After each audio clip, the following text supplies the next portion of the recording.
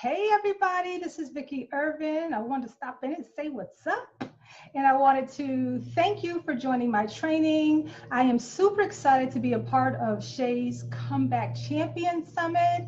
He is like one of the most prolific entrepreneurs that I know, always creating great content, always putting out great products, always having great speakers, and just people giving you great information from all different types of industries. And so when he asked me to be a part of this, be one of the facilitators, of course I said yes, because I love what he does. And I also want to be able to give back some great information. Now, we are talking about comebacks, right? And as an entrepreneur, I am a firm believer that you are always going to have to be prepared for some type of a setback, right? Entrepreneurship is all about failures. It just is. Like, nobody just wakes up and becomes a successful entrepreneur overnight and never hits or stumbles or has a pitfall, right?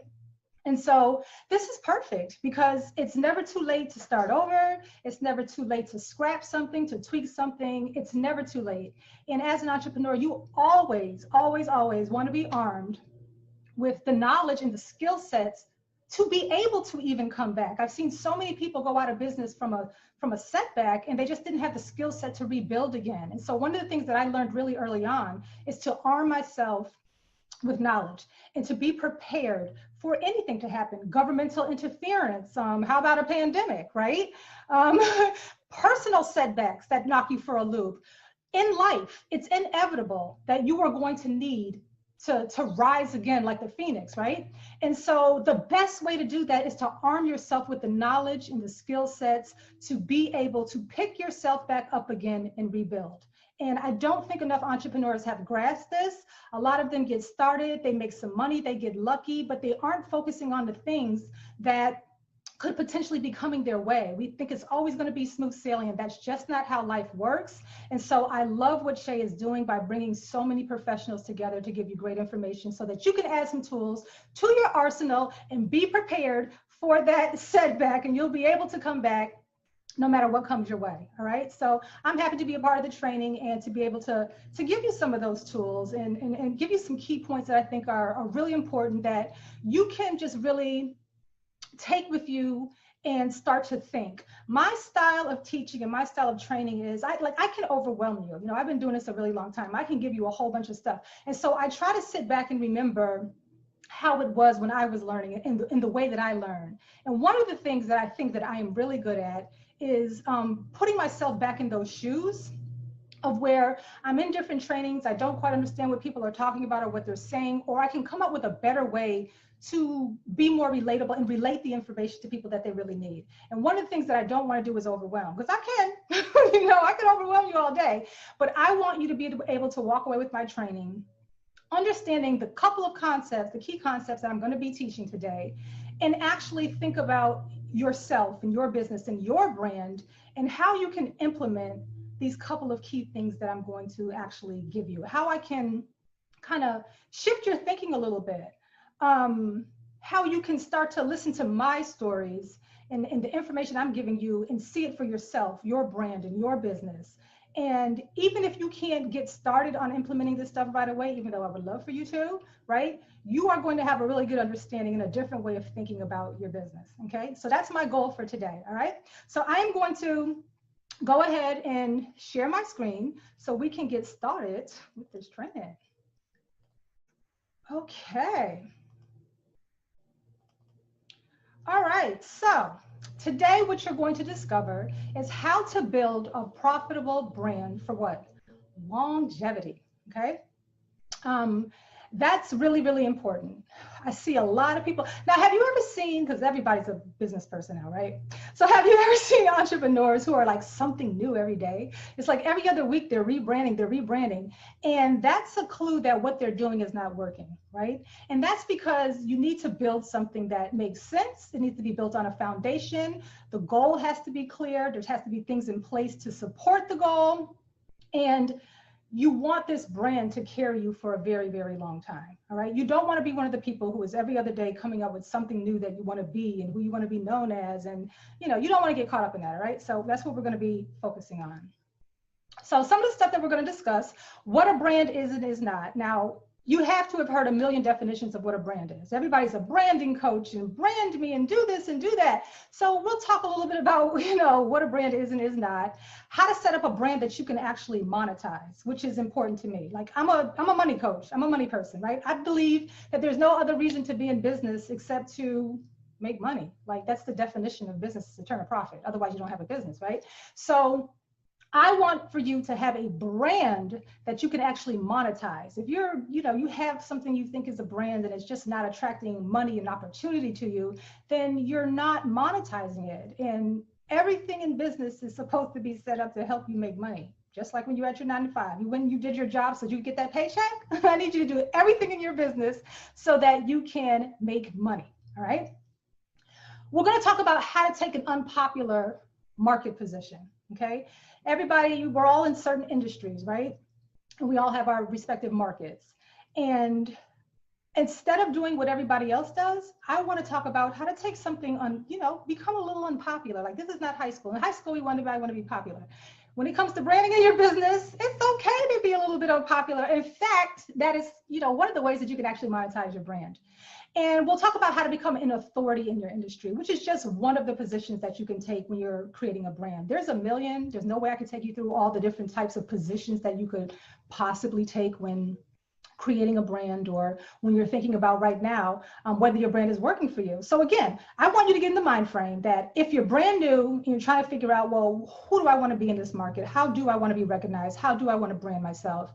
Or whether you had a brand for a while, but you don't feel like your brand is really working for you, like what you're trying to convey, people aren't catching on because let me tell you, your crowd, your people, how they respond to you, if they buy or not, the things they say to you when they meet you in person or on phone calls or whatever, that tells you if your brand is working or not, okay? And so if you've had a brand for a while and you don't think you're getting out there the message that you meant, and that you're attracting the wrong people, then what I'm going to be talking about today, I want you to think about how you can use what I'm going to teach today to restructure your brand, retweak it, or scrap it. People relaunch all the time. Don't even worry about it, okay?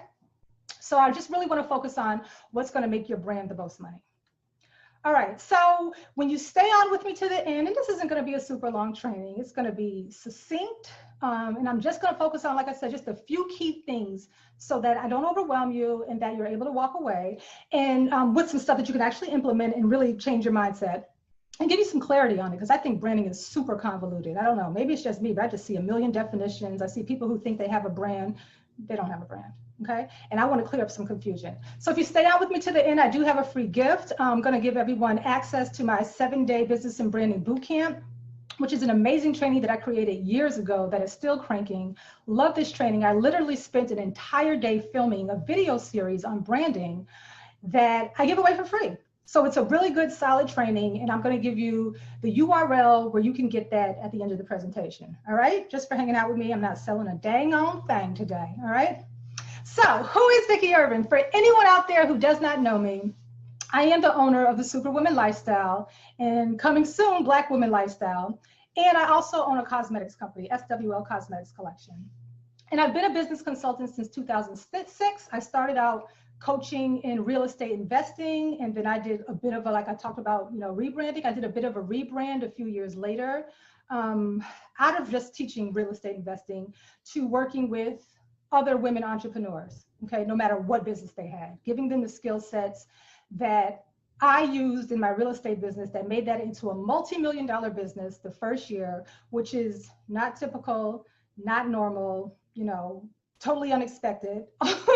But I do know what helped make that business so lucrative so quickly. And so I wanted to take what I did in that industry and rebrand and help other women. So many women were coming out to my real estate seminars and asking, like, how do you do this? My son was young at the time, and they were like, I would love to be able to do what you're doing. I was all over the radio and doing big marketing, and people were hearing me all the time. And other women were just like, I need help in my business too. And so I did a rebrand, okay, into Superwoman Lifestyle, which is my current brand.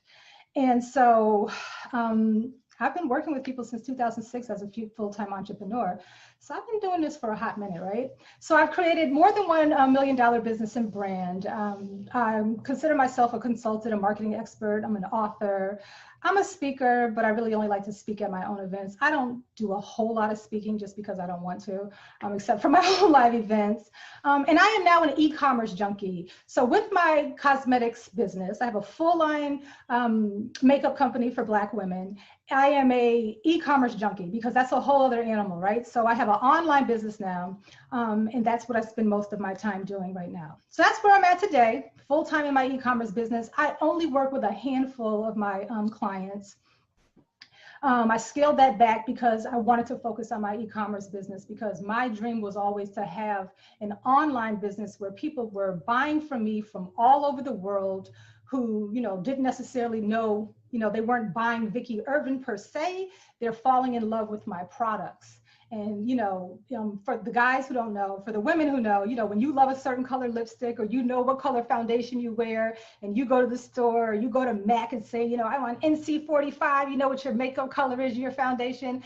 I wanted my brand to be like that. Okay. And so that's why I'm working full time in my e-commerce business, because I just love the idea of people falling in love with, my product, not necessarily me. I am attached to the brand somewhat, since we're talking about branding, but I always wanted something where even if people didn't know me and just read a little bit about me, and didn't know me personally, they were falling in love with my products or services. And that's kind of how I want to write out, waking up with just, money just falling into your bank account every single day without you, interacting with people all the time. It's just always something I wanted to do. So that's what I am up to now. And I am in the midst of another brand expansion. So this training is actually perfect for me to get back into all this stuff too, because I'm coming out with an extension of Superwoman Lifestyle brand with Black women lifestyle, okay? So if you follow me, you'll be hearing more about that. You can follow me on Instagram at Vicki Irvin. You can follow me on all social medias at Vicki Irvin, VICKIIRVIN, because you'll be seeing like that brand coming out soon. All right. So my goal for you today is to give you real life data from personal experience and successful teachings from others. I have invested hundreds of thousands of dollars in my own education to be an entrepreneur since 2006. And so I've worked with some of the top internet marketers belonging to mastermind groups.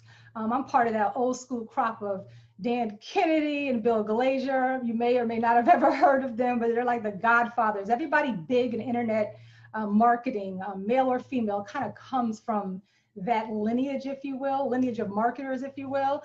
And that's where we were, that's where we learned. And so I have a lot of stuff that I've invested in that I've learned from people who are successful. I don't teach or give information from anything that I'm just like making up theory or my opinion. I only want to be, I've always only wanted to be a coach or a consultant who gave you what I know has personally worked for me or successful people in my circle. Okay, so that, I'm not just saying, yeah, just go try this and maybe it'll work. I don't do that. Okay, I'm giving you real life experience. And so I like to teach and interject with things that I've done that can also work for you. And I can also tell you stuff that didn't work, same thing. So I want to give you some wins and I want to give you some ideas. And I want to have you shortcut the process and only focus on like income generating tasks as it pertains to your brands. And here's the tip, beyond just your brand and other areas of business, you always want to focus the majority of your time on income generating tasks. I find through working with thousands of people through the years that, when we don't know what to do, we just do things to keep ourselves in motion, and we fool ourselves into thinking we're really working on our business, but we're doing things that aren't generating income. It's just busy work, and we lull ourselves into a false sense of security that we're actually working on our business, and we're not. And so I have always focused my teachings on the income generating portions of business, okay? And so that's what we're going to talk about today as it pertains to a brand. Because when we talk about the different definitions of branding, I don't see a whole lot of people telling people, well, what makes the brand actually work? You know what I mean? So that's the goal for you today. So let's have fun. I'm definitely deviating a little bit from my normal style. I'm cutting out a lot of stuff that I would normally do, but I'm only doing that to give you the most valuable content in this little bit of time that we've had. And I'm trying to give you stuff that you may not have ever heard of before. So I'm just want to be laid back, have fun. I'm not selling anything, it's pure content. And I'm literally going to give you some of the best advice on branding you'll probably ever get to kind of just, re-engineer your thought process when it comes to your brand. So good branding gets noticed. These are just some of the publications where I've written articles for, or been interviewed for, or appeared on TV, CNN Headline News. I've been in Investors Business Daily, which is a straight financial newspaper. I've been on Lifetime TV, Black Enterprise, but good branding gets noticed. And this is here because one of the key things about a good brand is it should attract opportunity. Your brand should make people interested in you. If you're doing things right with your brand, people are going to take notice, because what are the media and the news always looking to do? They're always scouring to see what's new, what's fresh, what's hot, what's news, right? Like, they're looking for things that they think people are going to be interested in. And when you have a good brand, these are some of the opportunities that it can attract. So good branding definitely gets noticed, all right? So we're going to switch it up now here. So if you were on like one of my webinars and I was selling you one of my courses or trying to get you to do something and give me some money, right? This is kind of where in my presentation I would load up on credibility slides. I would give you case studies. I would show you all this stuff that I've done over the years and everything. But because I'm not selling, I'm not following my normal format. So the purpose of this training, I'm going to show you some of the stuff that I would normally put here later on, because I'm actually going to use it in the training to show you how I use it for my brand, right? And a lot of this stuff you probably have too. You can have a lot of stuff too. This will get you thinking about what you already have in your arsenal that you can use to help support a brand that you're able to monetize and have for longevity as well, all right? So we're gonna kind of switch it up. So the stuff that I'm going to show you later on is to help support my brand. And my brand, and there's different positions you can take, and we'll talk about that in a minute, but there's different positions you can take when you decide to create your brand or rebrand or whatever you're doing right now. And my particular position is I always wanted to have an expert, authority, celebrity type of brand, right? And so the stuff that I do helps support that position for me. And like I said, there's a million other positions. I could probably do a 2-day training on branding, right? But can't do that today. So I'll do everything based on the type of brand that I chose, all right? Just to simplify everything and have something to talk about. So most people don't have a brand, right? Most people don't have a brand because they don't have a brand. And they may have a brand in theory, right? They did something and they say, okay, this is going to be my brand, but the brand is not working for them. Most people focus on catchy business names and taglines, right? You know, everybody's like, I'm going to be the this, I'm going to be the that. I remember when I did my real estate investing business, the business I told you was my first $1 million business. My name was the real estate investment queen. Remember when everybody was the queen of whatever, and that was like really hot back then? I was the real estate investment queen. So that was a catchy name, right? But there were things that supported it as well. So had I just focused on, well, I'm going to call myself the real estate investment queen, and that is going to be, you know, everybody's going to want to work with me. That in itself is not enough, because that's just a name, right? And then people come up with catchy taglines. I do this, this, and this, and everyone has their elevator speeches and stuff. That's not what makes you money, okay? Color coordinating websites and business cards, all that stuff. Spending time trying to appeal to everyone. Okay, we're not doing that, okay? Spending time trying to appeal to everyone. Now, I work, over the years, I have always worked with mostly women entrepreneurs. And my mentors have always been guys. Like I said, I came up with like the biggest internet marketers that are out there. I was in a mastermind with all those dudes, right? And I'm like one of the only girls.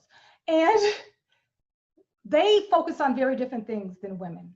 And one of the things that I find my clients try to do is they try to create a business that they want everyone to want their stuff. They think it's great for everyone. And I'll be like, well, who is your target market? And they go, women. Women? Do you know how many different types of women there are? When you break down the demographics, right? Black women, white women, Spanish women, the income level that they're making, you know, how much money they're making, their income bracket, their habits, what they do, what they like.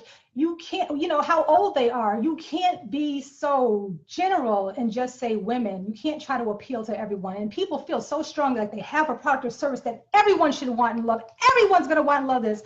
No, they're not.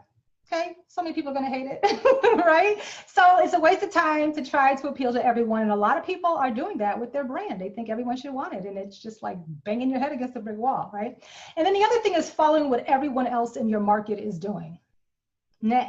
Now, the natural inclination when you're starting a business is you get into a certain industry and you look around to see what everyone else is doing in your industry. And that's okay and that's smart and you should. That's called market research, just to see what's going on. But you shouldn't be doing market research for the purpose of emulating what everyone else is doing. And that reminds me of kind of like the Yellow Pages, and I'm dating myself a little bit here. And if you don't know what the Yellow Pages are, you are way younger than me. But remember the Yellow Pages back in the day? In the phone book, and you needed a carpenter, or you needed someone to come out and fix your air conditioner, you could literally just open up and just close your eyes and pick anyone, because all their little square ads in those Yellow Pages were all the same. There was nothing to make you say, oh, I'm going to go with this one over this one over this one. Everybody just put their stuff in there. And that's kind of what everyone does now when they're looking to get into an industry. They want to do what everybody else in their market is doing. So how do you create something that stands out if all you're doing is emulating what the majority of the people in your market are doing? Okay, so when you do your market research, do it for different reasons than saying, okay, this is what I should be doing too. No, see what's going on, see what everyone else is doing, and then figure out what you can do, the opposite, right? All right. So a little bit about my definition of branding, because remember I said there's a million, everyone has their own ideas. First of all, nobody can wave a magic wand and brand you. Okay, nobody can say, you can't say, oh, I'm gonna go work with this branding coach, and when I leave her house for that VIP day, I am good. My phone, by the time I get home, my phone is gonna be ringing. My email is gonna be flooded with people because I have been branded, right? It doesn't work like that, okay? Nobody can wave a magic wand and just brand you, okay? Creating a brand is not gonna automatically have clients beating down your door. A brand is more of a symbol of what you offer, how you offer it, what you stand for unapologetically, right, with your brand. That's going to attract the perfect prospect or lead, right? And so when people hear your name or your business name, these certain images pop up in their head, and everyone should pretty much have the same idea or image of you when they hear your name or your business name, okay? So it's not enough to just come up with your position in the market, we'll talk about that, and who you wanna be. There has to be things in place to support that, okay? And again, the way you know it's working is you have to pay attention to what people say when they meet you, when they talk to you on the phone, when they send you emails. Everyone should kind of know what you stand for. And if they don't know what you stand for, you need to work on your brand. If they don't know what you stand against, you need to work on your brand, okay? So crowded markets and competition, another huge thing that comes up with people in business and entrepreneurs. Most of us have a million people doing what we do, right? Very rarely are we ever going to be the first one to do something. Every once in a while, somebody gets lucky and they invent something that no one else has ever done before, right? But how often does that happen where you're the only one?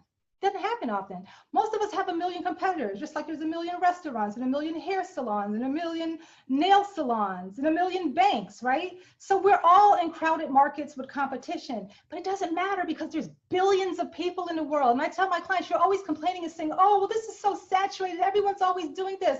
And I'm like, there's a billion people in the world. If you can't find enough clients to have a lucrative business, then something's wrong. You can't service everybody in the world. One restaurant can't feed everybody in the world. One hair salon can't do everybody's hair. One nail salon can't do everybody's nails. There's plenty of people out there. And so when you create a brand that attracts a certain segment of the market and you focus on those people only, you can bring them to you and have a lucrative business. Just do the math. Whatever your price point is, multiply it times how many people you need to make the money you want. And that's all you need to have a lucrative business, and you're worried about a crowded market or competition? Stop it, okay? Here's another thing to think about. If you enter a market that is crowded with a lot of competition, it's crowded with competition for a reason, because there's money to be made. So it's actually a good sign. So some people say, oh, too many people. I say, oh, so many people are doing it because there's money out there. So let me go get my few people that I need to have a lucrative business too. Okay, so don't worry about crowded markets and competition and saturation. Doesn't matter. Okay, but a good brand that attracts the number of people that you need and the right people to you, that's gold. Okay. All right, so messaging and positioning. What is going to identify your product and your service and what position you're going to take in your market? Okay, what's going to identify your product or service in the position that you decide to take in your market, right? Remember I said I created more of authority, celebrity type of branding position, okay? And then you have to drill down even deeper than that, but that's just one. What's gonna be your big message that you become known for, right? Like I said, when people hear your name, see your face, meet you in person finally, they already have an expectation of you because you've already put out there through various medias and content who you are, what you stand for, and what you stand against, right? And who is that going to be? Who's going to be receiving this message that it's going to resonate with? Who precisely will your message resonate with? Because remember, it can't be all men. It can't be all women. It couldn't even be, you know, I'm creating this Black woman lifestyle. I'm clear that my Black woman lifestyle brand and the products that I'm going to be creating for that are not going to be just for all Black women. There's subsets of Black women, of course, too, right? So you have to get really, really clear on who's perfect for you, and so that your messaging and your positioning attracts just those people. Remember, we're not trying to make everybody like us. We're trying to create something who our message resonates with, and that will bring the right people to you. Like, who wants a bunch of people coming to them that aren't your right client, right? They're not the right person for you. You don't want to work with them. They can't afford you. Like, when you do this right, you kind of cut through a lot of that noise and a lot of the headaches that we get when we're attracting the wrong people. And good branding will help you cut through some of the noise, okay? So what you're for and what you're against. So I'll use, remember I said I want to interject some things that I've done before. I'll use some examples of what I'm for and what I'm against. So in my consulting business, working with women entrepreneurs as a business coach all these years, everybody knows you come to me, you come to Vicki when you want to buckle down and learn income generating skills for your business. My goal for women entrepreneurs, which is my market, and of course, it's not just women entrepreneurs, there's a million of those. They have to be at a certain level and place in their business or mindset to be my perfect client. So I only want to teach you and work with you on arming yourself with skill sets where you can literally wake up every day, go into your office, and strategically do very specific things that you know are going to generate income in your business. I don't want you waking up every day doing what I call hope marketing, which is hoping you get a new client. Maybe somebody got you a referral, not knowing where your next client's going to come from. I literally am all about income generating skill sets, which for a lot of women are scary. And it's more technical stuff that you have to really buckle down and learn, you know, how to write copy, you know, a multi-million-dollar skill set if you know how to do that. Imagine being able to write an email, and every time you write an email and want someone to buy something, they do, because your email is written so well that it leads them to the conclusion that they need to buy it. That's a skill set, okay? I'm not talking about, you know, a nice grammatically written email. I'm talking about the art skill of writing copy, right? And that takes time to learn, and that takes practice, and people don't always want to do that. So if you want to learn income generating skills, everyone knows that if you're looking for a coach who's going to make you do things that make you uncomfortable, because a lot of women shy away from more technical stuff and Facebook advertising. Oh, I don't know how to do that. I'm not your girl, right? And everyone knows that I'm actually against purpose and passion. Okay, let me explain. Okay, so for me, in my Superwoman lifestyle brand, I realized through working with women, and initially women were coming to me, they were at all different points in their business, you know, wanting to start something, just starting out, midway, seasoned already. And I started seeing a pattern that so many women are focused on purpose and passion, feel good talk, right?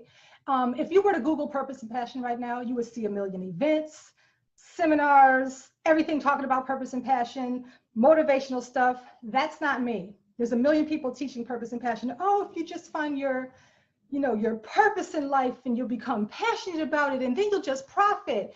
That profit's not coming, okay? If you just feel good about what you're doing. There's a lot of people who have purpose in life and they have a lot of passion about some things that they're doing, but that doesn't mean those things are profitable, okay?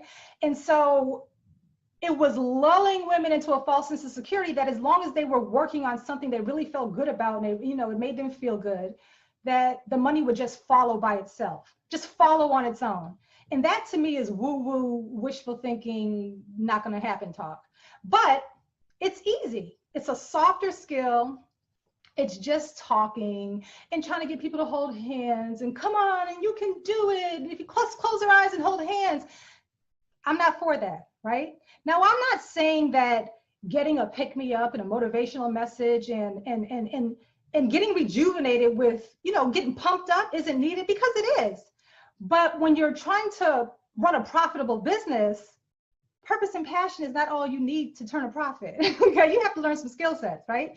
And so when we talk about what you're for and what you're against, I created a brand with Superwoman Lifestyle where I made it clear that I don't like all this purpose and passion talk, because you guys are wasting time and money in just years and years and years, and you're not making any money, but you still keep going to all these motivational events and you're not making a dime, right?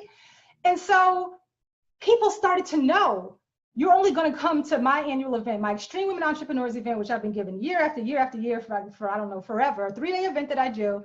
Anyone coming to my event is coming to learn some income generating skill sets. They know I'm not going to do the purpose and passion stuff. They know I'm not going to be speaking like a preacher from the stage, trying to motivate them into something or trying to motivate some money to fall into their pockets. I'm not doing that, okay?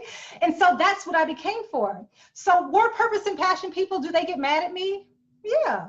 But remember I said, that helps make me money, okay? So I don't mind. So people know I am for income generating skills. And if you're not ready and you don't want to buckle down and you do copywriting and the Facebook advertising and all that stuff and going back there and your ads manager and business manager and custom audiences and all that stuff scares you, don't come to me. And there's a lot of women who will never come to me because they're not ready to go there. But the ones who want that, I'm going to go work with Vicki Irvin, right? And how do I know that that worked? Because when I give my events and women stand up and they ask questions and they want to talk to me and they'll start to talk and they'll say something about purpose or passion, they'll go, oh my God, I'm so sorry, Vicki. I can't believe I said that. I know you don't like purpose or passion. And I'm like, no, it's okay. It's okay. But that happens so often that I know my brand is working. They're actually apologizing to me for even uttering the words purpose or passion because they know that I am against it, okay? That's a brand that is clear and is working for you, all right? And so I want you to start thinking, like right now, just take a minute and say, what do I stand for? Like, what do I stand for? Like when people come to work with me or buy my product or service, why are they buying it? Because they know X, Y, Z. Oh, X, Y, Z, right? And if you get that and you hear feedback and people are saying things that that you have put out there and you're trying to convey, and people are regurgitating that back to you, because our audience and the market is the best indicator if our brand is working or not, then you have something that's working for you. But if people are kind of confused and all over the place and they don't see a reason why and they don't really know who you are and you're having to re-explain things all the time, it's not working. And we need to work on it, which is fine, right? That's what this is for. This is how you monetize the brand, okay? So what will you stand for? What will people know you for that you stand for, right? And what do you stand against that people are like, oh, he, she, they don't play that. They don't do that. They don't do none of that, right? And I would get women who would come and say, they'll say, I finally got the nerve to come to your event. Maybe I'm too hardcore, right? Got the nerve to come to my event. Like they had to get up their nerves. Terrible. They say, I finally got the nerve to come to your event because you're right. As I'm marketing my event, I send out the email marketing, whatever, and they're getting these messages before they even decide to come to my event. And I've heard it over and over because I'm huge on receiving feedback, because that's how we know what's working in our businesses now. I can't say that enough. Listen to what people say to you by email, in person, or whatever. And they would say, you sent an email, Vicki, that talked about how, you keep going to these purpose and passion events and you're still not profiting and money's not going to fall out the sky. You have got to learn X, Y, Z, blah, blah. And they're like, you're right. I've spent thousands of dollars on purpose and passion seminars and I'm in the same place and it's been 5 years and I'm on the brink of giving up, but you're right. That's not going to cut it. I need to learn how to write copy. I need to learn this. I need to learn that. And that's how you know that your brand is working. So I'm not worried about trying to get purpose and passion people to come work with me, because I don't want to work with them. If you don't want to buckle down and learn these things, it's not always easy. I couldn't stand it. I mean, like I had to have my head beat in too to learn a lot of this stuff, because I don't like a lot of the minutia, right? But once you got it, you got it. And you're able to wake up every day and know how to do things strategically to make money. You're not relying on paying other people. You can do this stuff for yourself. And so that's how you know that your brand is working. So start thinking about what you're for and what you're against, okay? So don't be afraid to tick people off, right? Like a lot of purpose and passion people are mad at me. And again, I make it clear that I think it's okay to go to a motivational event, but any business coach just telling somebody that all they need to do is find their purpose and passion, the money's automatically going to come to them. That's like some witchcraft stuff to me. That's not true. I don't play that. I'm totally against that. And I'm fine with that position. Okay.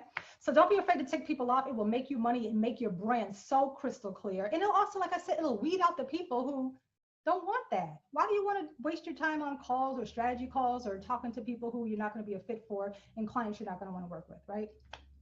So it's impossible for everyone to like you. So getting clear on what you're for and what you're against is important, because your brand, no matter how great you are, is never going to appeal to everyone. Everyone is not going to want your stuff. Everyone is not going to like you. They're not going to like your product or service. They're not going to like how you look, whatever, right? It's not high school. We don't care. Don't be afraid to tick people off, okay?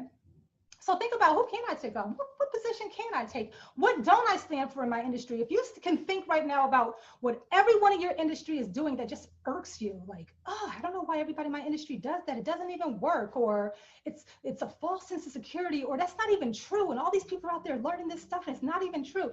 Think about what that is and then go against it, because you're going to stand out because you're going against what everyone else in your industry is doing. Okay, so it solidifies your position. It makes it crystal clear, so you're only attracting the right people. Okay, with my real estate investing brand, when I first started teaching real estate investing, and I told you I called myself the real estate investment queen, and that whole branding thing, that literally ticked off all the real estate investors in my area. And I'm in the Washington, D.C. area. And they were like mad. They were writing blog posts. They wouldn't mention my name. You know, they wouldn't at me, as we say today, right?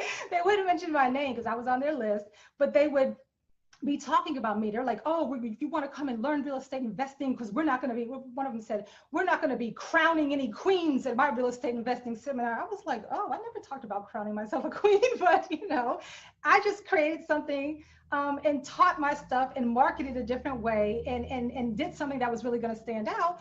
And all the other real estate investors seeing all these people flocking to my seminars, and they've been doing it for years, and I was super new on the scene, and they were like, oh, the nerve of her, and calling herself the queen. So they were like typing away, writing against me, right? But I ticked people off, and everybody wanted to come see the real estate investing queen teach real estate versus them in their little boring real estate seminars. And guess what?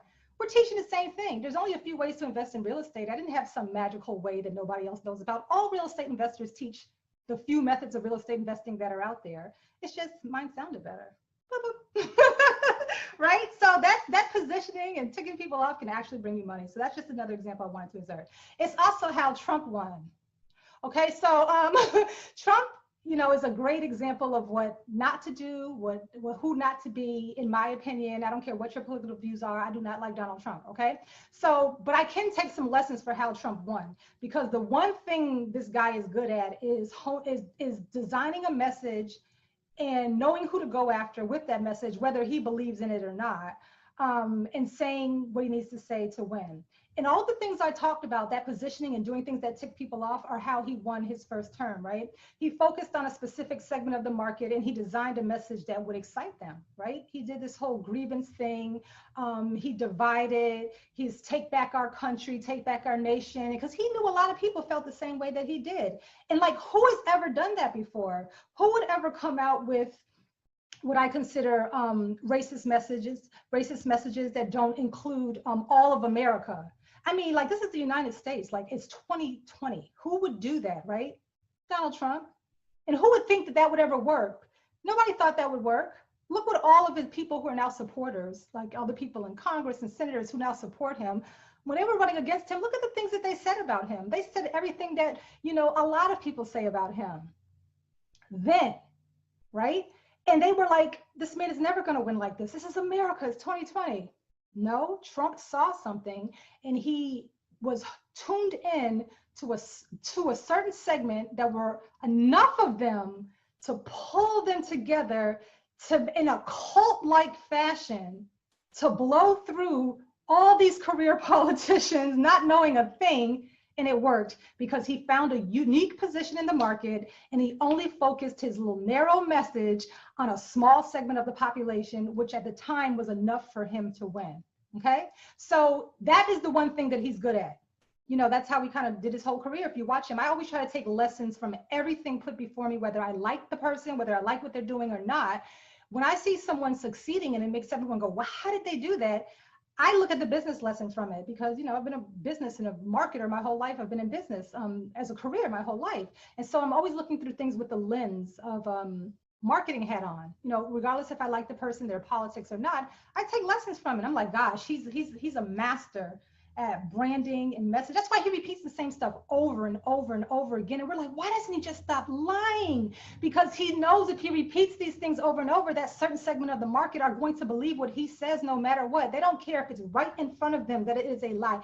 He knows. He knows. He's not just doing it. You know, he's doing it on purpose. And so some concepts of branding that I teach that can help you have a lucrative brand, using it for good and not evil though, are exactly how Trump won. So love him or hate him, I don't know what your politics are, don't care. I'm just telling you, learning what I'm teaching you today, you can kind of say, you know what she's saying, you know, about the branding and stuff and finding the small segment of people, just the right amount of people. Remember, he wasn't trying to appeal to everybody. Remember, I said a lot of entrepreneurs, especially women, want everybody to want their product or service and want everybody to like them. Trump did it opposite. He said just a certain segment of this market who is going to love this message. It's not going to be everyone. It's not going to be, you know, the majority, but it's going to be enough to carry me over the finish line. And I don't care who this makes mad. I'm going just with this.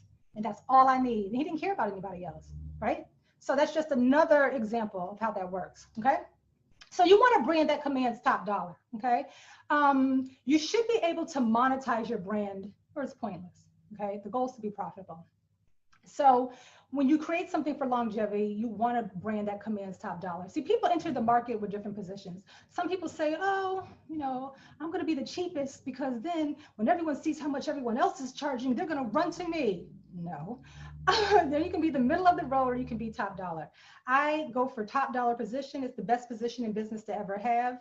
People have different reasons for doing otherwise. I teach all of my clients to go for top dollar as long as I believe they have a product or service that can command top dollar and they're willing to put in the work to support that, you know, to support the brand commanding top dollar, okay? So certain things have to be in place to make that happen. Have you ever heard people say, or, you know, coaches and people say, you know, raise your rates and raise your prices and charge your worth, right? And you're like, yeah, I'm going to raise my prices and charge my worth. But it's easier said than done. And a lot of people are, listen, people are petrified. I've worked with thousands of people. One thing people are petrified of, entrepreneurs, is raising their rates. They think as soon as they raise their rates, everyone is going to run for the hills. I've worked with salon owners, hairstylists. They all think as soon as they, oh my God, my clients, they're going to stop coming. I'm like, no, they're not. No, they're not. I've worked with a lot of hair salon owners, actually. If you think about it, especially the ladies, sorry guys, but even guys with the barbers, okay? When you like your barber and he's giving you that fresh lineup or got your waves, you know, getting us all seasick, whatever it is, you really like that barber because, you know, he got you looking right. And you go out, the ladies are looking at you and stuff, right? You're not gonna go let Joe Schmo cut your hair. Even if your barber were to raise his rates, you might not like it, but that rate, that hike he does, $5 or $10 on you, is not gonna let you go to somebody else. And ladies, when you love your hairstylist, and you know that we have a very special bond with our hairstylist, right? So when she raises her rates, you're not going anywhere. You're not, okay? People have to raise their rates sometimes, you know? Products, the cost of products go up, and you got to raise the price on your services. Everything is, you know, relative. So everyone wants to charge more and command top dollar, but they don't know how, or they don't feel like they can and actually get it, and it petrifies people. And a lot of times the reason why you're scared is because you really don't have a brand that you feel can justify charging that amount of money, right? And that is why I say certain things have to be in place. So when you hear people telling you to raise your rates or whatever, if they're not telling you how to do it in a way that it will actually work, then, you know, that's a little remiss to me. That's being a little remiss, because things have to be in place to justify raising the rates a lot of times, okay? So positioning, your position in the market. So when our prospects come in and we start providing them value and we're educating them, right? They're coming to us, they're just prospects at this point. They're not, you know, they're leads, they're not clients yet, but we want to provide them value and educate them. And as you're educating people, they start to view you as an expert, right? They start to see, oh, they're an authority, an expert. It just gets planted, kind of gets planted in their head. And positioning and educating people and having people view you as an expert is one of the main reasons that I make all my clients write books, right? Like, I know people love writing books, like being an author. is a big deal to a lot of people, probably for different reasons, right? So people get so excited about their book. So when I want my clients to write a book, I'm like, listen, this is not a vanity project. I'm not trying to get you to be a New York Times bestseller, right? I don't care about the Amazon bestseller list. I'm not big into that. Some people are, and I think it's, it's a great thing to do too. But as an entrepreneur, and if you're a coach or consultant, you're selling a product or service, your book should support you selling more of your stuff, whatever your stuff is. And so when I have my clients create books, it has to be another selling tool that gives them credibility and authority, because when people see your book, you're like, you're an author, and that is like credibility in their mind. So I want the book to be another tool, and it helps your position in the market, and it helps support your brand. And in turn, that helps you command top dollar. Oh, he or she has a book. They must be, somebody. It helps support your price point, which I want for you to be high. Okay. So when I said there's various positions you can take when establishing a brand, it doesn't have to be celebrity, authority, expert, which is my position. And again, there's a lot of positions you can decide to take. I could go through several, but I just can't today, right? So I'm going to just stick with the one that I chose for example purposes. And celebrity, authority, or expert position is a good one that you can take in the market. Again, there's different ones, but this particular position is a good one because it really, really works. All right. So I'll take you through the process of some of the things that I've done. So this is where I told you earlier that normally if I was selling you something and you were all on my webinars and I wanted you to buy something, I would be giving you like case studies and look at this and ooh, look at me and look what I've done, right? But I've taken all of that and I put it here because I want to show you how I use that stuff to help support my content, to help me support my brand, okay?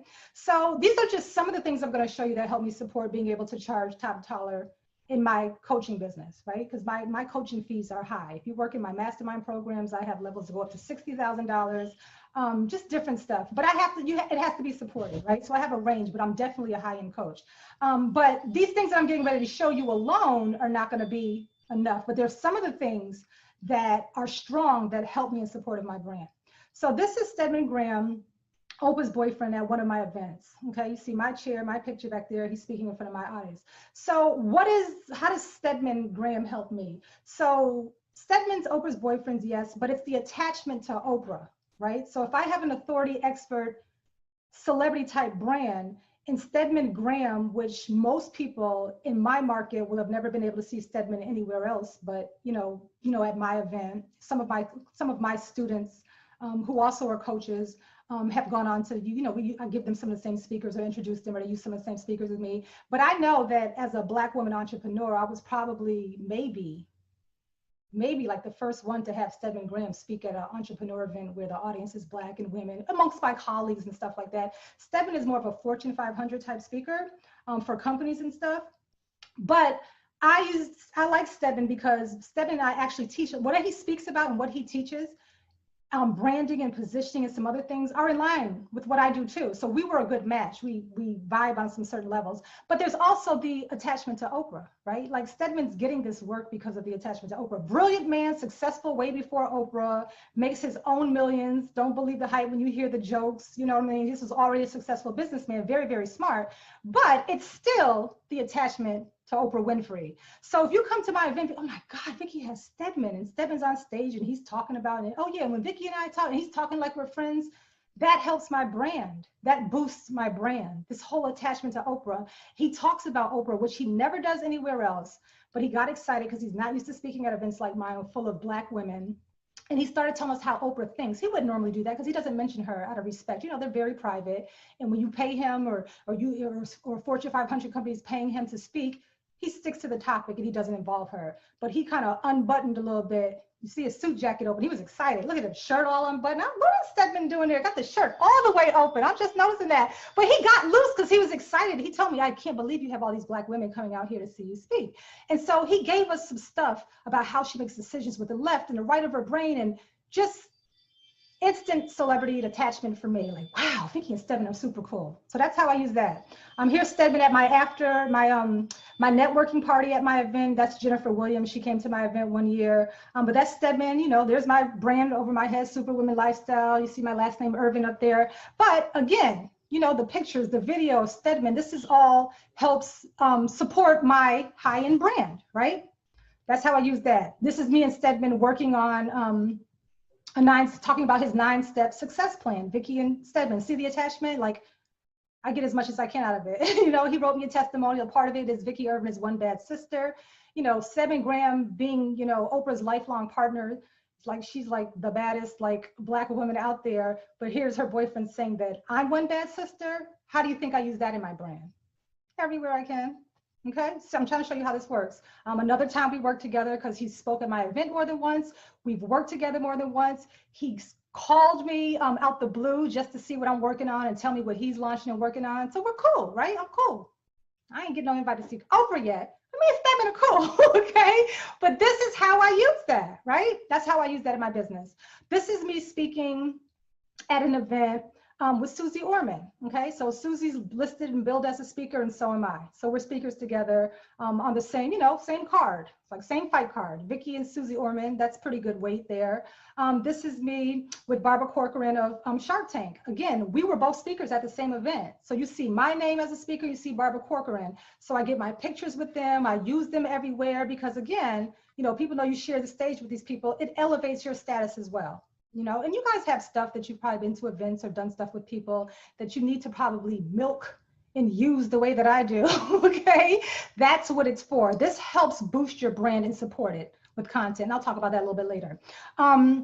This is Renee Lawson, if you were a fan of The Have and the Have-Nots, one of Tyler Perry's long-running series. She and I were celebrity hosts for an event together. She's on TV, on OWN Network, works for Tyler Perry. She's the host and I'm the host. So I'm elevated with another celebrity, right? Same thing with Farnsworth Bentley. He and I were co-hosts for another event here.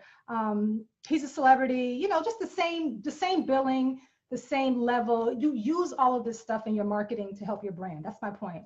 This is me on covers of some magazines that I've done. You use this stuff everywhere in your presentations. You blow them up at your events. You show them in your slides. You use this stuff, right? This is the one that I just did last month, actually, this year, 2020, just did this one for Wopreneur magazine. This story was done on my cosmetic line, which was super cool. You use this stuff. This is me and my girl, Shantae Moore, R&B singer Shantae Moore. Shantae's got a man at home. So that's my girl, right? Shantae's my girl. When I launched my cosmetic company back in 2013, I got Shantae to help me launch and kind of be the celebrity face of my brand. Once again, different business, has nothing to do with Superwoman lifestyle per se, right? But I'm still following the same model of attaching to other celebrities to lend credibility to what I'm doing and to help boost my brand, even in the makeup business, okay? So people are like, you know, instead of like, who's this, what's SWL collection? That's not Revlon, that's not MAC. Oh, Shantae Moore is a part of it. It just, it helps you cut through the trust and the credibility issues that we have when it's just us and we're just regular schmegulars, okay? So I'm just showing you how I use a different business. Me and Shantae on the cover of Fit Figures magazine together, right? So, oh wow, Vicky did a cover, a fitness cover with Shantae Moore. I don't even remember when this was. This was a few years ago. I don't care how old I could be 80, I'll still be using this cover, okay? Because I use my stuff. This is just some of the content I'm showing you today. So me and Shantae again. This is me and Shantae in Nigeria. She was booked to do some events over there. I went to do some PR stuff with her. That's her in the tan dress. Oh, that was such a good trip, but that is for another day. Okay, I could do a whole thing on what we did in Nigeria. But again, having these type of pictures, international, you know, going international with, you know, Shantae Moore, all expenses paid trip, people brought us out there, just stuff that you use in your business. This is Robin Dixon of Real Housewives of Potomac. Again, using the celebrity attachment another way. Robin and I work together doing several things right now. I asked her to create a line through my SWL, you know, like a celebrity collaboration. And we've been doing this now since 2017. And so these are my pictures. I own everything. Robin does photo shoots for me. We do Facebook traffic. We do products together. And that helps my cosmetic company. Had Shantae with the cosmetic company, got Robin. It's giving me credibility and helping me sell way more than I would if it was just another cosmetic company out there, right? So I use all this stuff. This is me and Robin and I do live events, you know. Since we've had the collab together, her line only drops a couple times a year. Sometimes we create new products, but she does live events, and you know, we fill the place with people coming out to see and buy Robin's products, right? So we have a business deal together. So That's how we do that. This is Robin on the right at my event. She spoke at my event before, my Extreme Women Entrepreneurs event. I helped her put on her first 2 women's events. I spoke on her panel. This is me, her, and Giselle from Housewives at one of our events that we had that was like full to capacity. Giselle is super supportive as well. Just using all this stuff. And again, Robin and I work on other stuff with Facebook traffic. I do some of the traffic for her own business that she has right now. I help her with the traffic there. We're working on some other products together in a whole nother area. Just keeping those relationships going. This is, I look really nuts in this picture. I hate this picture. But there was an Innovators and Influencers Award that came to the Washington, D.C. area. And I was called down to be one of the recipients of the award for being an innovator and influencer in my area, the DC, Maryland, Virginia area, along with like Raheem Devine. I forgot who else was on there. Oh, Angela Rye was one of the, and I love her, Angela Rye, who's like one of our Black women, like out there fighting for our politics and everything. She was one of the recipients. So you're like with these people, Angela Rye, Raheem Devine, she's on TV, Raheem's a celebrity, I'm not. But guess who's right there with him?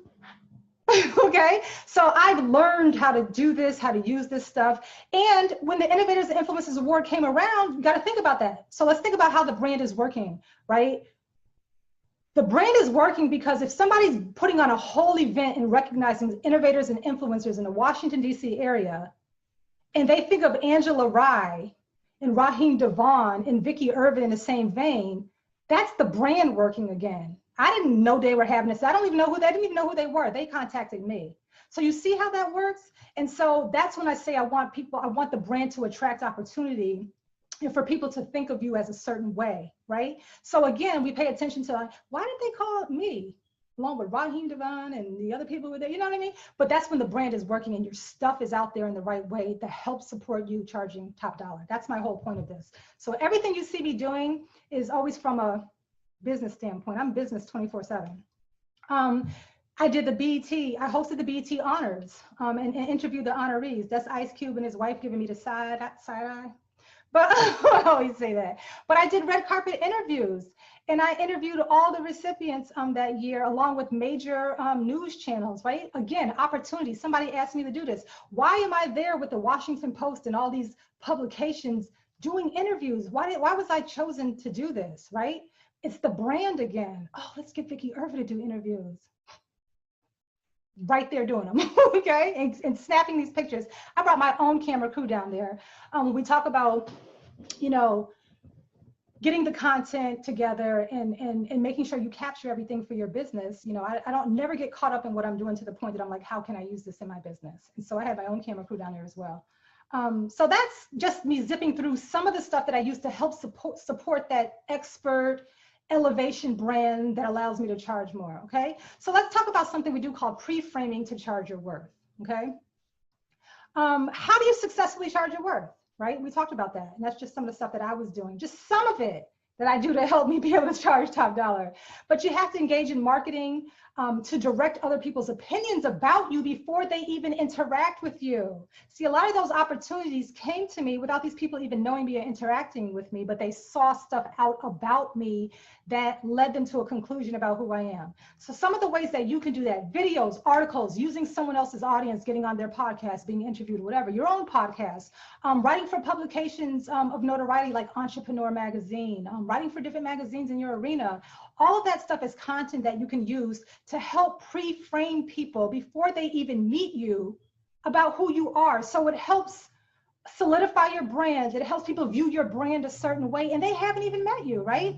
So people see all this content about you and the seeds are already planted. They're already coming to favorable conclusions about you and who you are in your business. They're already seeing you in a certain light, and that's like your stuff working for you in advance of them even meeting you. So pre-framing when it comes to your brand is important, okay? And that's one of the ways that you successfully charge your worth. You have to have content out there that people are seeing and engaging in and viewing about you before they even meet you, and that is huge. It sounds like a small thing, but it's huge, and nobody's really pumping out content anymore. So then there's pre-frame to indoctrination. And indoctrination is when someone opts into your website. You know how you want people, you want to build your list and people to opt into your website. It's kind of when someone makes the decision to opt into your website, okay? They've been indoctrinated at that point. They're taking the leap, right? Or they're performing some other favorable call to action that you want them to do. They've been indoctrinated, right? So pre-framing and seeing all the content out there about you helps them to form some conclusions about you or getting familiar with you. They're starting to go, oh, look at her, here, she's there, and they're there, and they're there. And they're already starting to say, oh, look at her with this person and that person. So they're being pre-framed, right? And now they've been pre-framed enough that they see something you have and you want them to opt in. They're like, you know what? I'm gonna opt in because they've already seen this other content about you and now they want more of you, right? So here's a real life example of how it works. I was speaking, I got to speak at one of my mentors' events, James Malinchuk. You may or may not know James. He's known as the big money speaker, but James hands down has one of the best live events ever. Okay, one of the best live events ever. Huge, huge, huge following in the market of people who are also in my market as well, because we do a lot of the same stuff. So he does events 2 times a year. I think he's doing 4 times a year, but people come from all over to fill his events. Dynamic events. His events are so good that the same people keep going back over and over and over again. Exact same event. So good you keep going back. So much content you can never get it all in one thing, right? So James is known for having celebrity speakers. Really, the only people who speak on his stage are always celebrities, whether they're A, B, C, D, E, D, Z list celebrities. They've done something and people recognize the name because they're celebrities. That's kind of his thing. He's a celebrity person too. And one time he asked me to speak at his event. I was like, oh snap, because I know he only has celebrities. I didn't even think about it. So he asked me to speak at his event. And what he did was he promoted my appearance, of course, in all his marketing. He's a prolific marketer as well. He promoted my appearance in advance, of course, along with the other celebrity speakers. And people who know that he only works with celebrities, you know, of course, what does that do? That pre-frames them like, oh, who's Vicki Irvin? Like, wow, James has this woman named Vicki Irvin speaking on a stage. She must be somebody too, because he only has celebrities on there. Who is she? So that positioning and that marketing was kind of the pre-frame for me speaking at his event. It gave me instant credibility. It made the audience receptive to me in advance, to my position, and also receptive to what I was selling, because I was selling, okay? So this is me actually on stage at James's event. And again, I'd been pre-framed. And then the audience was in turn indoctrinated because they wanted to buy what I was selling. Now, had I gotten on that stage cold, had he done no previous marketing, had they not been reading favorable things about me, had he not positioned me along with the other celebrity speakers, and he's a great marketer, knows exactly what he's doing, I wouldn't have been able to really sell as well as I did, right? But this is how the process works. So they were indoctrinated, which again was them taking the action I wanted them to take, was to buy what I was selling. And I was selling a product for $997, okay, $1,000 to all those people there, and I did quite well, okay, for 1 hour talk. So that's an example of how the pre-framing works to the indoctrination. So again, I was pre-framed to, excuse me, to being indoctrinated and getting the people to take the action that I wanted them to take at James's event. That positive position about me that they had in advance helped me to sell because the seeds were planted. James planted the seeds. Okay, so that's how this process works and why that content, why the pictures I was showing you and taking the time to explain to you how I use them and why I use them and showing you the attachment and how people draw conclusions about you based on, you know, affiliation, different things like that, okay? So indoctrination is kind of where a lot of people mess up. People try to sell folks too quickly, when in reality, you know, you got to woo them. Like, you know, when somebody's trying to put their best foot forward on a date, you know, you can't just like go all in like that. But we live in a world where instant gratification is like, it's like now or never. Like, I've been in the game so long. I remember marketing like on using the radio, like all the social media wasn't even around. So we were like hardcore marketers using direct mail, sending stuff out in the mail, postcard stuff. But now people who missed that era when Facebook and Instagram and stuff came around, people really believe. That's why you saw it seemed like all of a sudden everybody wanted to be an entrepreneur. I blame social media because it made it seem so easy. Like, you mean I can create a free page on Facebook, a free thing on this other platform called Instagram. I can use Twitter.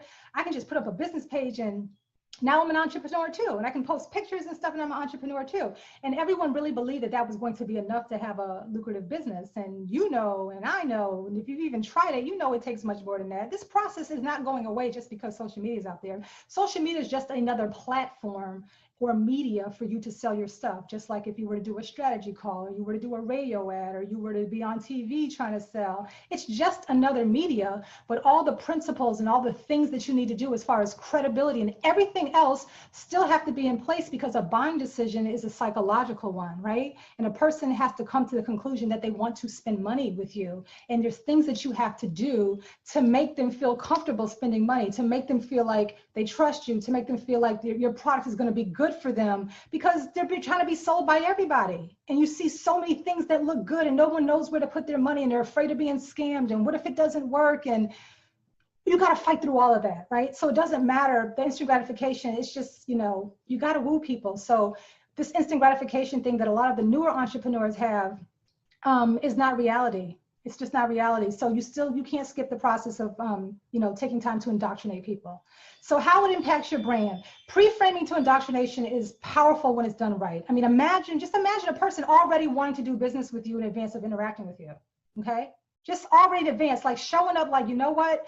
I've read so much about you. I've seen so much stuff. I heard you on this podcast. I saw you on TV. I got your book. I did this. And where do I sign? Here's my credit card, because I am ready to work with you. I've gotten that before. Doesn't happen all the time, but I've gotten that before because I have the content out there to make a person feel comfortable. That's a great place to be. And that's what I want you to have, a type of brand and the things in place to support your brand that make that possible for you. Okay, so this increases your demand, gives you more perceived value in your market, and it just helps you establish that lucrative brand, because I want your brand to be lucrative. Like, remember we talked about the different definitions of branding? If your brand, again, I'm gonna keep saying it, if it's not attracting opportunity to you, if it's not allowing you to charge top dollar and charge your worth, then we have to work on the brand, okay? Because these are the things that make that possible, okay? So this is, gives you the ability to do that, and that's because it's going to be backed up and supported by content, right? So again, when people tell you, oh, just go charge your worth and raise your rates, for you to charge top dollar for your product or your service, whatever it is that you do, you have to justify it by having some things in place. Okay, so it's easier said than done. So that's why I hate when people tell people to just raise their prices, and that's why everyone's so scared, because they know in their mind, like, I could never charge this. I could never charge this much, because they know they don't really have anything out there that would justify it. Even if you're worth it, even when you're worth it and you should be paid that much, you kind of know you don't have anything out there that would lead anyone to the conclusion that they should pay you that much. So you have to get the content, and you got to do the pre-framing and the indoctrination to make it happen, okay? So, excuse me, this is another example that I got. So this is 2016 that I checked my email, and I got a email from Think Factory Media, which is a production company for a lot of the major reality shows out there and TV shows. And I just got this email out the blue one day. Casting producer with Think Factory Media, working on a new show with Patty Stanger, aka the Millionaire Matchmaker. We all know who she is. My casting director gave me a list of successful people that I should reach out for this show, and you're one of them. And after I've done some research, I'm convinced you have a great look for TV and you're super successful. So if you're single, this show will be perfect for you, yada, yada, yada. Now, I don't know these people. I know who they are. Of course, I know who Patty Stanger is. We all know who Millionaire Matchmaker, the show, is. And a lot of us know Think Factory Media is, you know, responsible for a lot of the TV shows, production company. But I don't know these people personally. How did they find me? How did I end up on this casting director's list of successful people? And how did they do research after getting my name and actually become convinced after seeing what? My content out there. So you see how the brand attracts opportunity? Okay. Now the sad part is I've been married forever, so I wasn't single. I'm sure, like, hopefully you're single. Oh, I'm not. Husband messed that up. I could have been a Millionaire Matchmaker. But I was married. But I saw the marketing opportunity to share with my clients to help them about a brand. Like, I don't know these people. If they're researching me and I'm winding up on lists as people to come on these shows, and I've been approached for more than one reality show, so this isn't the only one. It's the brand again, it's the content, it's the pre-framing, it's the stuff that I strategically put out there to support my expert authority celebrity brand. And these are the little things and things that come your way to make you understand and help you understand that your brand is actually working for you. It's attracting the opportunity, it's allowing you to charge more, and people are viewing you in a certain light. And these are the opportunities I want to happen to you. Like not necessarily being on a reality show, of course, or a TV show, but having people take a look around and be like, ooh, yes, I need him or her, because they see what's out there in the world about you and your brand, and it's giving off the thing that you want it to give. It's strategically done, right? So that's how you know it's working. So that's why I love to share this. Okay, so indoctrination materials and conversion. Okay, indoctrination conversion are everything from the time a person opts into your website or landing page to after they actually bought from you, right? And then your ongoing relationship with them. That's the conversion part. But indoctrination materials are what they have seen after they've been pre-framed. And the goal of the material, of course, is to build trust so you can convert them. So after they've seen all your stuff out there, that's the pre-framing, and they haven't met you, but they're seeing you everywhere and all this and all that. Now they're ready to opt in. And maybe when they opt in, you have a video or something for them, they can convert. So indoctrination materials, you know, you're pre-framed, you established yourself as an expert in advance by them seeing the stuff out there about you. Now you want to get them indoctrinated using your launch videos, your webinars, your downloadable PDFs, your teleseminars, if you still do those, whatever it is, you want to get people indoctrinated, right, to your materials. So an example would be if you created a video that positions you as an expert without even selling them anything. Remember, it's not always about the quick, gotta sell, gotta sell, gotta sell. You gotta build the goodwill. So sole purpose of the indoctrination materials is to get people to opt in and give them great value and content and help establish your position and establish goodwill between you and the prospect, right? And goodwill makes the conversion process easy. Remember, you're not selling at this point with your indoctrination material, just giving value, right? And the goodwill helps to make the conversion process easier when you do get to the point that you have something you want to offer to them. It's not just a cold sell out the blue. They've been, you know, hanging around and checking out your stuff and getting great value from you for a while. So now when you do offer some stuff, they're easy to convert. I run ads on Facebook for my cosmetic line, right? And so I can't just run ads saying buy my makeup on Facebook because a lot of people haven't heard of SWL Cosmetics Collection yet, right? So what I do is I create a branding video where I talk about the makeup, who my makeup line is for, what we stand for. And I did the same whole process with my makeup company. It took a while for me to do it, trying to figure out how I'm going to position my makeup company different from other women who have lines, but I came up with what my thing was, my position was going to be for my makeup line, and I talk about it in a video, and I just run that video for brand awareness, right? So it's going around to my market, you know, who I'm targeting, and people are seeing it, and they're like, oh, that's her makeup line, that's what she's doing. But then they'll start to see other ads for the actual makeup where they can buy something. So then it's not, when they see the other ads, they're not like, who is this? They're like, oh, that's that girl's video that I watched about her makeup line, who, you know, this is who it's for, and da-da-da. They've seen stuff about me where I wasn't selling them. So I'm indoctrinating people even with my Facebook advertising. So I'm using this process on every platform that I can. So everything I'm teaching you today, these couple of concepts, and it may seem like a lot, but I'm still just on like 2 things, right? I'm using it in everyday life. Even with my makeup company, I'm still doing the branding and indoctrinating and getting them to understand who SWL is for, okay? We're gonna remain a classic in a world full of trends. That's very, very important to me. And then there's conversion, okay? The process, of course, a customer goes through when they invest with you, they pay for your services or your product. And you know, when you make your sale, you want to make the sale while maintaining good position and goodwill and everything. You want everything to be great. And so the best way to make more money in your business is by improving your position all the time, pre-framing and indoctrination. And I know a lot of people are always trying to create new products and more products and tweak the product to make it better. When we think about making more money, there's a lot of places, a lot of things you can do to make more money in your business. But one of the easiest ways is by putting out more and more content that improves your position, that pre-frames and indoctrinates people, because then the selling part becomes easier. So less time trying to tweak the product or service, which is probably already fabulous. And I'm all for improvement, but a lot of you just keep going there because it's all you know how to do. And you think that that's the thing that's going to make you more money. You keep trying to figure out other ways to do it. And you can. There are some other ways, but this is one of the easiest and best ways to do it. So keep improving the position, pre-framing, and indoctrination. Okay. Email indoctrination is another one. So let's say I write, someone decides to get indoctrinated. They've been seeing my stuff out there. Now they want to opt into my list.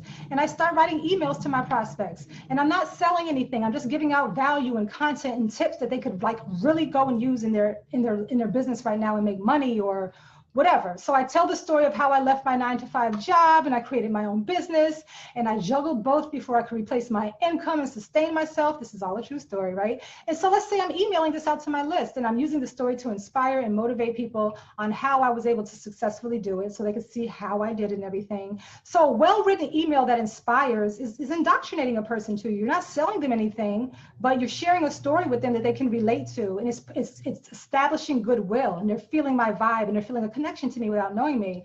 And I'm establishing trust, which is needed when you're buying, especially when you're buying, when you want people to buy higher priced products, which I want you to have, high priced products and services, because it's the best position. Okay, so when I am ready to sell them, right? When I am ready to sell them, they're actually going to buy and convert. Right? So here are a couple of things I just want you to evaluate for your brand, okay? Because we're wrapping up here.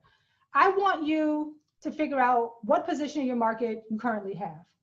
Like taking everything I just talked about, what is your position in the market? Can you identify it, right? What do you stand for and what do you stand against, if anything? Okay, so write that down. I want you to say, well, what is my position in market? Okay, what is my current position in market? If you have one, you may say, you know what, I don't even have one. That's fine too, because this is all about figuring out where you're at right now so you know what to do going forward. And what do you stand for and against? And again, if you're like, I don't even know, like, I don't know, I'm all over the place, that's good too, because you can fix it. It's cool. So do you have anything in place to pre-frame prospects? This goes back to the content, all those pictures and the things that I showed you how I use it different ways, all the celebrity this and doing that, which supports the position I've taken with my brand, expert, authority, all that.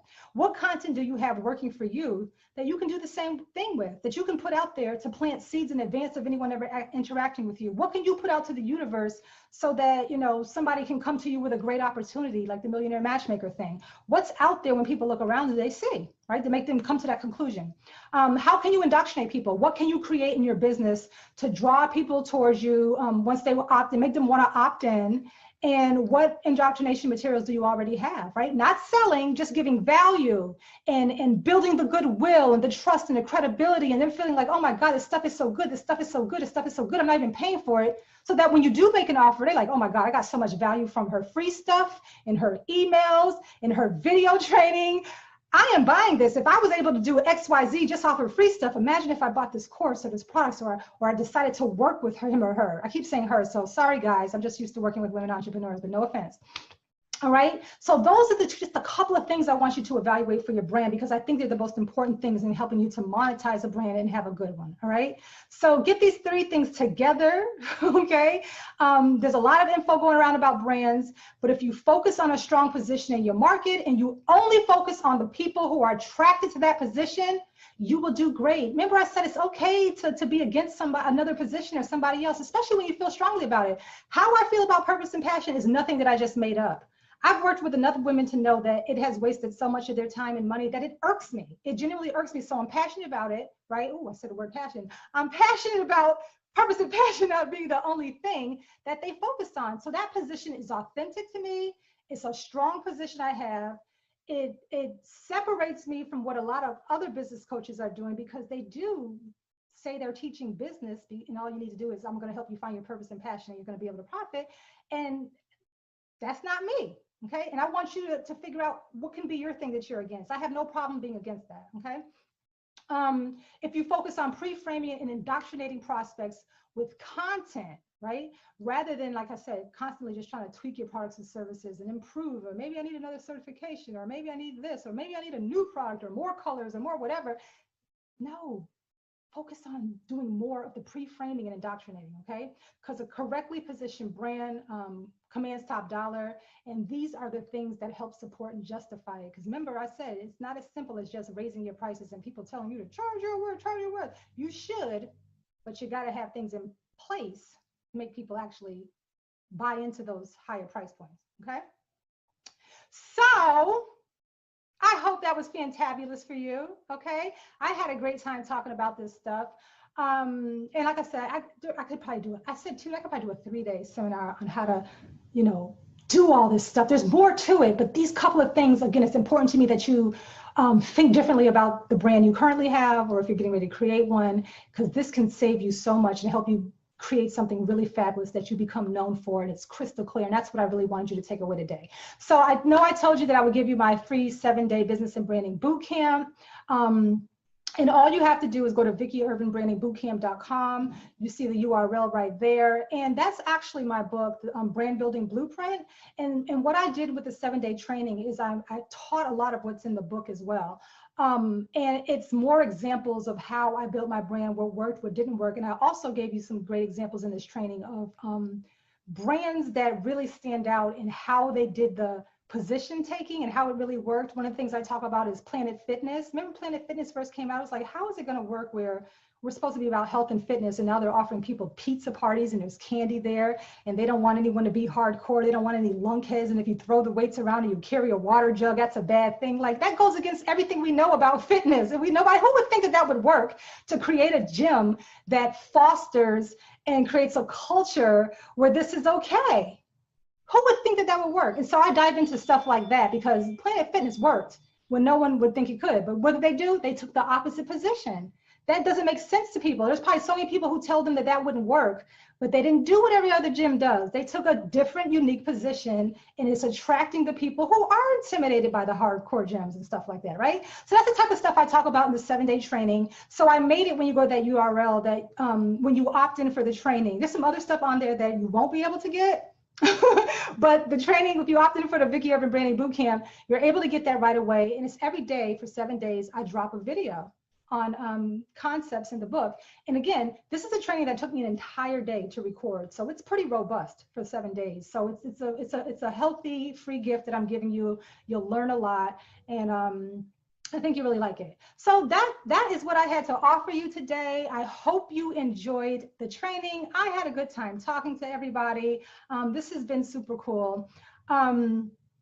And just like I said, if you just get those couple of concepts together, you will be like light years ahead of everybody, and you'll start to see how you can build and more content. You don't have to create all the content by yourself. You can hire somebody very cost effectively to help you, you know, but it's content is always going to be king when it comes to making more money in your business and helping you position your brand. So I hope I helped clear up a lot of the confusion about what a brand is and is not, and got you to focus on the things that help monetize your brand. Because again, you know, I'm all about the money. Okay, I'm not all about the cute taglines and catchy names, and I'm the this person, I'm the that person, I'm the lady this and the lady that and the so-and-so coach and the this and that. I'm not that. That name alone could be cute. It could be so cute, but if the stuff is not in place to support it, you're not going to be able to monetize the brand. And so I just want you to come up with a cute name all you want. I just want you to have the stuff in place to make it work for you. All right. So again, I hope you enjoyed this. I had a great time teaching. And again, I want to thank Shay for allowing me to be one of the master facilitators for this awesome summit on how to be prepared for a comeback after there's a setback. And again, I'm a huge proponent. Always arm yourself with income generating skills so that when catastrophe hits, whether it's personal, pandemic, governmental interference could shut something down in your business that, you know, was really making you money before that you no longer can do by law. There's so many different setbacks you're going to have as an entrepreneur. They're inevitable. And so the way that you run your business smartly is that you buckle down and you learn the things that allow you to rebuild again. And Shay has done a phenomenal job by bringing together professionals who've had some success doing the things that they're talking about in all different arenas, that you can take some from here and some from here and some from here and start learning these things and bulletproof your business and really help yourself to survive when that setback comes, because it's going to come. It's just life, you know, we have to be prepared, all right? So if you've ever seen people who you've seen lost everything, but they were able to rebuild, it's because they have these the specialized knowledge to do it. A lot of people, when they lose everything, they don't know how to rebuild because they don't have the specialized knowledge to do it. So once it's gone, it's gone. But anyone that you've ever seen lose everything and just keeps coming back and building in different industries and different things, they have all these marketing concepts and different things down where they know how to do it no matter what industry they go in and out of, all right? So that's what I want for you. So again, thank you very much. I hope you go get the branding boot camp, 7-day training. I had a good time. Thanks for listening, all right? Talk, see you.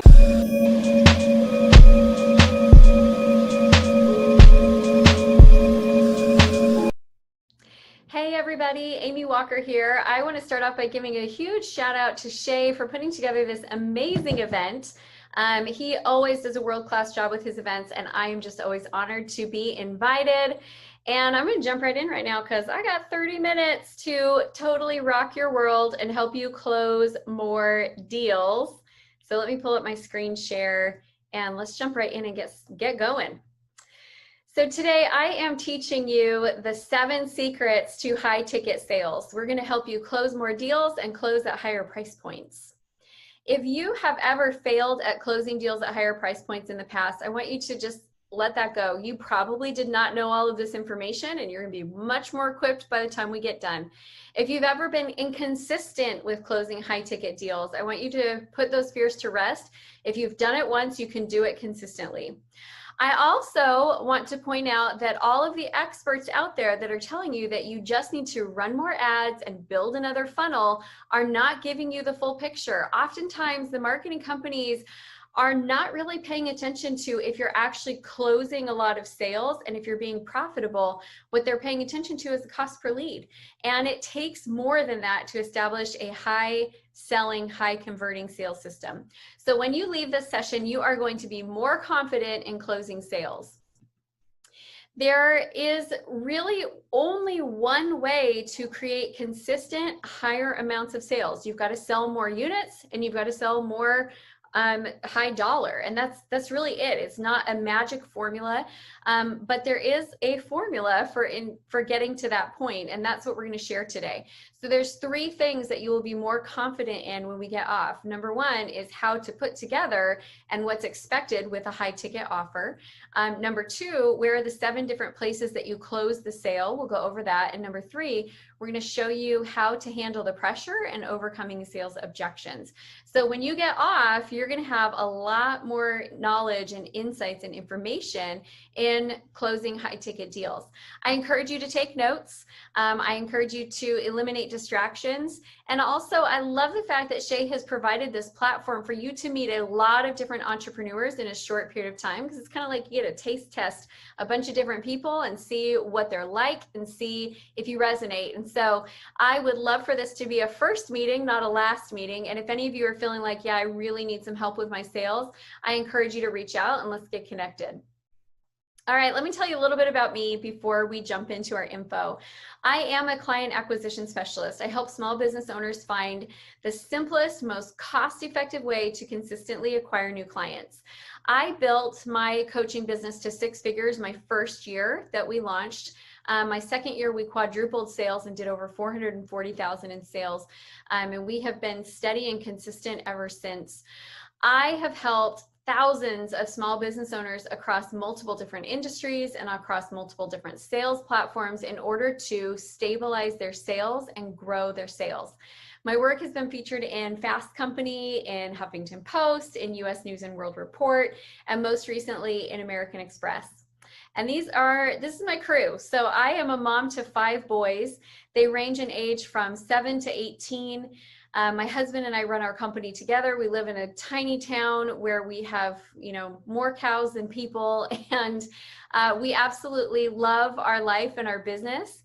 And it did not start out this way. So when I was a brand new entrepreneur, I was actually terrible at sales, and I really struggled in business to the point where I remember we really had to downsize.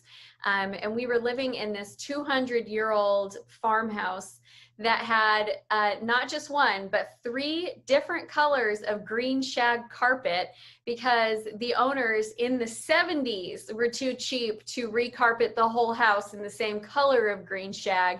So we had 3 different colors, and the wallpaper was falling off the walls, and below the wallpaper, there was not even any like drywall. It was just plaster from these 200-year-old walls. And so like chunks of plaster were falling down. It was not a nice place. We did not have stairs that were up to code. It was a farmhouse, so there was lots of mice, and it was not our finest moment. And here we had these 3 little boys, and I was expecting my 4th. And I'd been an entrepreneur for a while. And I remember in this moment thinking, all right, I got to make a choice. And the choice is either I have to figure this out once and for all, or I got to just be okay with where we're at and just learn to say I'm blessed. My family is healthy. They're happy. We love each other. And that's it. This is what life holds for me, and just be okay with it. And during that time, I actually went on a youth conference trip. I was a leader. We took a bunch of teenagers down to a reservoir, and we were sitting on the edge of the water and having this conversation with these kids about what is that thing that holds them back from being great? What's that mistake or that flaw that they're holding on to, or that fear that they're holding on to? Like, what is it? Identify it. And then we encourage the kids to write it on a rock and bury it in the ground and just leave it behind. And I remember as we're having this conversation, starting to feel in my heart, I was like, you know what? I need this. I need this as much as any kid out here. So I went and I found a rock, and I wrote on that rock, living below my potential, and I buried it. And there was a lot of reasons why at that point in time I had been living below my potential, but one of them was really fear, and another one was lack of skills. And I just was so tired, and I was fed up with living below my potential. And I really did not like the idea of just settling for less. It kind of made me feel a little bit nauseous. So I buried that. I went home, and over the next year, we hit 6 figures in our business. I hit 6 figures as an entrepreneur for the first time ever. It was before I had started Amy Walker Consulting, but not long after. About another year after that, we were having baby boy number 5, and I was starting my own business. And a year after that, my husband and I were able to buy our dream house and move where we wanted to move. He was able to come home and work with me full-time in the business. And so that was really a turning point for me. And I share this story with you because I want to impress upon you that you do not have to live in fear or below your potential. You really don't. You can learn to sell. It is 100% a learnable skill for the vast majority of people. There are some people who do not have the ability to connect and converse with other people. And those are the only ones that I've seen that cannot learn how to sell. Everybody else, you can learn how to sell. I want you to understand as well that it is okay if you were not passionate about sales yesterday, but my hope is that you will leave this session together committed to them. I get it. We don't start our businesses because we dream of being a salesperson. We start our businesses because we want something more in life. And I also want you to understand that your dream life might be just right around the corner. Maybe right now you're in your own version of green shag carpet. And oh, I forgot to tell you as well, this was great too. Because the house was so old, the power was like rigged around the outside of the house, and you couldn't run the toaster and the microwave at the same time. And the kitchen had been built for somebody who was like 5'5". It was so short. My husband couldn't even, he had to duck to fit in there. And we blew that power all the time. It was just, you might be in that version of your life right now. And your dream life might be just right around the corner. But you will have to learn to sell in order to get this business to work for you. And so that is why I'm so committed to sharing with you these skills, because I know this was the start of my transition, and I want that for you as well. So here's what results can look like. This is not just something that only works for me. I want to share with you some client wins as well. So Christine is a mental health professional, and she was charging hourly rates and running insurance. And she shifted into high ticket sales. She was really nervous about how this would work because people are not used to paying in bulk for their mental health and wellness services. So when we made this transition, she closed $12,000 in 1 week with no insurance, no hassle, more committed clients, and she was absolutely thrilled. So even if you're in an industry where you're like, how's high ticket sales going to work for me? We're going to figure it out. So here's what we're covering in our session today: how to create a high value, high return offer that will sell in 2020 and be relevant right now today. We're going to cover how to structure your sales conversation so you get the yes. There are 7 different places that you close the sale. We're going to show you what they are today. And then we're going to talk about, you don't have to pressure anyone to buy, but that doesn't mean that there's no pressure. And you've got to know how to overcome sales objections and how to handle that pressure that kind of naturally comes up. So we're going to share that with you as well. Again, I encourage you to take notes, and I'm curious, let me know in the chat, what are you most excited to learn? All right, let's talk about secret number 1, how to create a high value, high return offer that sells in 2020. So some entrepreneurs, coaches, speakers, experts might be thinking, I don't understand how high ticket sales will work for me because the economy is slow and my clients are already struggling to afford my services. So I'm going to share a story with you about Carol, one of my clients. And she was kind of having similar thoughts earlier in 2020, like, okay, everybody's struggling right now, business is hard, how am I going to make this work? And what we did was we really focused on what is going to be a high value offer first, and then we match it with high price. So there are a lot of people out there, and you guys, this is one of my pet peeves, that are selling high ticket crap programs. And I'm frankly tired of it. I'm sure you've bought them in the past as well, where you paid a lot, but you got a little in return. It's frustrating, and we are not talking about that. That is not what I mean when I say high value, high ticket offer. So what I want you to understand is you're trying to structure your offer, and we'll come back to Carol's story here in a minute. It takes the same amount of effort to close a low price sale as it does a high price sale. I'm not even joking. The same amount of time to get the lead on the phone. It's the same amount of effort to acquire the lead. It takes the same length of time to have the sales conversation. It takes the same amount of time. So you might as well try to sell a high value offer.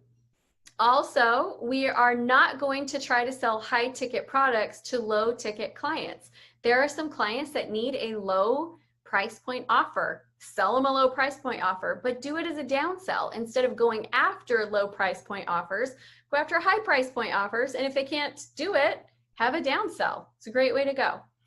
Next, people want big results with the least amount of effort to get there. So right now, stacking your offers with tons of different deliverables in them is overwhelming, more so than it is valuable.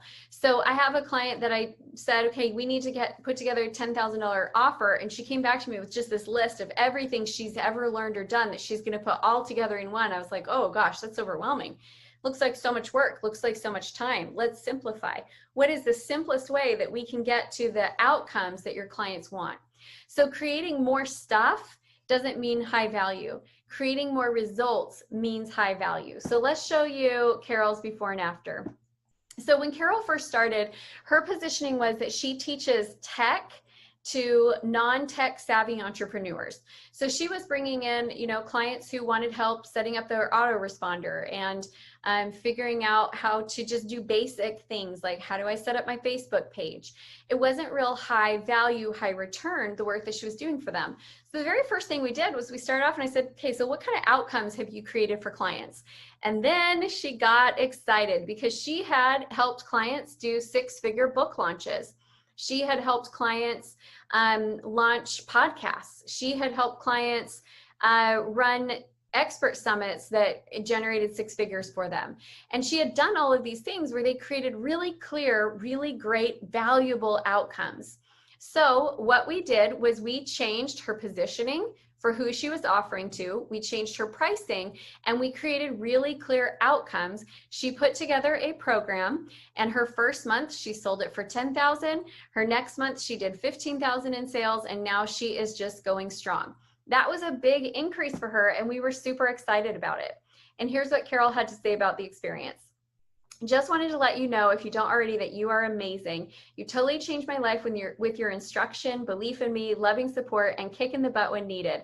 It's not just the money, it's the ability that I now own to strategically think about how to generate the money. I totally love the podcast I'm doing now and never thought of it as a way to bring in consistent money other than sponsors. Wow. So when you get clear on what the value is and the outcomes that you can produce for your clients, that's when we have the high value, high ticket offer. I'm not just talking about slap a higher price point on your programs. I'm talking about how can you create the most results for your clients. That's what people want to buy today. They want to buy results. Okay, you might also be thinking, I don't understand how raising my prices is going to help me make more money when I'm already struggling to close at lower price points. If you can relate to that statement, just let me know in the chat, because I get it. I remember feeling that way. I was like, I can't close $100. Why am I going to close 1,000 or 10,000? Mind-boggling. So let's talk about this. So here's the truth.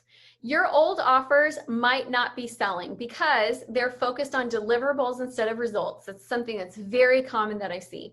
Another thing is your offer might be overwhelming or confusing. Maybe you've just thought, okay, I just need to add more stuff into the offer.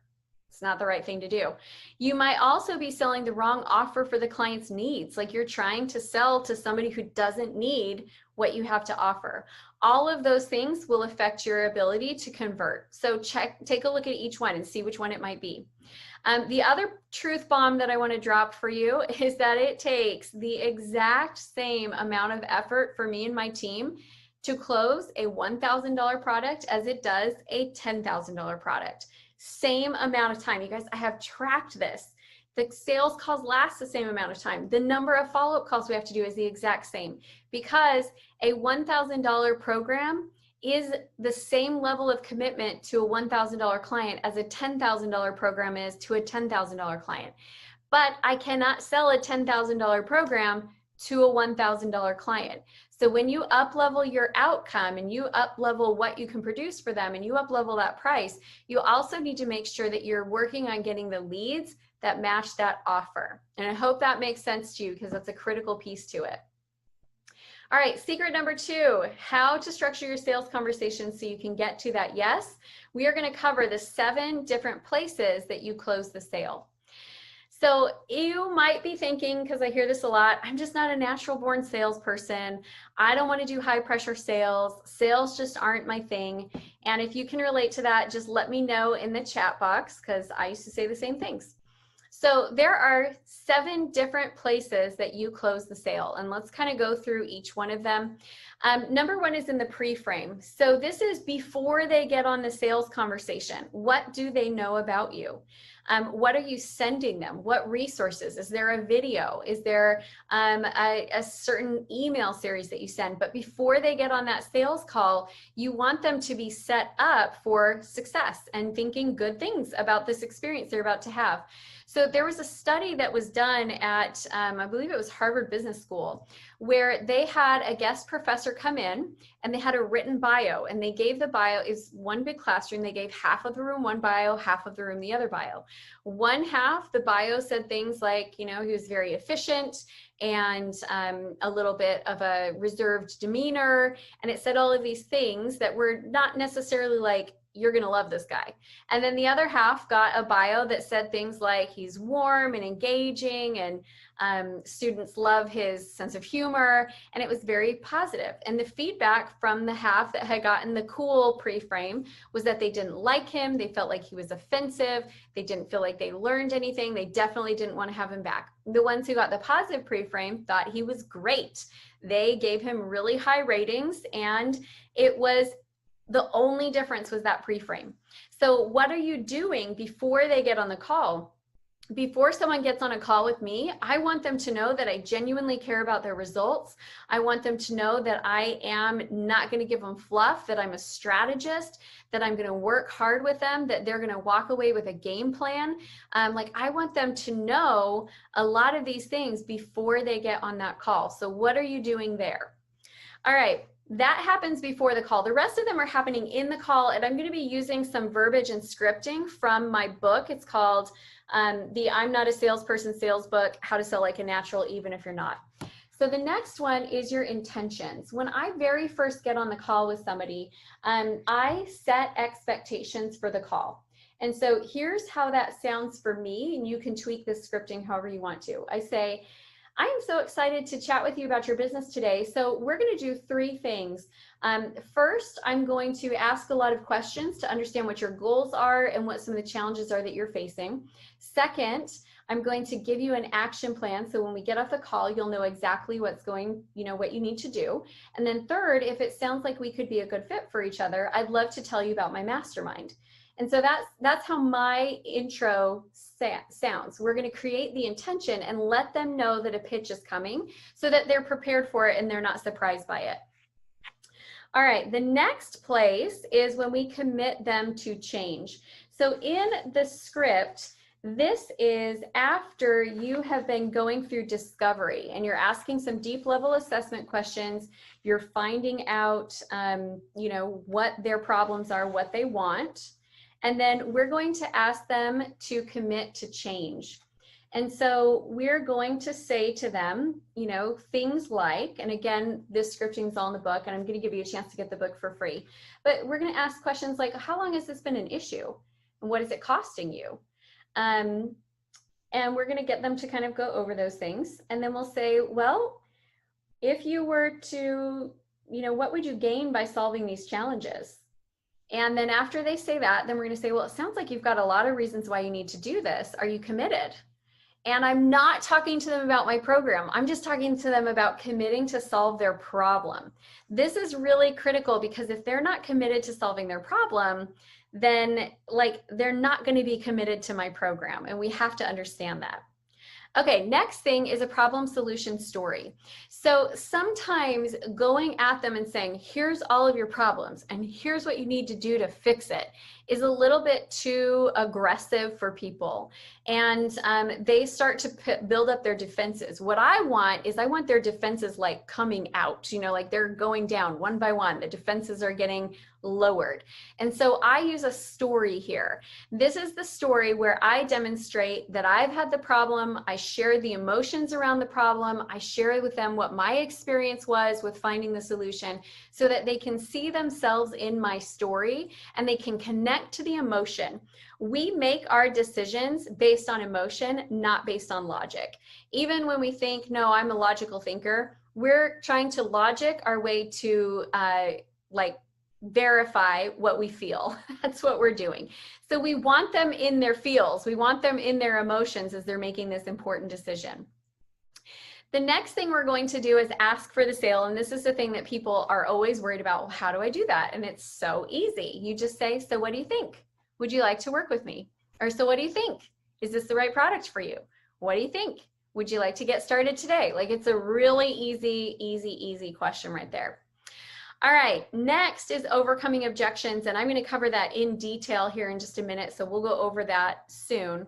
And then the last thing is the follow-up. The number one thing that I see people making a mistake in follow-up is they're giving them too long.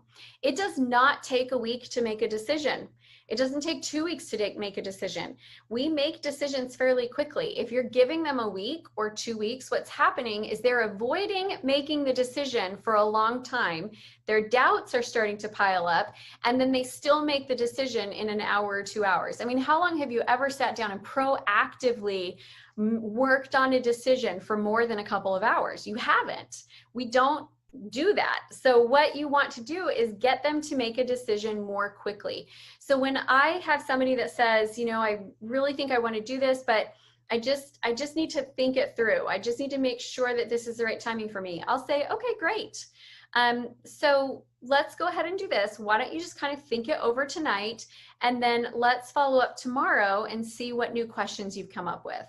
And when I ask for a quick follow-up, it helps us get to that point of sale so much more quickly. Because they don't give themselves all that time for the doubts to creep in.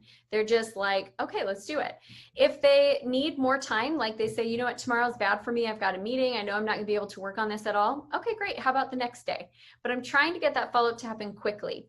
Now, here's another bonus secret. I wasn't gonna throw this in, so it's not one of my 7, but here's another follow-up question that I ask that you can write down. So before we get off, I'll say, now I just want to ask one more question though, like we'll follow up in 2 days, but first impression, scale of 1 to 10, 1 being, this is definitely not for me, 10 being absolutely I'm signing up, and you can't say 5 because that's confusing. Where would you say you're at? And they'll be like, I'm like a 7.5. And I'll say, okay, great. So what's the difference between a 7.5 and a 10? Like what's standing in your way? Because I'm trying to get to the unspoken objection so that we can talk about it. All right, so that's my follow-up tips. Let's keep moving here. So be really careful about these lies. These are expensive stories, and I always tell my clients, stories are expensive. You can't afford to buy them. So listen for these. I'm not comfortable pressuring people, or I'm not outgoing enough to be successful in sales, or I'm not comfortable on video, or I'm not 100% confident in what I am, or I'm not 100% confident in what I do. You guys, welcome to the human race. Like that's everybody. We all feel that way. And yet we can learn to be successful in sales. So here's the truth. Whenever people say, well, I'm just not a natural born salesperson, I'm like, cool, because I've never met a baby that can sell. So sales is a learnable skill. There is no such thing as a person who is just born a salesperson. No babies sell. They just don't. I've had a lot. I can attest to that. Sales is a learnable skill for like 85% of the population. And the 15% that can't sell are also the 15% that cannot connect with other people. They just are not wired that way. So if you can connect with people, you can learn to sell. There is a psychological process that we make when we go through making decisions, and sales is simply making that process happen more smoothly. All right, last secret. You don't have to pressure anyone to buy, but that does not mean that there is no pressure. So some entrepreneurs, business owners, coaches say things like, Amy, I just don't know how to make people feel comfortable while I'm selling to them. Stop trying to make them feel comfortable, and let me explain why. That's not a natural part of the decision-making process. Comfort and change don't go together. And if I think about it, if I'm in my bed with my comfy PJs on and my best blankie on and I'm watching something awesome on Netflix and one of my kids is like, hey mom, you want to take me to the store? My answer is no, because I'm comfortable and I don't want to move. If your people are comfortable, they don't want to move. So you've got to be okay with that. There's this natural process of a little bit of discomfort in the mix. The other thing I want you to understand is the sales objections that they give you have nothing to do with you, your product, your service, your program. Those are the same objections they give to everybody. So if they say, I can't afford it, they tell that to everybody for everything. If they say I'm too busy, they tell that to everybody for everything. It is not related to your product or service in any way, shape, or form. It is their story. And that story pops up for them over and over and over again. And I said this already, I'm gonna say it again, stories are expensive and you can't afford to buy them. So when someone brings up a sales objection, and I'm starting to feel like that pressure build, because it does, when they get to the point where they've committed to change and now you're showing them an offer that's gonna help them change, they're starting to feel internal pressure to cause them to move. That's the natural energy flow of the sales conversation. I didn't make it up, right? Like if somebody has no desire to move, there will be no pressure at this point in time because they don't want it, they don't need it, they're happy with where they're at. But if they want the change that you offer, they're going to feel pressure. It's kind of like, if any of you have ever had this experience, I have, of getting on the scale and seeing a number that you're like, holy cow, the last time I weighed that much, I was pregnant. And I am not okay with that number, right? Again, maybe you have not had this experience, I have. And so when that number creates so much pressure for me that I will do something different. So there's a 4-part process to overcoming these sales objections where you don't have to add more pressure to get them to say yes. You just have to know how to manage the pressure and get them to move through the objection. So this works for absolutely any sales objection that you could possibly have thrown at you. The first thing that we do is we acknowledge what they just said. Then we ask them a question. then we get permission to give them more information. And so if they say, well, Amy, I would love to work with you, but I just can't afford it, we say, okay, so it sounds like money is your concern. Is that correct? So we acknowledged it. They say yes. Well, may I ask you a question? If we set money aside for just a minute here, is this the right program for you?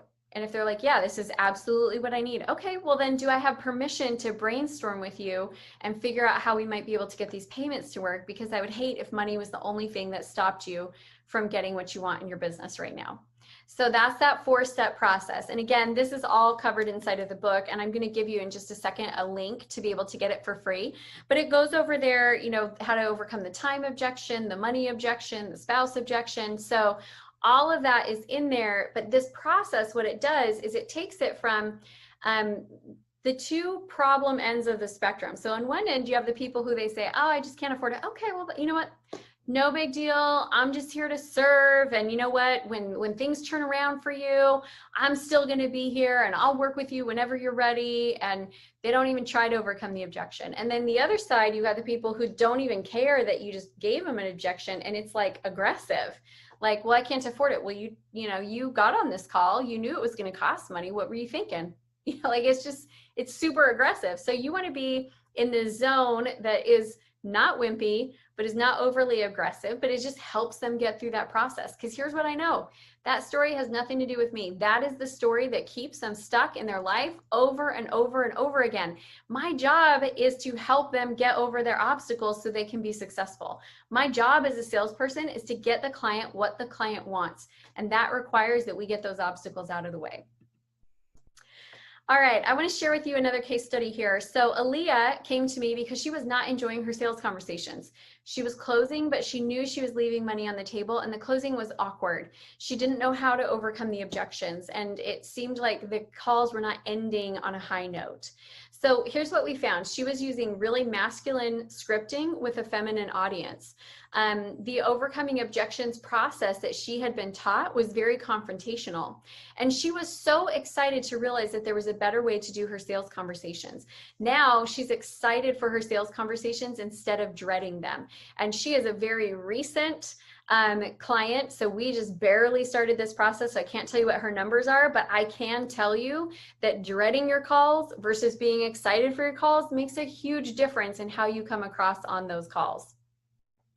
So here's the lie that you have to be high pressure to win in sales. It's absolutely not true. There is a natural pressure that it comes when you're making decisions, but you don't have to create it. It just comes because they want something different. The best closers are really great at helping people move through their obstacles. All right, you guys, I said I was going to give you this gift, and I want to give you this gift. I'd love to give all of you a copy of this book for free. In here, it has training on your mindset, how mindset plus skill set plus action is the success formula for sales. It's going to teach you how to qualify your leads. It's going to teach you how to sell to indecisive people, how to know your numbers and what you should be tracking in sales. It's going to teach you how to overcome objections with time, with money, with spouse, plus more. And also in here in the back of the book are my high converting 6-figure sales scripts. And so you get those sales scripting templates. So if you want the book, all you need to do is go to www.salesaremything.com.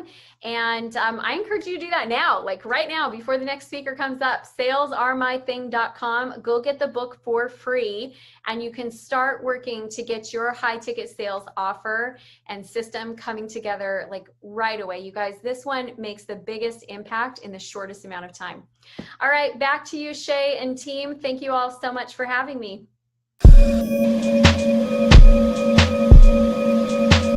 Hey guys, my name is Eric Swanson. I'm so excited to be here. Thank you very much for allowing me to be here with you and your awesomeness. Again, Eric Swanson, speaker, author, trainer, all the really cool stuff. And let's get started. I mean, I'm going to talk about this. Look, I want to share with you guys some principles of success in regard to what I call crush and dominate. So what am I talking about, crush and dominate? Well, it's part of my book right here, as you can see right there, displayed for you. Crush and dominate. And by the way, I don't know if you can see this, but the subtitle is 13 Strategies to piss off your competitors. Yes, 13 strategies to piss off your competitors. I'm going to share like 3 major ones right now. So you ready to get started? Let's do this. So number 1 is realizing that it is a mental game. And what I mean by mental game is it's in our mindset to be successful. Okay, so here's the deal. If you aren't playing a mental awesome game with yourself every day, then you may be sabotaging your success just a little bit every single day. So what I mean by this is literally enhancing your attitude of awesomeness. How do you do it? Well, by simple things that you could do every day to constantly remind yourself that you are in charge of your life. You're not going to allow other people to come in and rent space in your mind, and you're not even going to charge them rent for it. How many of you all know some people like that? How many of y'all know some people that they walk into the room and the lights seem to flicker or dim a little bit? Have you noticed them before? That's a sign. It's a sign for you to stay away from people like this, because it's not going to help you. It's not going to help you, and it's not going to help you help other people. So it is realizing that it's a mental game is step number 1. Now, what I do is I do 3 major things to keep myself in check every day. All right, now here's number 1 is create your awesomeness. I'll explain, actually I'll tell you all 3 and I'll go right back to each one. Number 1 is create your awesomeness. Number 2, create your intentions. And number 3 is create your dream team. That's what I call it, the dream team. Okay, so number 1, create your awesomeness. What do I mean by this? Well, literally, you have a choice. You have a choice of accepting circumstances that are going to happen around you every single day. I mean, think about it. You get up in the morning, you get lots of things going on, right? You could stub your toe. You could drop the coffee. You could, be late for an appointment. You could whatever, there's so many things. And that's just inside your house. When you get outside, what are you going to allow other people to determine your future? Or are you going to? My answer is nope. I do not let that affect me, because I'm very cautious and conscientious about what I allow in my mindset and how I allow myself to interpret what's going on. I have something, a saying that I say to myself, and it's, you have to pee every day. And spell pee like this, P-E-A, okay? So you have to be positive, you have to be energetic, and you have to be awesome every day. Now, how do I do it? Well, create your awesome. What does create your awesome mean? Well, for you, it might mean something else. For me, it means little things like you get up in the morning and create your awesome. Yeah, that means putting some really cool tunes, music on, and having that. You can actually set it with all the different electronics these days and all the music things and so forth. You can actually allow your alarm clock, set your alarm to wake you up with the awesome music that you want to listen to. What's that song that really gets you going, gets you awesome, right? Create that mood. Create the lighting. Have the nice sun coming in through the I was going to say through the trees. I assume you don't have trees in your home, but maybe you do. Through the windows, there we go. But create that lighting, create the ambiance, create the awesomeness. A friend of ours used to call it PME, which stands for positive mental environment. So creating the environment that you want to live in is really, really important. And teaching people how to live in this environment that you want, right? That means teaching others how to treat you. This is the way you want to live. That means when you're going out there in the real world and you come across people, well, you allow them to realize that you're in a state of awesomeness. You're in a state of energetic awesomeness, and you want them to be that way as well. Now, some people will abide by that. Some people won't, and that's fine. Those are your determining factors of who you're going to surround yourself with. So number 1 is create your awesome. Number 2 is create your intentions. What I mean by this is literally set your intentions in the morning, or what I do is the night before.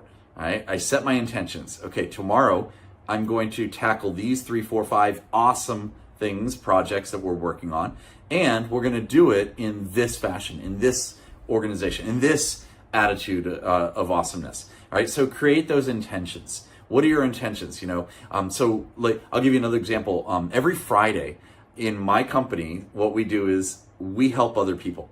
That's our intention. All Fridays, every Friday, we don't take any incoming calls for our company, for signing up for our programs or our masterminds or anything like that. All we're doing is we're helping other people with their companies, with their projects. And that's our intention every single Friday. So create those intentions. It's really, really key. And the third thing is create a dream team.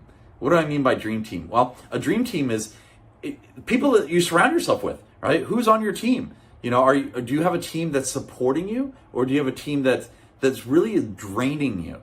Here's the deal, guys and girls, guys and gals. The deal is energy is around us anywhere and everywhere. It's all around us. And it's up to you to determine which energy or energy field you want to bring into your life. Can you just feel my energy right now? And by the way, this is me pretty much 95% of the time. I'm serious. It's not just because I'm on camera right now. This is me. If you meet me, you will see that I'm very similar to the way I am right this second, because I feel energetically awesome this way. And it's okay if others don't feel that. It's okay. You at least know that you feel that way. And now, getting back to the dream team, who are you surrounding yourself with?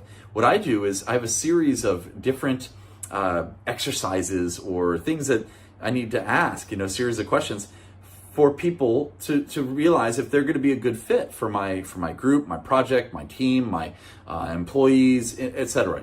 It doesn't have to be employees, by the way. It could just be your friends around you. Who is on your dream team of support system throughout your life? Now, obviously, people are going to come and go. There's seasons, right? I realize that. But, there's a saying years ago, people used to say, you are the culmination of the 5 people you surround yourself with and the 5 books that you read. I've got all my book library here and so forth. I don't know if you can see all this stuff behind me here or even below me here. But it's true. It's true. What you're putting in your mindset and what you're putting in your heart and your attitude and your awesomeness, that's going to carry over for outside when you go. And I say outside, it could be physically going outside. It could be going to a virtual thing like this. What are you bringing, and where are you bringing it to? Okay, so build your dream team. Now, who's on your dream team? Why don't you ask them, what are the 5 books that you've read over the last, 6 months? By the way, think about that question I just asked. What are the 5 books that you've read over the last 6 months?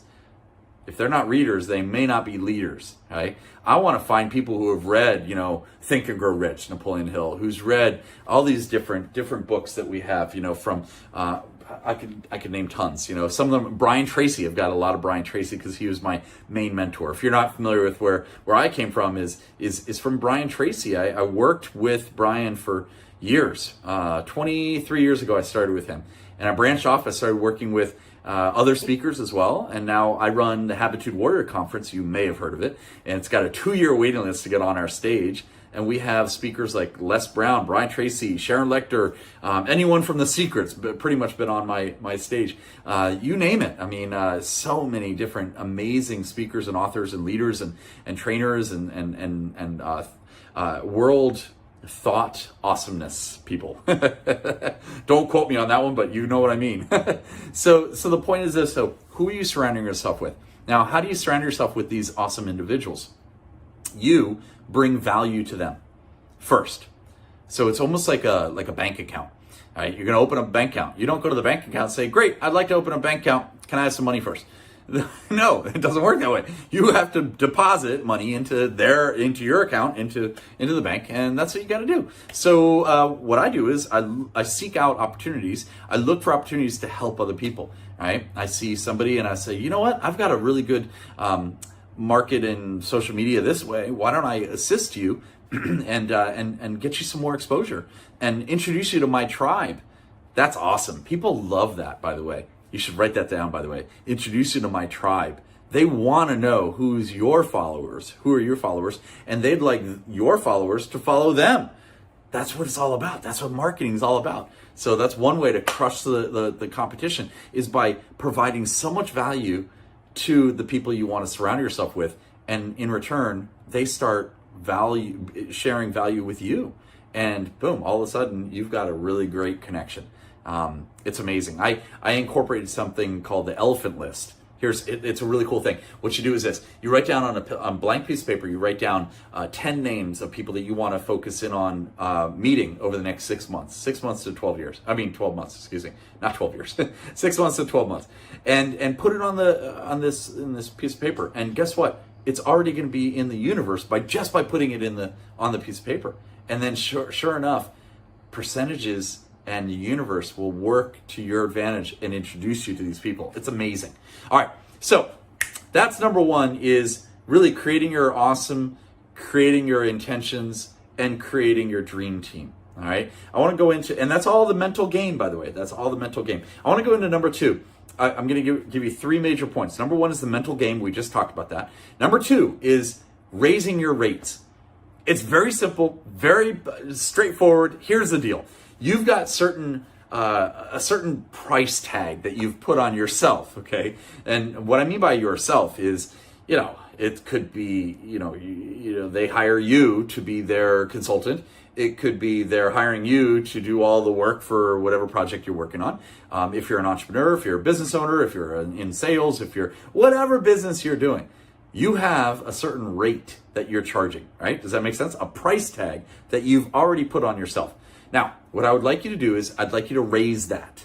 I want you to raise the thermostat. I want you to raise the price tag that you've placed on yourself. So I'll give you an example. And there's many reasons why to do this, and I'll give you an example though.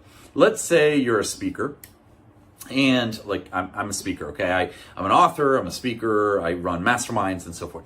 Let's say you're a speaker and you're speaking on stages and you're only charging $5,000 a speech, okay? And it's a 60-minute speech. Raise your rates right now. Decide right now, and go to your spouse, go to your friends and say, I now charge $8,000 a speech. Just raise it, okay? I'm telling you, here's what's gonna happen.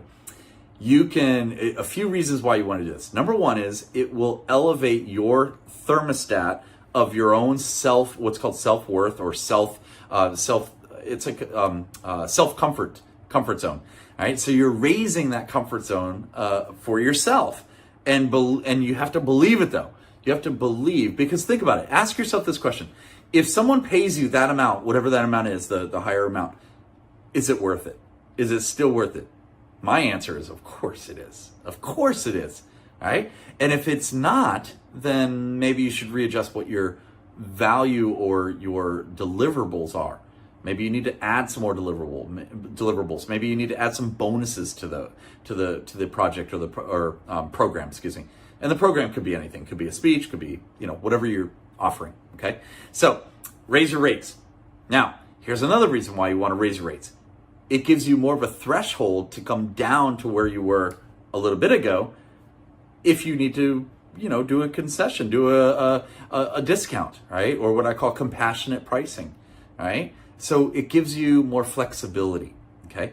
And reality and mentality is very important on raising your rates. What I mean by this is you putting it down on paper and on your websites and on your literature that you've raised your rates. Now it's sticking in reality for your clients, existing clients and your potential clients. It also is going into your mentality. That means your all of your cells, all of your being will finally step into that new rate, and you will thank me for it. Trust me, it works. So that's number 2. Number 1 is the mental game. Number 2, raise your rates. Number 3, and I'll finish on this. Number 3 is landmark videos.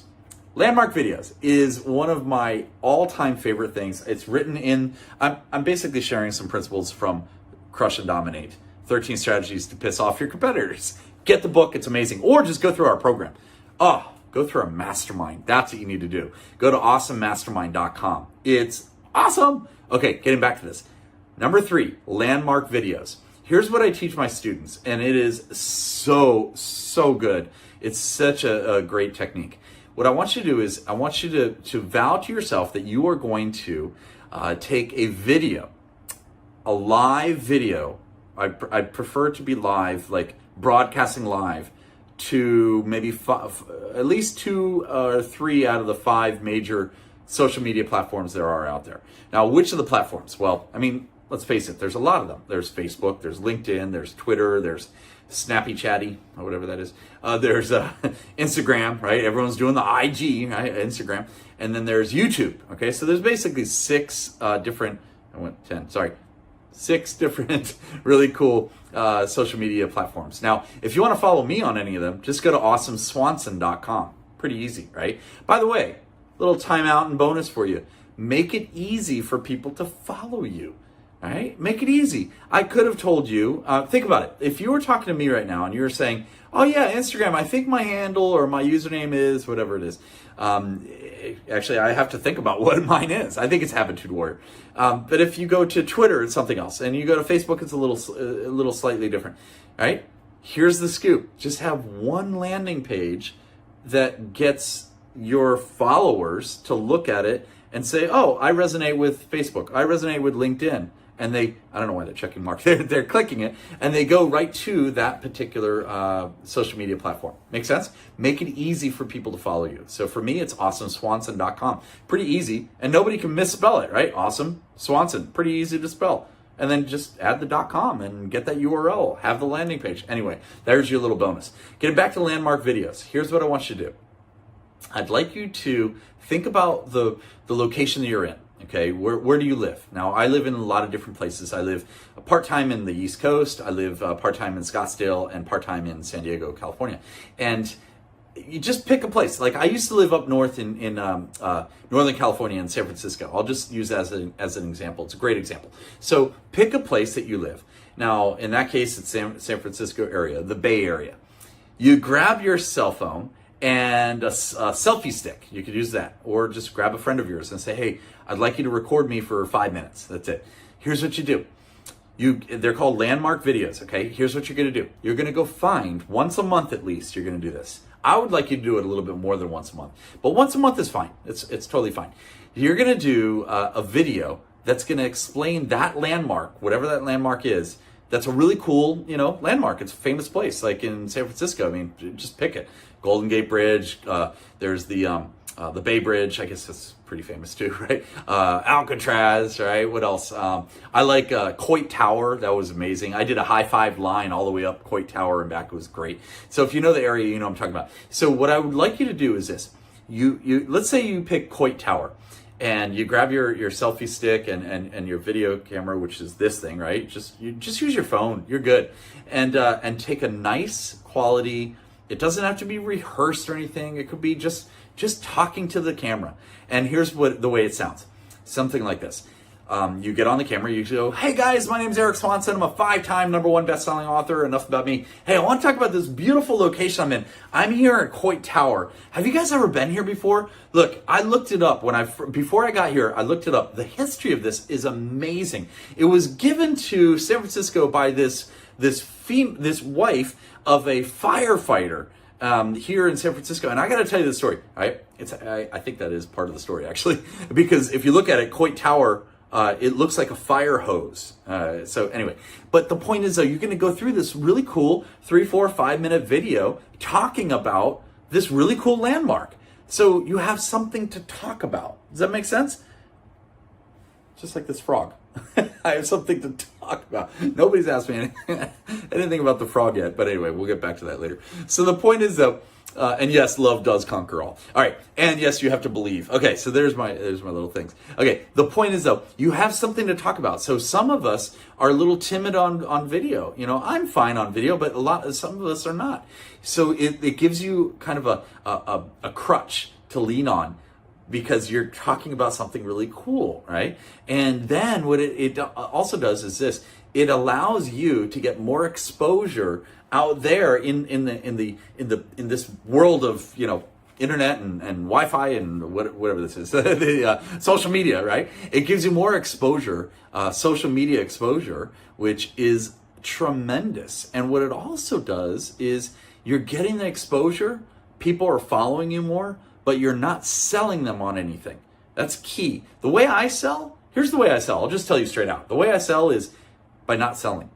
I sell by not selling.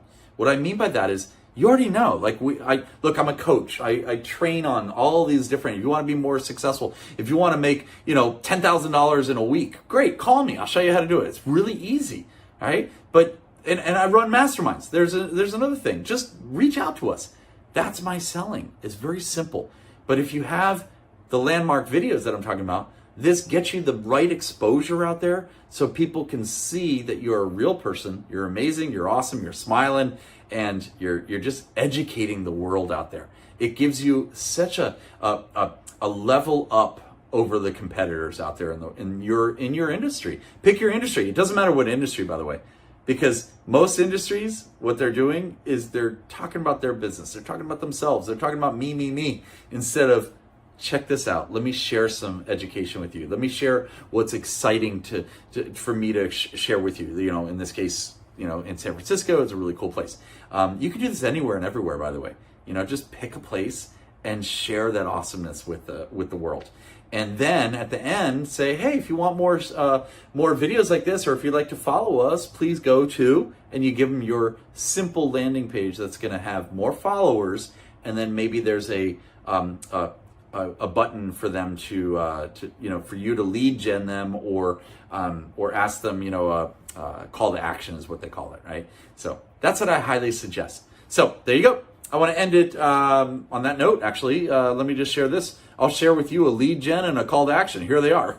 Lead gen. Go to awesomeswanson.com. Check it out. Follow us. Follow us so we can follow you. It's a great way for us to connect and help each other. I'd love to do that. So just go to awesomeswanson.com, click on whichever social media outlet works best for you, and let's connect. And then the call to action is pretty simple. We have a mastermind. Our mastermind's amazing. It is amazing, guys. It is a true mastermind. Just to let you know, just to be clear about this, our mastermind is called the Habitude Warrior Mastermind. It is a true mastermind where we actually go through bylaws of rules and regulations on how to run the actual mastermind, which is a 90-minute virtual, just like this. We would be on a private Zoom link, and we cap it to 14 members per group, and it is awesome, guys. So if you want more information on that, and check it out. By the way, we don't sell you anything either. That's another thing. How many of y'all, just raise your hand. Have you ever experienced this where, are you raising your hand? Have you ever experienced this where you go to let's say a mastermind, and all it is kind of a platform for the organizer to sell you more things, or to bring in different people to sell you more things? We don't do that. This is a true mastermind. It's such a great experience, such a great support system. It's based off of habits, attitude, and the Think and Grow Rich principles of obviously the book right here, Think and Grow Rich, Napoleon Hill. So if you want to check that out, please do. You have two choices. Either go to awesomemastermind.com, or if you'd like a guest pass to join us at one of our upcoming mastermind sessions, what I call a ride along. It's really cool. Basically, you're a fly on the wall, or somebody just told me a frog on the wall. Anyway, hey, literally frog on the wall. That's funny. If you want a guest spot just to sit in on one of our mastermind sessions, just to see if it resonates with you, and if you resonate with us as well, then check it out. Go to mastermindguestpass.com. mastermindguestpass.com, and you can sign up. We have limited space for guest passes, but hey, check us out. It's a lot of fun. It's so educational, informative, and the growth patterns from our mastermind members, it is amazing. So we'll see you guys there, awesomemastermind.com, or go to mastermindguestpass.com. Again, my name is Eric Swanson. Love being here with y'all. Enjoy the rest of the summit. Thank you so much. Take care.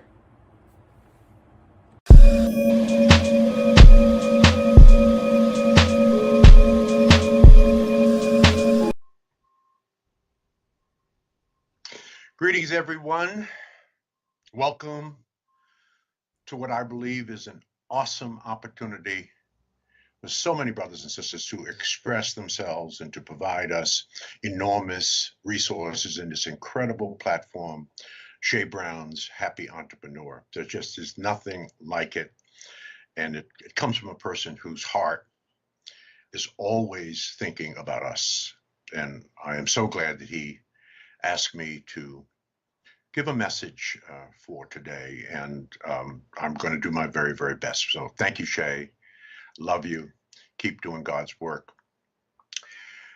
This talk is about comebacks, and at 75 years old, I've had at least 8 comebacks. My comeback from orphanage, my comeback from aging out of foster care, my comeback from being financially illiterate, my comeback from being a mediocre person. It just goes on and on and on. And so I want to unpack for you as best as I can 6, 7, 8 things that has led me to having what I call a connected life, and ultimately growing a multi-million-dollar network and business, and having an incredible family life, incredible partner who was with me for 32 years before he died, and of course, an incredible spouse going on 48 years. And yes, there were lots of hills and valleys and twists and turns, but at the end of the day, I made the appropriate comeback. I call it reinvention, and you're going to have to reinvent yourself as well through the various stages of life. We get 8 passages in life. Each passage is about 10 years. Let me explain that. You're a different person at 10 than you were at 1. You're a different person at 20 than you were at 10. Let us pray. You're a different person at 30 than you were at 20, 40 than 30, 50 than 40, 60 than 50, 70 than 60, 80 than 70. I'm in my 75th year, and this is one of the most productive years of my life. So we are constantly coming back metaphorically and reinventing ourselves. One of the things that I had to really come to grips with and to begin acting on was the whole notion of sort of using tragedy to elevate my life, using tragedy as a way of elevating my life. COVID-19, the pandemic, we're all pivoting and all reinventing ourselves. And if it was not for COVID, there's some things that I would never thought of, never had the time to do, the time for introspection, time, again, for reinvention of all things Fraser Net. So are you using tragedy as a way to elevate your life? Let's just take a look at COVID for a moment. So we have COVID-19, right? It has us homeschooling, praying, spending time with family, praying for others, and being sober-minded. It sounds like really that God is in control here. This is not a plague, brothers and sisters. This is an awakening. That's how I've learned to process this and to understand this. So if you haven't noticed by now, that 2020 was designed for you to get back in touch with your soul and to raise your consciousness so that you can elevate your life, right? Let me say that a different way. In order to receive what is meant for you, brothers and sisters, you have to first become you. And this is easy to say, very difficult to do. I think that we need to think about this. How are you becoming you? What are the things that you're changing? What are the things that you are doing?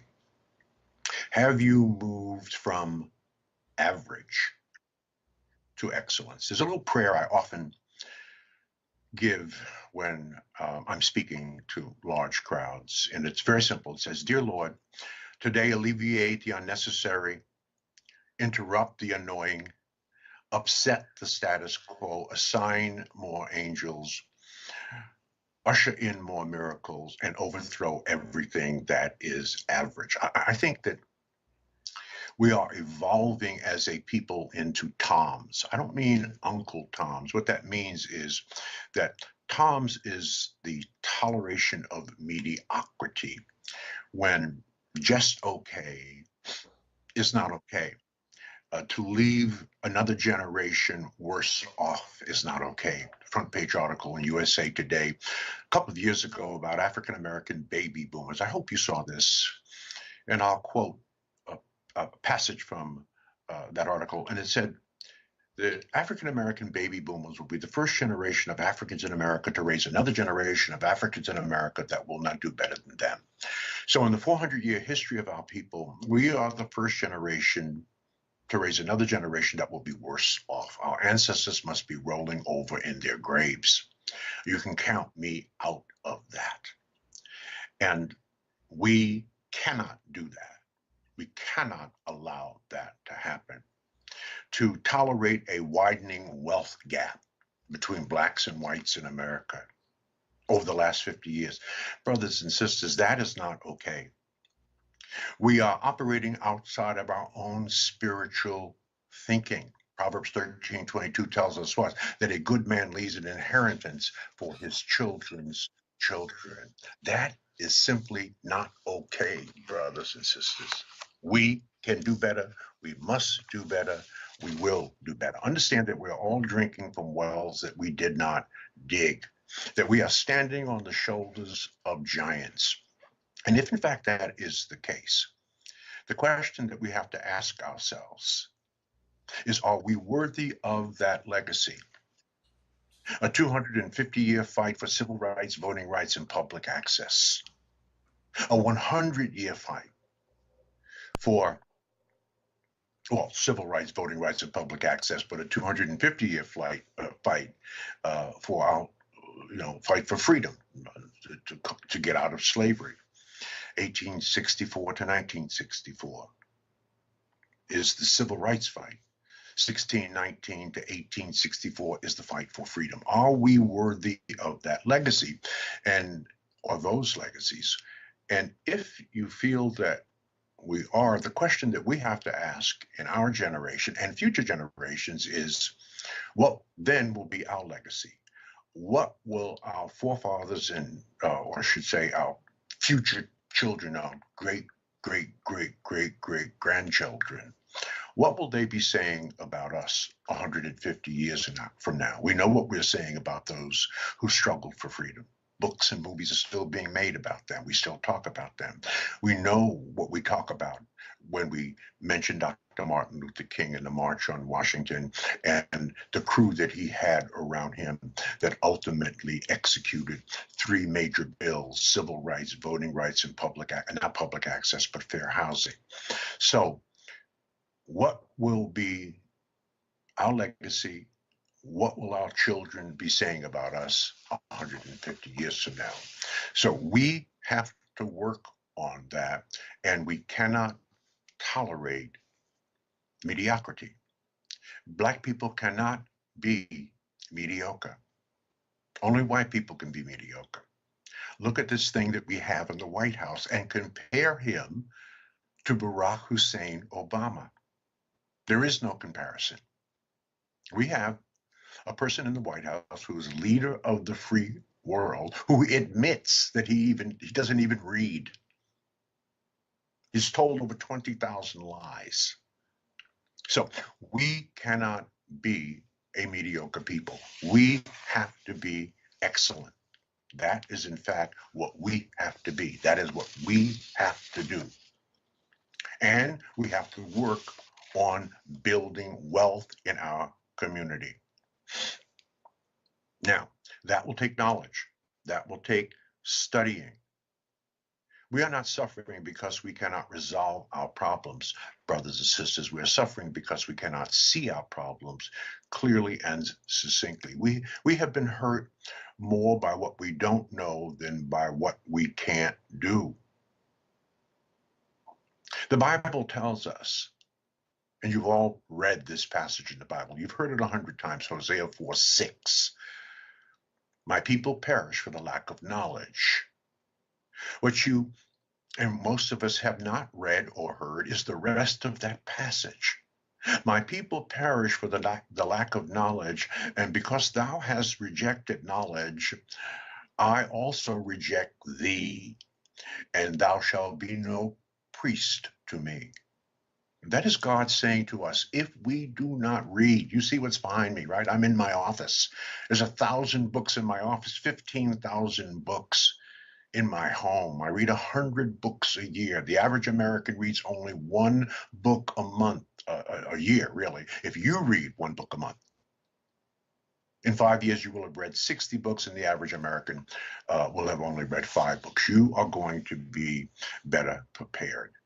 It was Malcolm X who said so beautifully, give your brain as much attention as you give your hair, and you will be 1,000 times better off. Well, I deeply agree with him.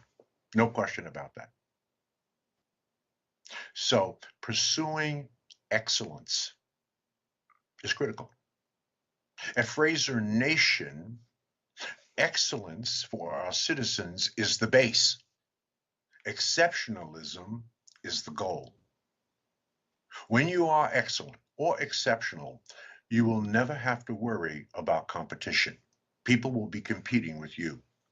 You will never have to get in anybody's line. People will get in line for you.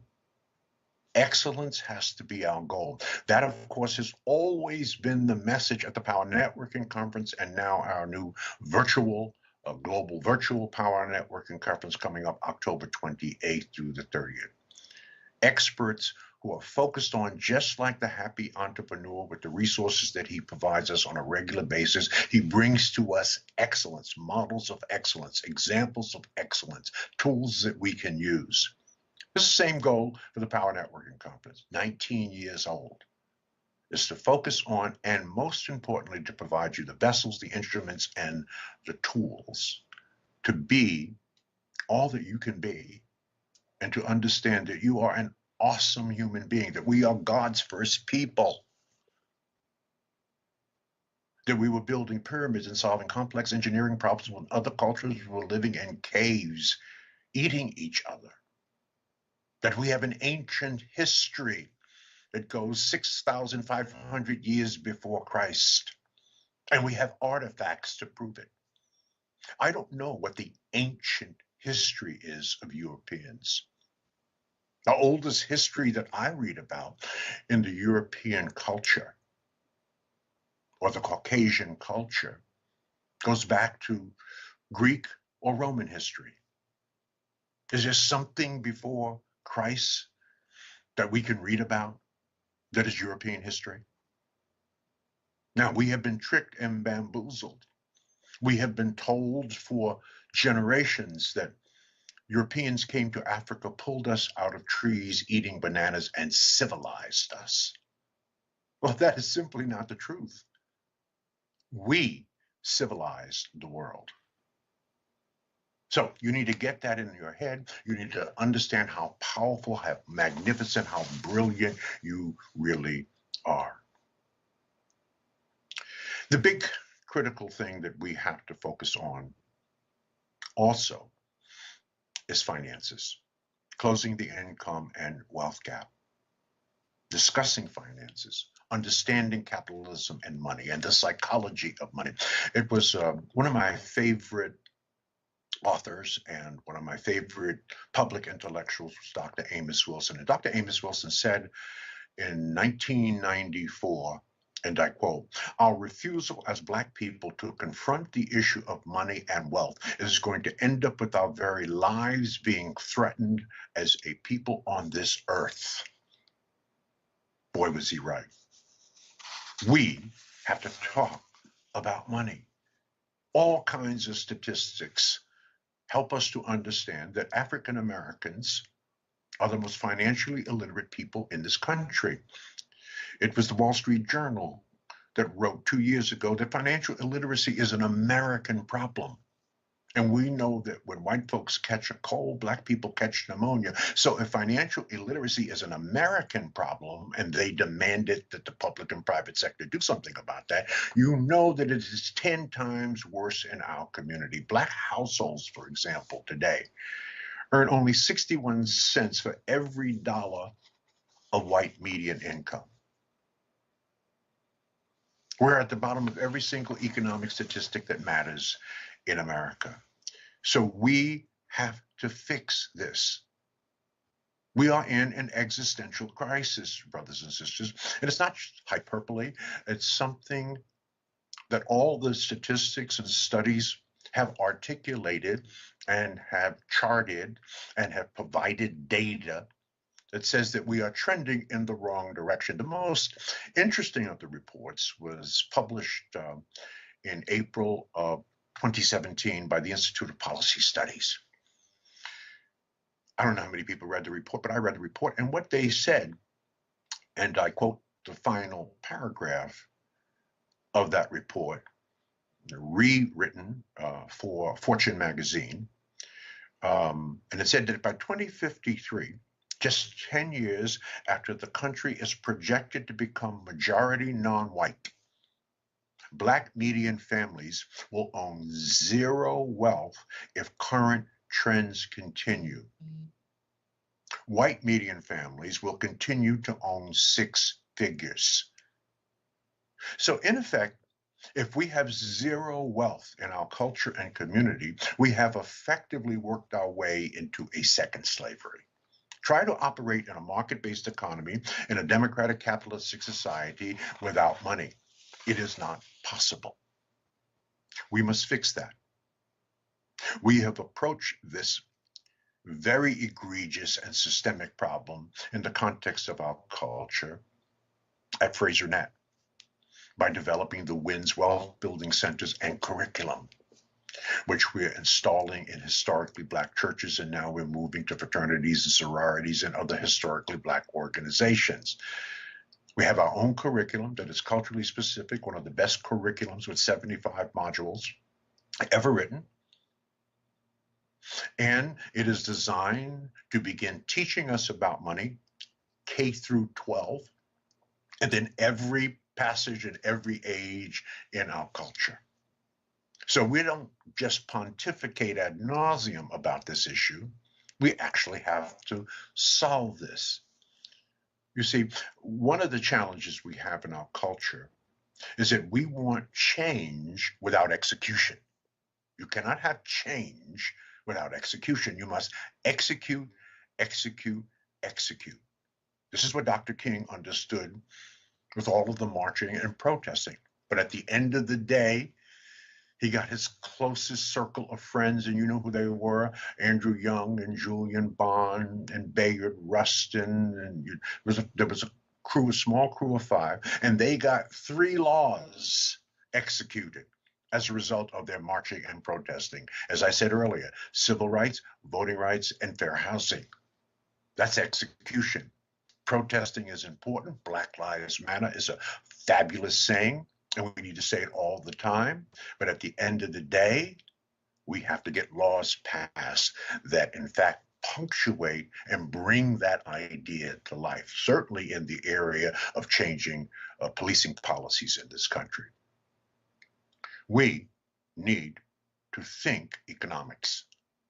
We believe at All Things Fraser Net that economics must become the new Black power. That's what we believe.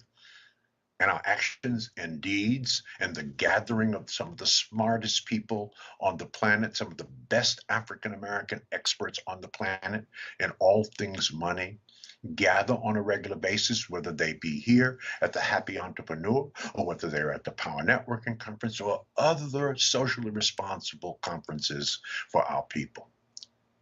Now, I don't want to just talk about it. I want to give you a couple of things that you can think about and you can act on and you can execute as it relates to some changing some habits in the context of our community.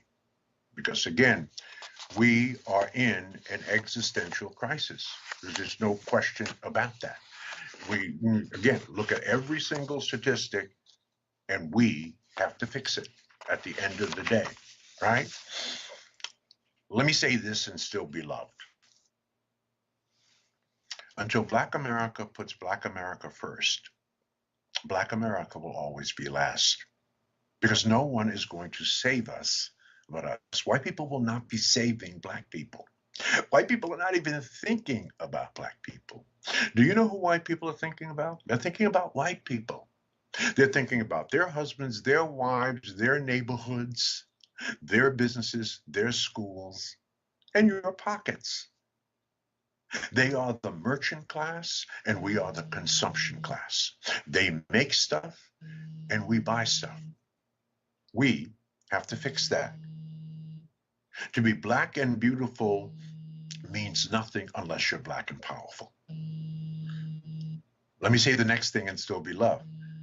We cannot be Black and proud and niggas too. White folks are planning for 3 generations and we're planning for Saturday night. Brothers and sisters, the goal is to win, not to look like we're winning. I would rather carry a plastic bag with $5,000 in it than to carry a $5,000 Louis Vuitton bag with $100 in it. That's looking like you're winning, but you ain't winning. Louis Vuitton is winning. Nike is winning. Armani is winning. Gucci is winning. We must fix that. It is interesting to me that the rich stay rich by pretending to be poor, and the poor stay poor by pretending to be rich. Again, we have to fix that. And there's some things that we can do other than engage in ongoing financial education courses and classes. And there's no excuse. There are over 130,000 brothers and sisters out here who are licensed in some financial service, who can man up and woman up, get a certified financial education certification, and teach financial literacy in organizations and churches that they belong to. So we have the intellectual and man and woman power and the people power to educate ourselves. If we were having this conversation 50 or 60 years earlier, there would be a paucity of brothers and sisters who had the financial education to do the kind of teaching that is necessary. But that is no longer an excuse. We can do this. We will do this. So let me give you 3 financial rules that if you follow these rules, you will have financial freedom in your lifetime. If you follow these 3 rules. Number 1, your rent or mortgage should be less than what you make in a week.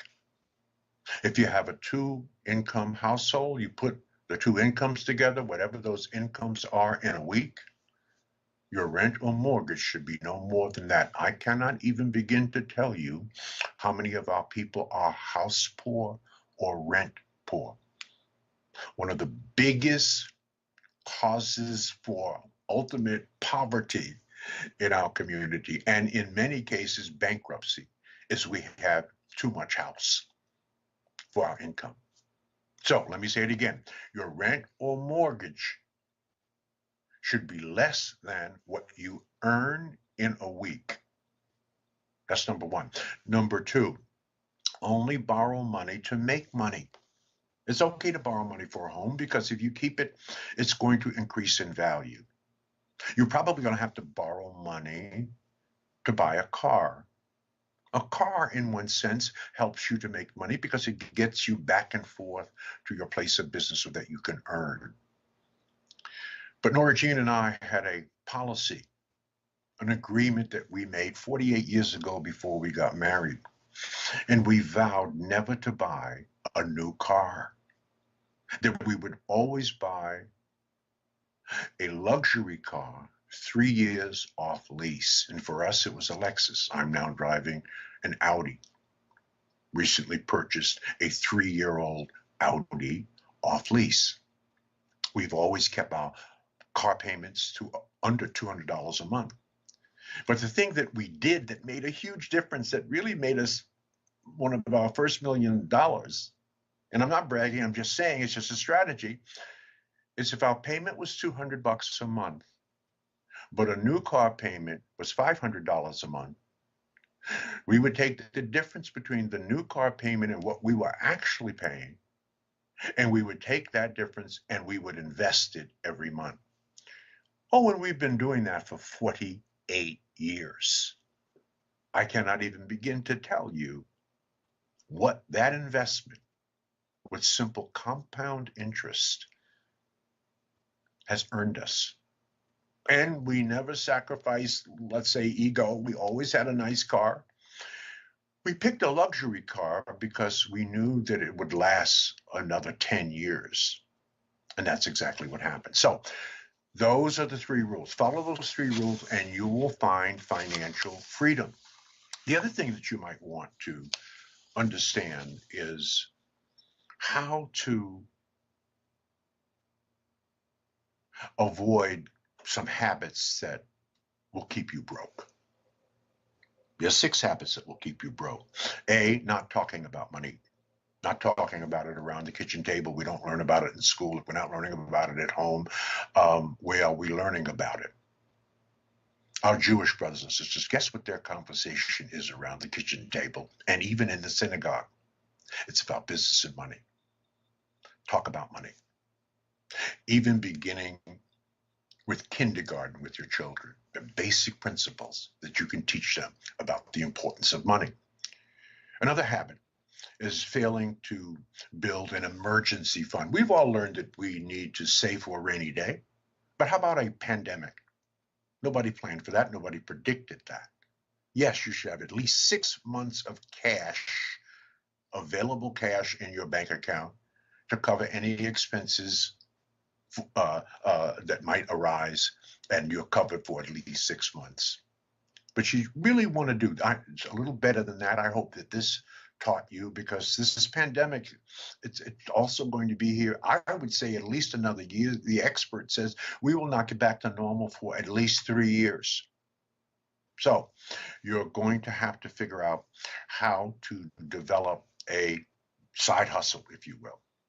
How to make extra income. I don't think there should be a Black person in America with a single stream of income. In fact, that's one of the goals that we have for the Power Networking Conference, is helping you to double your streams of income. If you come to the conference with a single stream, by the time you leave, you'll have 2. If you come with 2, you'll have 4. If you have 4, we'll teach you how to have 8. The more you have, the more you can develop. Another habit is making impulse purchases. I talked about that earlier. Stop it, especially in this time. And then, of course, buying items that we don't need simply because they're on sale, right? Those are 4 habits. And the final 2 habits is paying bills late and the exorbitant interest rates that we have to pay, and paying the minimum on your credit cards. You'll never pay off your credit card paying the minimum. And the 6th bad habit that we have is the improper use of credit cards. Now, 15 years ago, I cut up all my credit cards. 15 years ago, I do not have any credit cards. I have debit cards, but they're attached to my checking account. And so therefore, I cannot spend anything that I do not have and can pay for immediately in my checking account. I am so glad I did that. Because for years, like so many Americans, especially Black Americans, had all kinds of debt, credit card debt. Now, you want to build some passive income. And it's a real simple way to do that. You take your 9-to-5 income, and that will fuel your side hustle, whatever that may be. You may want to do overnight trading, whatever side hustle turns you on, and it generates some incremental income for you. That's a good thing. You want to do that. And then your side hustle will fuel your investments. So whatever income you earn from your side hustle, find the proper instruments, vessels, and tools to invest in. Cryptocurrency, stocks, bonds, mutual, whatever turns you on. So your side hustle fuels your investments, and ultimately, if you do it right, your investments will in fact replace your job. Now, there's 7 streams of income you need to be focusing on. I have 6 of these streams. You should have at least 4 of these streams of income in your life. You may have to get it done over time. The first stream of income is earned income, income from working a job. The next stream of income is profit income, income from buying and selling stocks. I have that income. I'm sure a lot of you do as well. The third is interest income, income from lending money. Well, I don't lend money, so I don't earn any income from that. The fourth income is dividend income. And this is income from owning stocks. The fifth is rental income, income from renting apartments and renting homes. Many years ago, I had 7 or 8 2- and 3-family homes all in a row. And I made a fortune buying those homes for pennies on a dollar, refurbishing them, converting them into Section 8 housing, and being very selective about the families that I put in them, promising them that when I turned over those homes, they would have first option on buying them. And 15 years later, I did. And the tax savings and the write-offs and the profit earned from the prices that I paid for them and the prices that I sold them for were enormous. So rental income, capital gains income. Capital gains is assets that you purchase that increase in value, not diamonds. Diamonds don't increase in value. Not automobiles. That's a depreciating asset. What are you doing? And what kind of assets are you buying that are increasing in value? And finally, royalty income. Yes, every 6 months from HarperCollins and McGraw-Hill, I get residual income for the 6 books that I wrote. So what of those 7 streams of income are you invested in? What are you doing to change your financial state, brothers and sisters? This is critically important. We have to get this together. This is not that difficult, and this is something that we need to be focused on. The final couple of things is entrepreneurial thinking. It begins with entrepreneurial thinking. Taking risks, taking responsibility, and taking ownership in our own lives. No, for 20 years I had a job. I had me a good job because that's what my parents wanted us to do. My foster parents wanted us to get a good education and get a good job. That was the model for my generation, right? And to be like them, and to dress like them, and to comport ourselves like them, and to speak the King's English like them. And that's what I did. 20 years, Procter & Gamble, United Way, and the Ford Motor Company. I was not entrepreneurially thinking.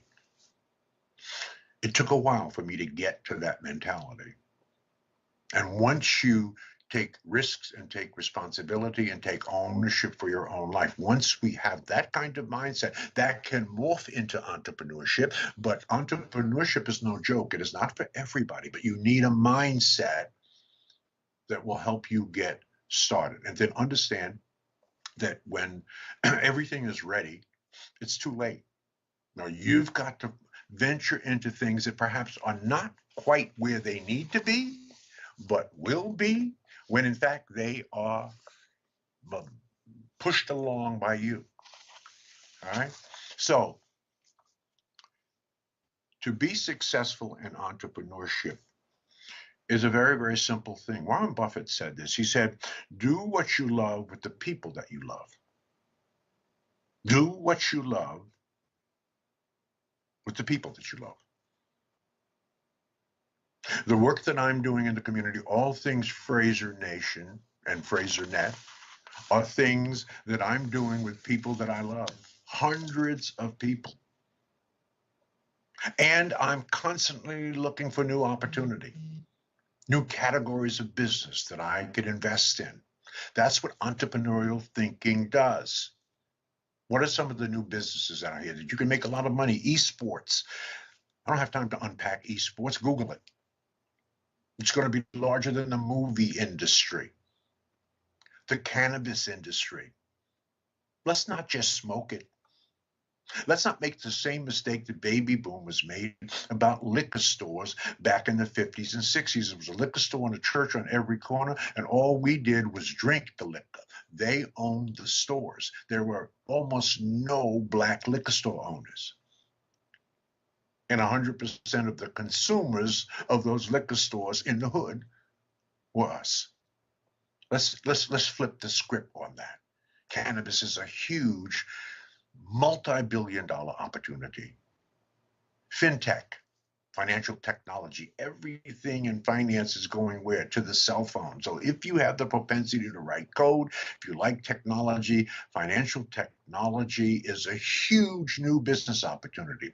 Blockchain, I talked about Bitcoin and Ethereum and there's thousands of this new cryptocurrency. Huge opportunity in cryptocurrency. Everything is moving in that direction. Big data analytics. You got that kind of mind? You can take courses and get certifications in analyzing big data. Billion-dollar industry. Huge opportunity. Robotics. Even if you don't build the robots, you can maintain the robots. Right? Just like we have automobile services. We don't make the automobiles, but a lot of brothers and sisters are in the automobile maintenance service. Same thing with robotics. The same thing with electric cars. Huge opportunities. Everything is going electric. There's an opportunity to repair them, to fix them, even to be really innovative and make them. All right? And then, of course, online education. Virtual everything. Don't believe it for 1 minute that once the pandemic is over, we're going to go back to non-virtual. Oh, no. This is here to stay. You better set up your home or your office as a studio, because much of the information that we'll be communicating to each other in our bunny slippers and bathrobe will be just like this. And as they build out more sophisticated platforms to do this, you might be wearing goggles at the next virtual conference so that you can feel like you're actually walking among people. So, unlimited opportunities. Unlimited opportunities. Here's a marketing tip. If you use your money to create exceptional products, you don't need to spend it on ads. People will find you if the product is exceptional. People don't buy goods and services, if you really think about it. They buy relationships, stories, and the magic that you bring to their life, and the value-added benefits that come with it. That's what they buy. Final little marketing tip that I have had to learn over time is don't find customers for your products. Find products for your customers. Invent those products. Try to anticipate the need, right? And you will be very, very, very, very, very successful. I promise you that. Just chart the course and stay the course. We're trending in terms of businesses that we're building. No question about it.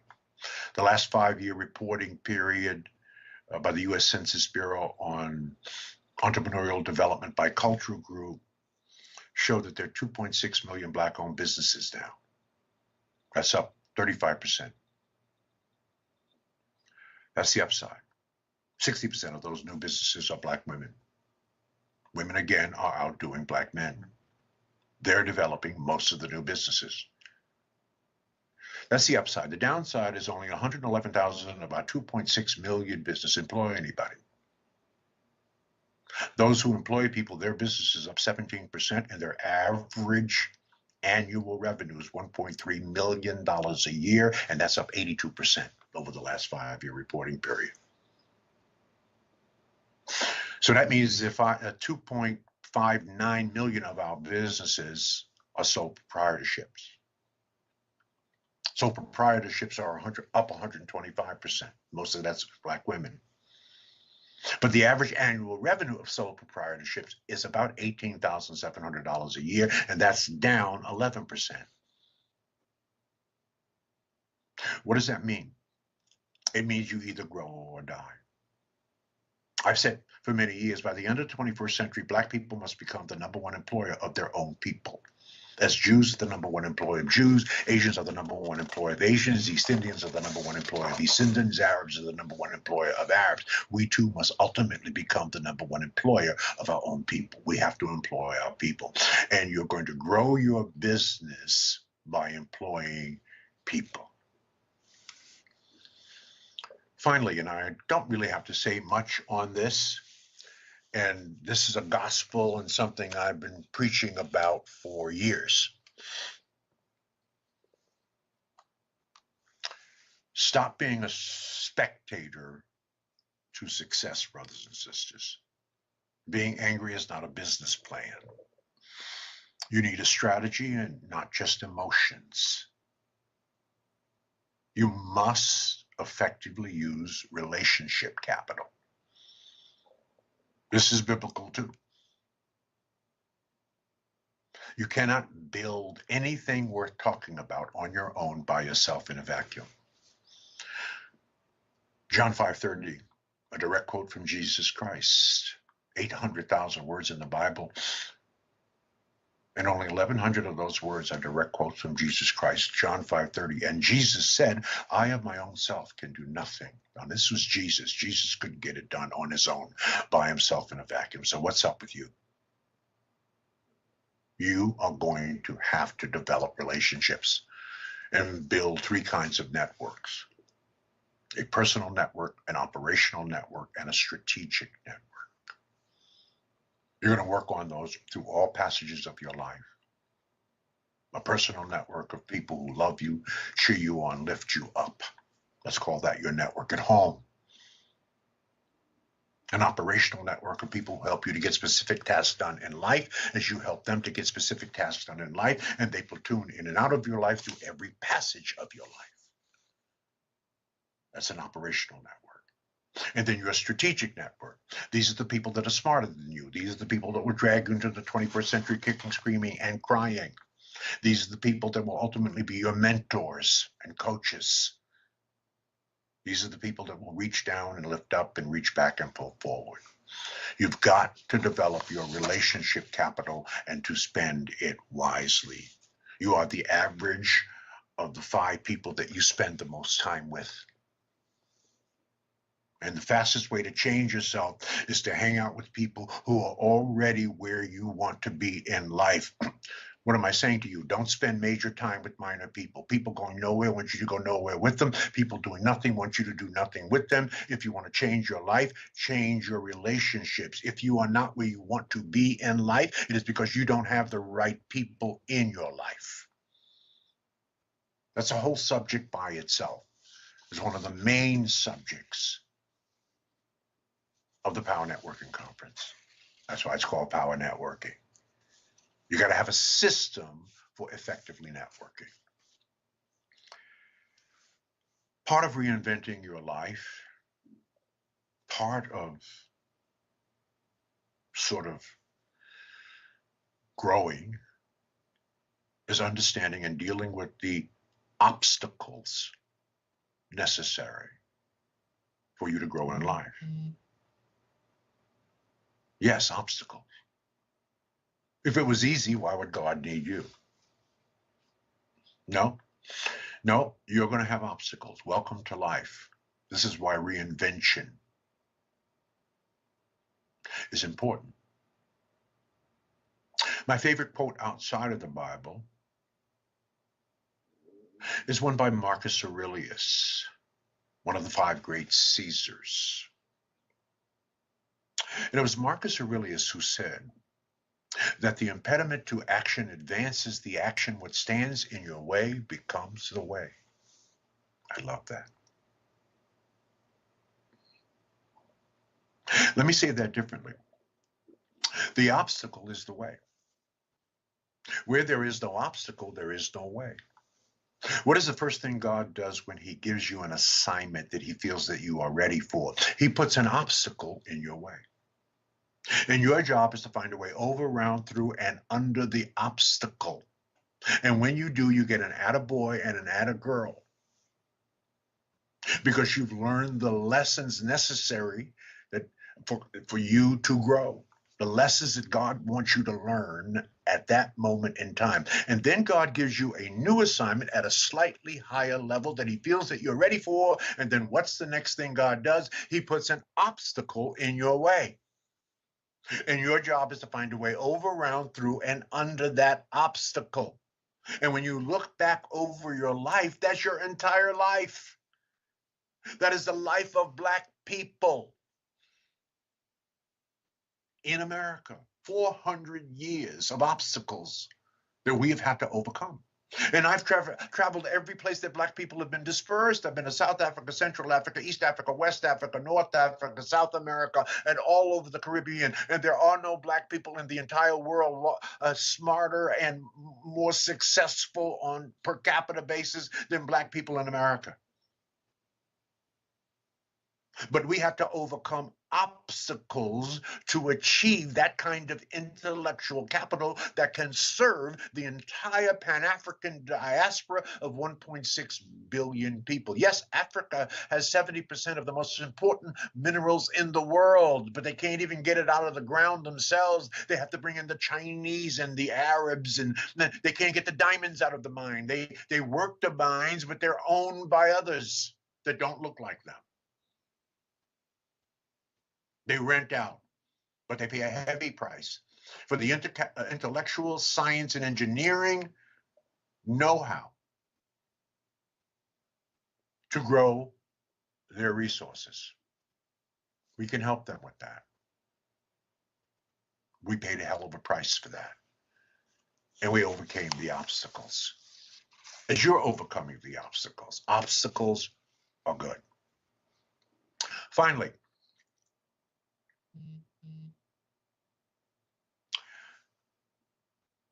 I don't know how old you are. I don't know what passage you are in life. I don't know what you've done with your life.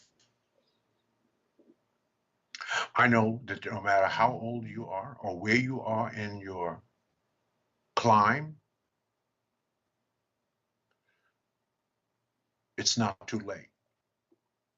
Oh, it's not too late. I promise you. As an elder, I'm telling you, it is not too late. There was an interesting study done by the New England Journal of Medicine 2 years ago. Massive study. And the study reaped or resulted in identifying the 3 most productive periods in your life. And here's what it found. And you can Google the study. The 3rd most productive period of your life is between 50 and 60.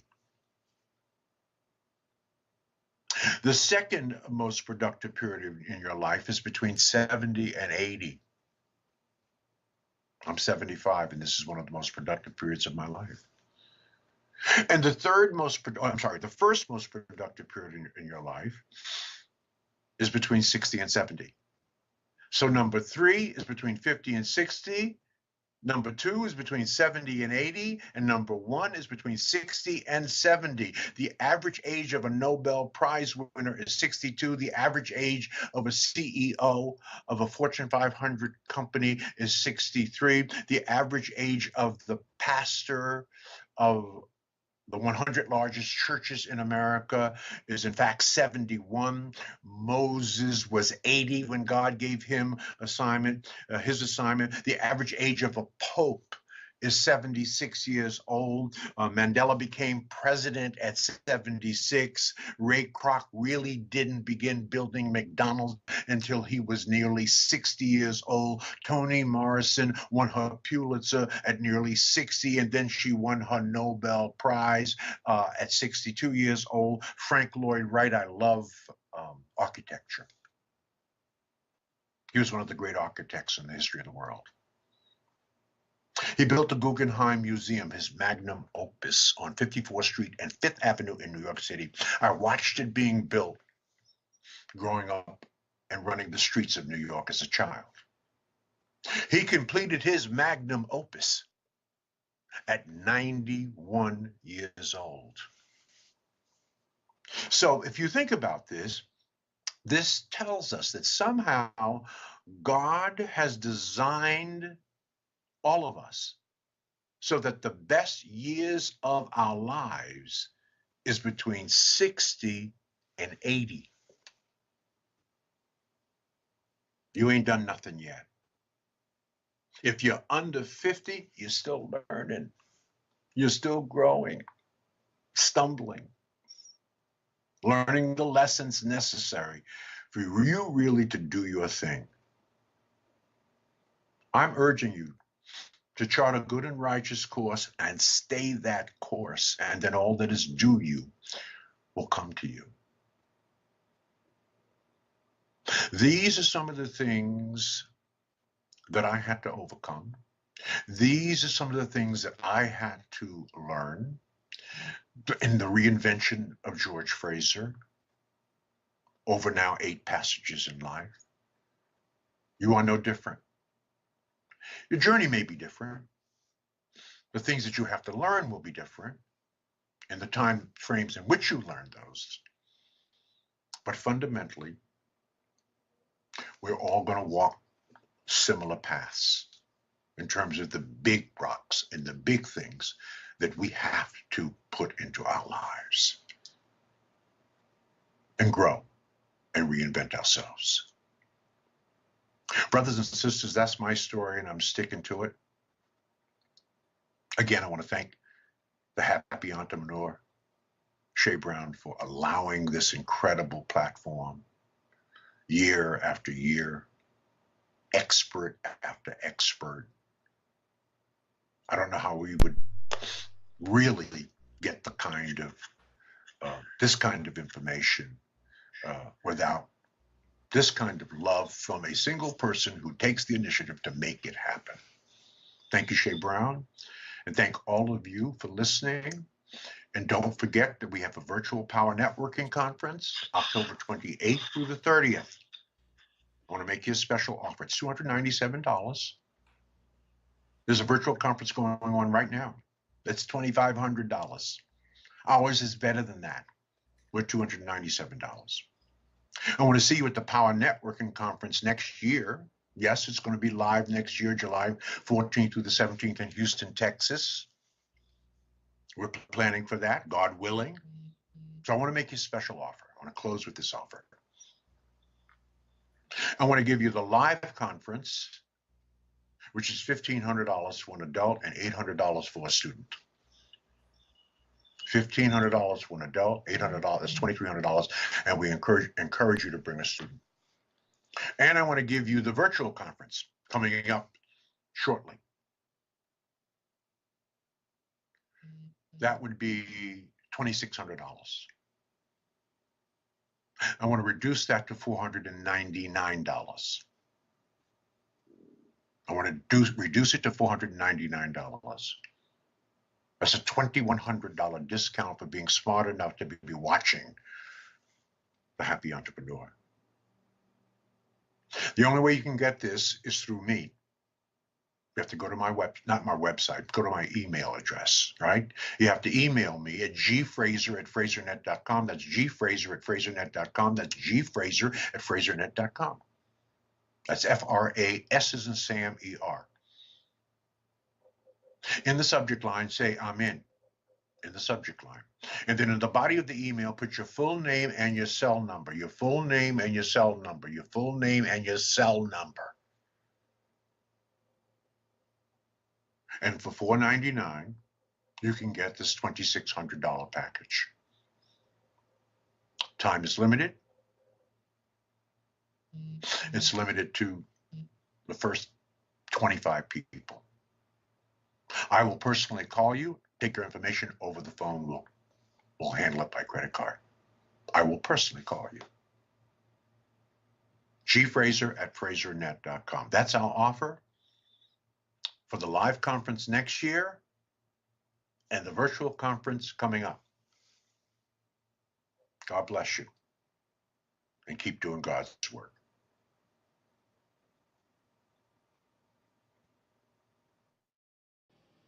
Hello, I'm Dr. Ruben West, and I'm so excited that you're here for this presentation. But this is not just a presentation. It's actually an opportunity to change your life. I believe the information that I'm going to share over the next, 25 to 30 minutes or so will change your life if you let it. Listen, let me tell you the title of this presentation, What to Do When Your Back's Against the Wall. Because that's the title of the presentation, I even put a graphic of my back up against the wall because I don't want you to miss this point. Now, let's get started because here's what I want you to think of.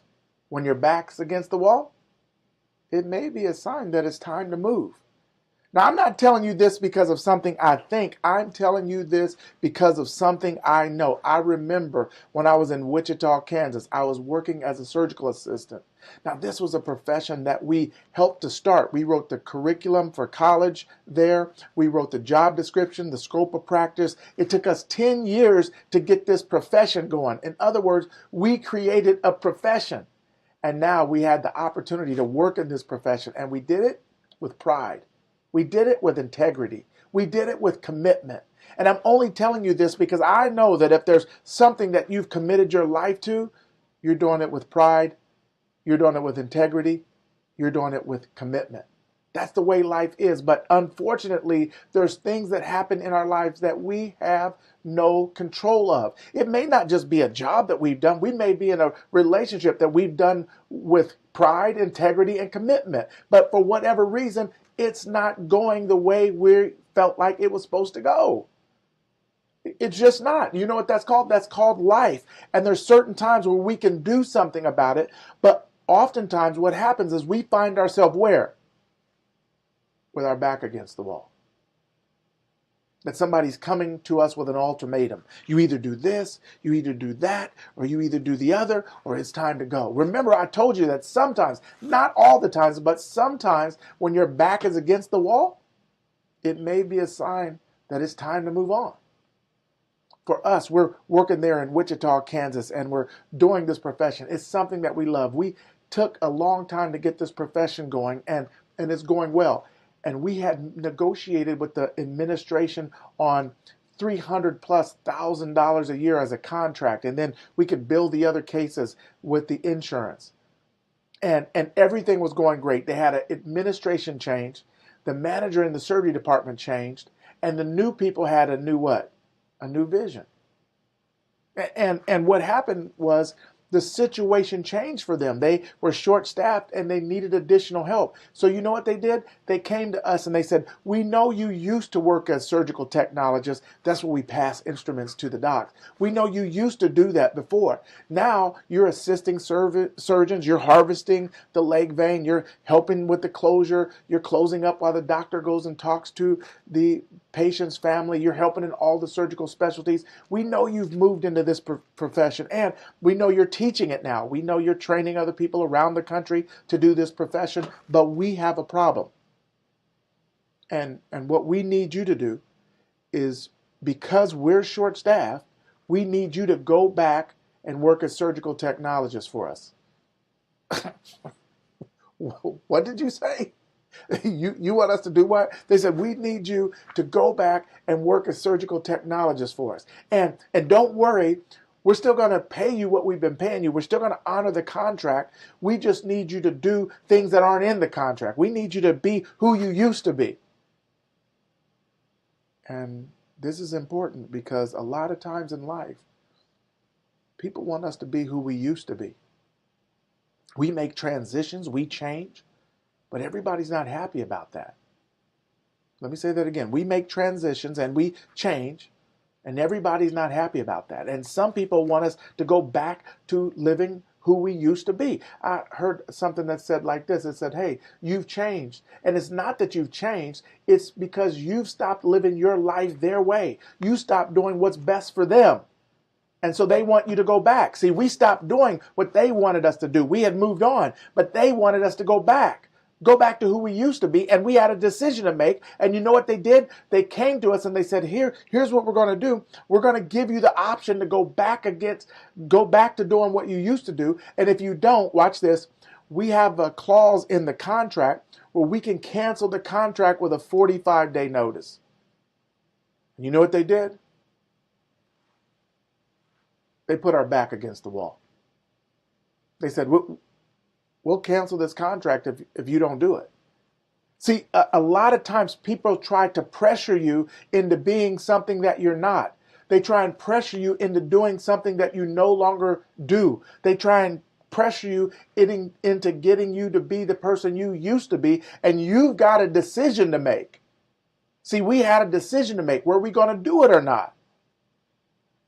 And so there's times in life where we find ourselves with our back against the wall. And then the question becomes, now what? What do you do then? See, that's why I titled this presentation that way, because I want to talk about what do we do when we find ourselves with our back against the wall. And so over the next, 20 or 35 minutes or so, I'm going to be giving you tips and suggestions of exactly what to do when you find yourself with your back against the wall. So here's what I want you to do. I want you to make sure you have your paper, your pencil, your iPad, your notepad, whatever it is that you're going to use to take notes with, because I'm going to be giving you some great information. And then if there's a feed, I want you to share it in the feed. Why? Because your big takeaway can be somebody else's big breakthrough. There's somebody out there that may need this information, because from time to time, we all find ourselves with our back against the wall. And so I remember when they came to us and said, hey, here's what we want you to do. And if you don't do it, we're canceling the agreement. And so we had a decision to make. And so let me tell you what we did first. And let me tell you what I think you should do first. Write this down. Number one, get clarity. Get clarity on what's next. You got to figure out who you are, who you were called to be, what you're supposed to do, and what trajectory you want your life to go in. There's going to be people that want you to go back to being who you used to be. But watch this. Even nature recognizes the need for separation after transformation. You never see caterpillars and butterflies hanging together. You get that? After the butterfly transforms, after the butterfly goes through the transformation, there is a separation. And the only way the caterpillar can get up with the butterfly is they have to do that transformation as well. And so sometimes when it's in your past and you've transformed and you've grown, then you can't go back. And so what you have to do when you find yourself with your back against the wall is you have to get clarity on what's next. Now, here's the problem. A lot of times we're hit with bad news. A lot of times we're hit with bad news. And you know what we do? We procrastinate. We stall. We know we have to tell the other person. We know we have to tell our team. We know we have to tell our employees. We know we have to tell our spouse. We know we have to tell our group. But you know what? We procrastinate. Write this down. Bad news doesn't get better with time. Write that down. Bad news doesn't get better with time. It's not something that you bury under the table. It's not something that you push to the back burner. It's something that you take care of right now. Because bad news doesn't get better with time. You know what we had to do? We had to deal with the news as they brought it to us. And we were glad that they just came and told us, look, we're looking to cancel the contract. I didn't want them to delay. We didn't want them to procrastinate. Tell us what we have to deal with. They said, look, we're going to cancel the contract. And when they told it to me, guess what? I went right over and told my partners, listen what they're saying. They're saying because we made the decision that we made, they're looking to cancel the contract. And so what are we going to do? And so what we had to do is we had to get clarity on what's next. And watch this. So many times we get clarity. So many times we try and create clarity. But so many times we try and do, watch this, an evolution of what we used to be instead of a revolution of what we could be. Listen to that. So many times we try and do an evolution. In other words, the same thing, but we just evolve the process. We get a little better at it. We do it a little differently. And sometimes it's not that we need an evolution. Sometimes we need a revolution. We need to change everything. When we went from being surgical techs to surgical assistants, it wasn't an evolution of the surgical technologist profession. It was a revolution to a new profession. And so what we weren't going to do is we weren't going to dissolve. In other words, we wasn't going to go back. We wasn't going to take a step down. So now that we have made it to this new profession, this new evolution, or this new revolution, we weren't going back. And so I want you to think about that. When you find yourself with your back against the wall, are you just trying to make an evolution of something new, the same thing? Are you making a revolution, a completely different you, a completely different outlook, a completely different product, a completely different career change, a completely different relationship? Sometimes in our life, when we get that clarity is the decision between an evolution or a revolution. And then we have to know, when we get the clarity on what we want, we have to know that it's authentic. We have to know that it's where we should be. We have to know that it's what we're supposed to be doing. And so sometimes, in order to do that, I suggest you have to get in touch with your higher power. Now, I'm not trying to tell you who your higher power is. I do believe that we're guided by a higher power, and I'm encouraging you to get in touch with your higher power. Now, let me tell you the problem with that, especially when we're seeking clarity on what's next. Most of the time, we don't seek what we need, we seek what we want. Listen to that. Most of the time, we don't seek what we need. We seek what we want. And so even when we go to our higher power and we start praying, we're praying for what we want, not what we need. And so here's what I want you to write this down. No is still an answer to a prayer. Ooh, come on, Ruben. No is still an answer. See, so many times we're praying for what we want. We meditate on it. We fast about it. We think about it. And we get the answer no. The problem is we're seeking what we want, not what we need. And no is still an answer to prayer. And so that's part of the getting clarity process. And so what I'm going to tell you is, just because you can doesn't mean you should. You see that? Just because you can doesn't mean you should. We could go back to working as surgical techs. Nothing was stopping us, but it didn't mean that that's what we should do. You could go back to living a life you used to live. You could give in when they put your back against the wall. You could. It doesn't mean you should. See, most of the time in life, it's not that we're doing anything wrong. It's that we're doing the right thing too long. That's a writer downer. It's not that we're doing anything wrong. A lot of times it's that we're doing the right thing too long. It's time for a change. That we outgrow certain situations. We outgrow certain jobs. We outgrow certain relationships. And I'm not necessarily talking about marital relationships. I'm talking about friendships and co-worker spaces. We outgrow it. We get bigger than that. And then we want to stay in the same position that we used to be. No. That's why we find ourselves with our back against the wall. And so here's what you have to do. Here's the next thing. You have to work on your mindset. If you're going to get your back off the wall, mindset is everything. You have to work on your mindset. See, when they came to us and said, hey, wait a minute, we're going to cancel the contract. We're going to exercise the 45-day notice if you don't go back to doing what we want you to do. We had to get clarity on what we wanted, and then we had to start working on our mindset. Because what happens is you'll start to give in. And you'll start to look at all the things that they're offering you, that carrot that they're dangling to get you to go back. And so we had to say, hey, let's be honest. Where do we want to go? Did we create this profession just so we can go back to doing what we used to be doing? How are we going to guide other people forward into the profession if we're taking a step backwards? And so let me tell you what we told them. We're not going to do it. We're not going to do it. And we know that there was a clause in the agreement that said that this agreement can be canceled with a 45-day notice. But there's also a clause that says we have the right to forego the 45-day notice, and you could just give us 30 days of pay, 30 days of the contract, and we're good right now. And you know what? Since we're going to cancel it, let's just cancel it. And so we opted to just say, hey, just give us the 30 days and we're out. Right?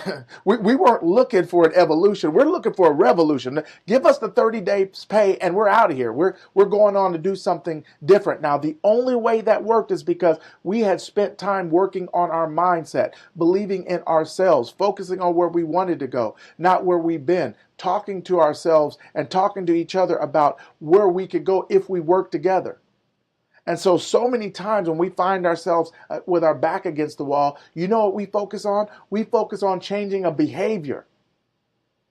See, they put our back against the wall and they wanted us to change our behavior. They wanted us to go back to being who we used to be. But we weren't focused on changing the behavior. We focused on changing the belief. Write that down. Don't just focus on changing behavior. Focus on changing belief. You know why? Because belief creates behavior. Listen to that. Belief creates behavior. When you believe that you can be successful, when you believe that there's somebody else that wants you, when you believe that you could team up with new friends or new colleagues that create something new that's never been done before, you don't have to go for evolution. You can go for a revolution. We said, hey, wait a minute. You could cancel the contract. We don't need 45 days to keep coming in. If we're going to stop, let's just stop. Give us 30 days. We changed our belief, and that belief will change our behavior. You see why mindset is so important? Because what you believe in your mind creates your behavior. If we thought that that was the only opportunity we had and that nobody else would want us and nobody else would give us an opportunity, we would have went right back to the old work that we were doing. But because we saw it differently and because we believed differently, we moved on to something completely different. And so, I want you to understand this. Helen Keller said, when one door closes, another door opens, but so many times we're so busy looking at the closed door, we don't notice the open one. We're so busy looking at the closed door, we don't notice the open one. We're so busy looking at the opportunity that's gone that we don't notice the new opportunity. But here's what I'm going to say. The new opportunity is right there. The door is right in front of you. And it's a huge door of opportunity. It's a huge door. And you know what? Anytime you have a huge door, it's big and it's usually heavy. But here's what I can tell you. The door is easy to open because of the hinges. So let me tell you this. The hinges on your next door of opportunity, it's 3 hinges: faith, commitment, and discipline. Faith, commitment, and discipline. Even when you see this new door of opportunity, it has to swing open on the hinges. And if you don't have faith, and if you don't have commitment, and if you don't have the discipline, you can never get that door to open for you. And that's why mindset is so important. That's why you have to work on your mindset. So make sure you write that down. The second thing you have to do when you find your back up against the wall is you have to work on your mindset. Now, Ruben, after I work on my mindset and I see this new opportunity, I see this door right in front of me, and I'm willing to use the hinges to open it, what do I have to do? Let me tell you what you have to do. You have to take action. See, when they said they were canceling that contract, what we weren't interested in doing was going back for another 45 days just to get some additional money. No, we were ready to take action right then. We said, cut us the check. Let's end this right now. And we're going to put our focus on where we need to go. Why? We had already gotten clarity. We had our clear vision. We knew where we wanted to go. And what we wanted to do was to promote this profession. What we wanted to do was to continue to help other people become surgical assistants and work around the country in this profession. What we needed to do is to connect with other people that can help us go to the next level. What we needed to do was we needed to take action right then. And let me ask you a question. When you find yourself with your back against the wall, when is the best time to take action? Right what? Right now. When you find yourself with the back up against the wall, when's the best time to take action? The best time to take action is right now. And you know what people always say? I was watching these guys playing basketball and they were shooting hoops. It was like 3-on-3 and they were having a good time. And what happens is somebody else would come in and they want to get in the game because there's going to be a winning team and there's going to be a what? A losing team. And the losing team has to move off the floor and then the winning team stays on the court. But the people standing up against the wall, they make an announcement. And you know what they say? They say, I got next. Which means once the next person loses, once the next group loses, I'm going in and I get to pick the people on my team. But here's what I'm going to tell you. You have to take action right now, which means don't say, I got next. Say, I got now. I'm looking for somebody who's willing to take action right now. When you find yourself with your back up against the wall, it's not about who's got next. It's about who's got now. We were willing to take action right now. We went to some additional investors. We talked to them and we said, look, we're looking to take action right now. We not only went to them, but we went to them with all the knowledge that we had pre-wall. Oh, let me give you that. When I say pre-wall, what I'm saying is even though they can put your back up against the wall, that wall still stands for something. That wall is still standing. That wall still serves as a support. Why? Because you still have all the knowledge that you gained before you got to the wall. So was this our first business that we had started? No, it wasn't. We'd started businesses before. Did we know how to network? Yep. Had we been saving our money when we got this business going and we started making more money than we had ever made? Yep. We had resources. Did we have a new level of confidence? Yes. So that wall that they thought they had us pinned up against, that was what was holding us up. And all I'm telling you is that wall is not just to stop you from going back, it's to hold you up and to keep you going forward. And so when we went to the new individuals, we told them all the stuff that we had done, all the things that we had gotten to work. We told them all the directions that we had been and where we wanted to go. And you know what they said? Listen to this. They said, we don't bet on the horse, we bet on the jockey. And there's a reason we will bet on you. We believe in you. We think you can do it. We have confidence in you, and so we're willing to support you. When we went to the next hospital, we had all of the knowledge and skill that we had from the previous hospital. We still had the contract work, we still had the job description, the scope of practice, all the things that we needed to start it over here, we still could take it with us. When you go to your next, you could still take all the knowledge and information that you've had from before, and you could take it with you. But what else do you have to take? You have to take action right now. It's not I got next, it's I got now. See, here's what I know. We can't do everything at once, but we can do something at once. Listen to that. We can't do everything at once. We can't do everything right now, but we can do something at once, which means we can do something right what? Now. You could take some kind of action right now. And so as I'm speaking, if you have your back against the wall, I want you to think about what action can you take right now. And then here's a mistake we make. Here's a mistake we make. We start talking.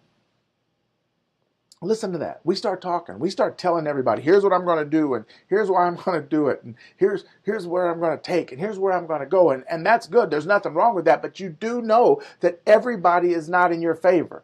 You do know that everybody doesn't want you to succeed. You do know that some people don't mind if you get ahead as long as you don't get ahead of them. You do know that some people will never support you because you're from the same place and they're still in the same place. You do know that it's not always necessary to tell everybody your business. And so even though you're taking action, you don't have to tell everybody your business. Have you ever seen them cut down a tree? Have you ever heard or been around when a tree fell and you hear that timber breaking and it splits off and then boom, boom, and you hear it hitting the other trees and you hear it hit the ground? Have you ever heard that? If not, go on YouTube, look it up. Just look up a tree falling, and I just want you to hear the sound. I just want you to hear the noise that the tree makes when it falls. And then I want you to compare it to the noise that it makes when it grows. And so all I want you to do is I just want you to go out front. You can go out in your front yard. You can go out in your backyard. You can go across the street, wherever you see the nearest tree. And all I want you to do is I want you to go out there and I want you to listen. What are you listening for? I want you to listen for the sound that a tree makes when it grows. Exactly. A tree grows in silence, but it falls with noise. You get that? A tree grows with silence, but it falls with noise. Why am I telling you that? I'm telling you that because sometimes when you're growing, sometimes when you're evolving, or when you're creating the revolution. Sometimes when you're going to the next level, sometimes when you're going on to the next opportunity, sometimes when you're launching your business, sometimes when you have this new product idea or service idea, sometimes when you're growing, you got to do it in silence. You got to do it in silence. Why? Because it's not everybody's business. They don't need to know. You're not pumping yourself up. You get that? You're not pumping yourself up. Sometimes there's a benefit in humility. A tree grows in silence, but when it falls, it's noisy. Why am I telling you this? Because if you take the time to pump yourself up, if you take your time to take all the credit, well, guess what? Credit and blame go hand in hand. And so when it comes crashing down and when it's making noise, guess what? It's going to be heard. And guess what? They're going to be looking at you. So sometimes you just allow yourself to grow. You just allow yourself to go to the next level. And there's nothing to say. There's nothing to say. Now, here's what I'm going to say, and I'm almost done. That sometimes you're going to find yourself in life with your back up against the wall. There's nothing you can do about that. We did that. It wasn't anything that we did. It's because the situation changed. The situation changed. They changed what they need, and then they came to us to ask us to go back to being who we used to be. We couldn't do it. We had our back against the wall. We said, no, we're leaving, and we did. And guess what?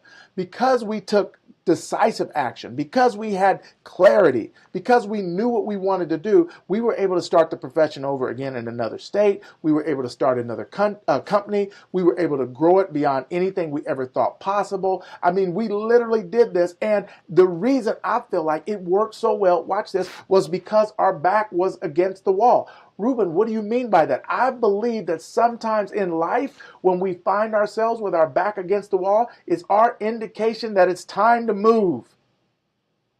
That no, we can't go backwards, we got to go forward. Like I said, it's not that we're doing anything wrong, it's that we may have been doing the right thing too long, and it's time to move. I heard my mentor, Les Brown, say, sometimes when you don't have enough courage and insight to move on life moves on you. And so what I want you to realize is that even though you may find yourself with your back against the wall and you're wondering what's next, it's okay. It's probably your sign that it's time to move. It's probably your sign that it's time to elevate. It's probably your sign that you either need an evolution of what you're already doing or you need a revolution to something completely different. But either way, watch this. Here's your sign. That wall is your sign. And this wall is tricky because for most of us, we look like, man, that's the end of the road. When they gave us that contract and it said canceled, it looked like it was the end of the road. Some of you are going to receive a notice and it's going to say, I'm done, I'm through, you're done, you're through. And it's going to look like it's the end of the road. And that may come from a job, and that may come from a spouse, and that may come from a friend, and that may come via text, and that may come via email, and it may come from a phone call. It may come from a pink slip. When it comes, it may look like it's the end of the road. But here's what I can tell you. What looks like the end of the road is really just a bend in the road if you're willing to make the turn, if you're willing to go to that next level. I'm Dr. Ruben West, reminding you that when you find yourself with your back up against the wall, don't trip, don't sweat it. Either make an evolution or it may be time for a revolution. Live your best life and do it now. Why? Because you only get one.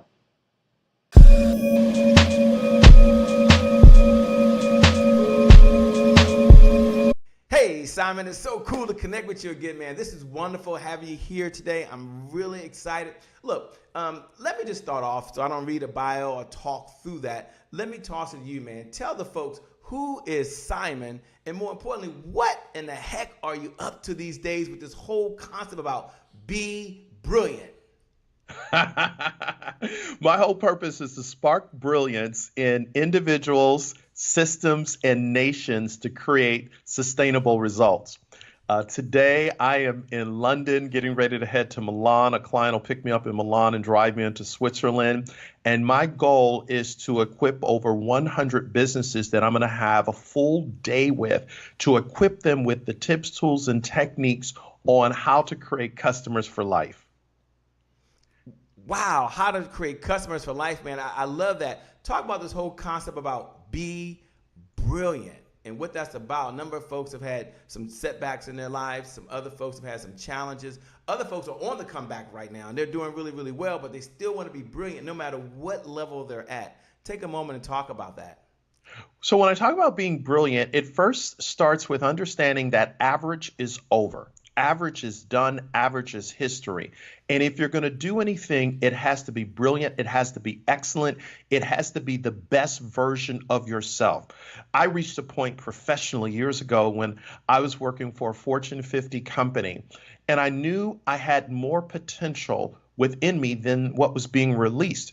So I happened to be talking to one of my mentors one day, and he asked me how I was doing. And I said to him, if I had white skin, blonde hair, blue eyes, it would be very easy for me to succeed here in America. And he said, you're stuck in your mind and body thinking that the pigmentation of your skin limits you from being all that you possibly can be.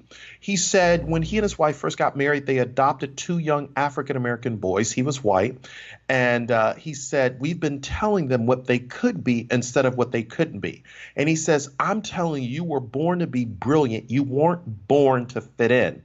And Shay, when he said it, it was just like, boom, the 4th of July fireworks went off in me because no one had ever validated or told me that I was born to be brilliant. So literally for the next 7 years, I started on this journey of trying to understand, what does it mean that you're brilliant? What does it mean you have brilliance? And I came across some research that absolutely changed my life. And it's from Dr. Howard Gardner, a professor of education at Harvard. Dr. Gardner, he and his team of researchers did an interesting study over a 20+ year period. And what they discovered is that children up until the age of 4 are operating at the genius level. This same group of children were studying in their early 20s, and only 10% were still operating at the genius, or what I now call the brilliance level. And in their late 20s, early 30s, only 2% were still operating at the genius or brilliance level. So the question that I have, like you had, and everyone that's listening to us, is where did this genius or brilliance go? It didn't go anywhere. But it became buried by a society that says color within the lines, sit down, give it back, you can't do this. And the more a person continues to hear what they can't do, where they can't go, and who they can't become, there's a neurological path that is created in the brain that causes people to shut down. So what happens is people have this potential, they have this insight, they have this genius, and they show up at a place called work. And what I've discovered in almost 18 years of this work is that your brilliance, that thing that allows you to be your most brilliant self, is released in an environment where you're celebrated rather than tolerated. And when you're in this environment where you're celebrated rather than tolerated, that environment invites you to be a vitamin, not just an aspirin. And when you understand how to be a vitamin, not just an aspirin, you understand that I am not here to compete against you, but I'm here to complete you as I become my most brilliant self. My most brilliant self. I love that. And as I was thinking and listening here, I was wondering about what is this whole concept that you have around build a vision? Because I like to be brilliant. You kind of started off that way, but take a moment to talk about that build a vision around being brilliant. So when I build a vision around being brilliant, what I recognize, the picture that I see is the picture that I aspire to be. So I cannot become something if I don't first see it. But then when I first see it, I have to write it, I have to speak it, I have to become it, and then I have to receive it. So for every person that is thinking about how do I make this vision of brilliance come alive, what do I see? write it down. What do I now say that connects to what I see? How do I begin to act it out or believe it? Acting it out or believing it is the resources, the mentors, the coaches, the actual doing of the work is taking it from zero to where it possibly can become, and then actually receiving it as if it's going to happen. Mm. Now, is that the part where you start to transform into your potential, or is that kind of a separate area? So I know I got to see it before I see it, or I never see it. When does this whole transformation process take place where I kind of step into it, and how does that work? So the transformation takes place once you identify the vision, and most people teach you need to set a goal. I don't necessarily believe you just need to set a goal. Yes, goals are important, but what's more important than goals are habits. So the secret of living a brilliant life is hidden in the daily routine. Show me your habits, I'll show you your future. So habitually, what time do I get up in the morning? What is the first thing that I do when my feet hit the ground? What's the first thing I read? What's the first thing I listen to? You have to work out your potential every single day by reading, listening, and then doing. And that habit becomes hardwired. That brings you the results that you want. So what calls do I need to make today? How do I move an inch closer to what I am trying to accomplish by taking the daily steps to make it happen? The daily steps take it happen, man. I love it. You know, you built this whole concept of helping folks maximize their potential. It's kind of what you're doing. We're going to get into that in just a few moments. But I want to ask a question from a different perspective, and it might get the same type of spin on it. But this whole concept about be inspired, be intentional, and be confident. But you're really interesting because you say you can do that at work and you can do it at home. Let me say it again. You can be inspired, you can be intentional, and you can be confident at work and at home. You don't have to live two separate lives. Take a moment to talk about that, please. So when you're inspired, the word inspired or inspiration comes from, when you go to the dictionary, it means to breathe life into. So wherever you show up, if you're in a work environment, business environment, how do you breathe life into that environment? Through the work that you do, through the communication that you have, through the projects that you work on, through whatever you're executing. Are you the light in the midst of darkness? Are you the yes when everyone is saying no? Are you the positive when there's a negative? That's inspiring. It's coming alongside your team members who literally have been rocked by uncertainty, volatility, complexity, and ambiguity. You inspire and breathe life into that situation to begin to show them, have you thought about this? Will you consider that? Once you are inspiring, then you become intentional, and intentionality has everything to do with consistency, how you show up, what are the things that people can count on you for. And when people know that you are intentional about being consistent in making them better, making a job better, making a business better, making a situation better, then it builds your confidence, because what you begin to understand, when I have confidence in the future is created in the present. So I show up in the present inspired, intentional, confident to be the difference that makes a difference. You know, take a moment to talk about leadership. One of the things you do in Shift Your Brilliance is you talk about the term being a leader. Obviously, you got to be a leader of one before you can be a leader of many. But in the context of leadership, which is huge, talk about leading remote teams. Talk for a moment, because folks right now, they're leading themselves, but they're also leading a team that they can no longer walk in the morning, at least where we are right now, and have a cup of coffee with, right? So take a moment to talk about, one, the importance of leadership and Shift Your Brilliance, and then maybe one or two ideas they can do, because I know you work with companies that are leading remotely as well. So let me look at this from a few different angles. The first thing that I invite leaders to recognize is that the job of a leader is to invite men and women on a journey to discover the leader within themselves while they're following you. So in other words, a leader can never take people to a place that he or she has not been themselves. All right, that's big 30,000 foot understanding of what does it mean to lead. Now, let's unpack that. Leaders leading remote teams have to be empathetic. In other words, coming alongside men and women who have been totally dislocated, displaced, sheltering in place, quarantined, working remote, kids at home, spouse or partner or significant others at home. Being empathetic simply starts with, how are you doing? How's it going? What is it that I can do to serve you? Secondly, being authentic to tell them, here's where the company is on Monday. By Wednesday, it may change, if not on Tuesday. And by Friday, we might do something completely different than how we started the beginning of the week. But what I am going to do as a leader, I'm going to tell you what I know, and I'm going to be honest with you. That's the authenticity, because where there is no communication, people fill in the gap and they make things up. The third thing is a leader being intentional to bring men and women together remotely to say, what's right about us, what is working instead of what's not working. And how do we now see problems as really opportunities? And we language things in such a way where people are like, okay, we know how to shift our brilliance and begin to adapt to where the world is going, not where the world once was before COVID-19.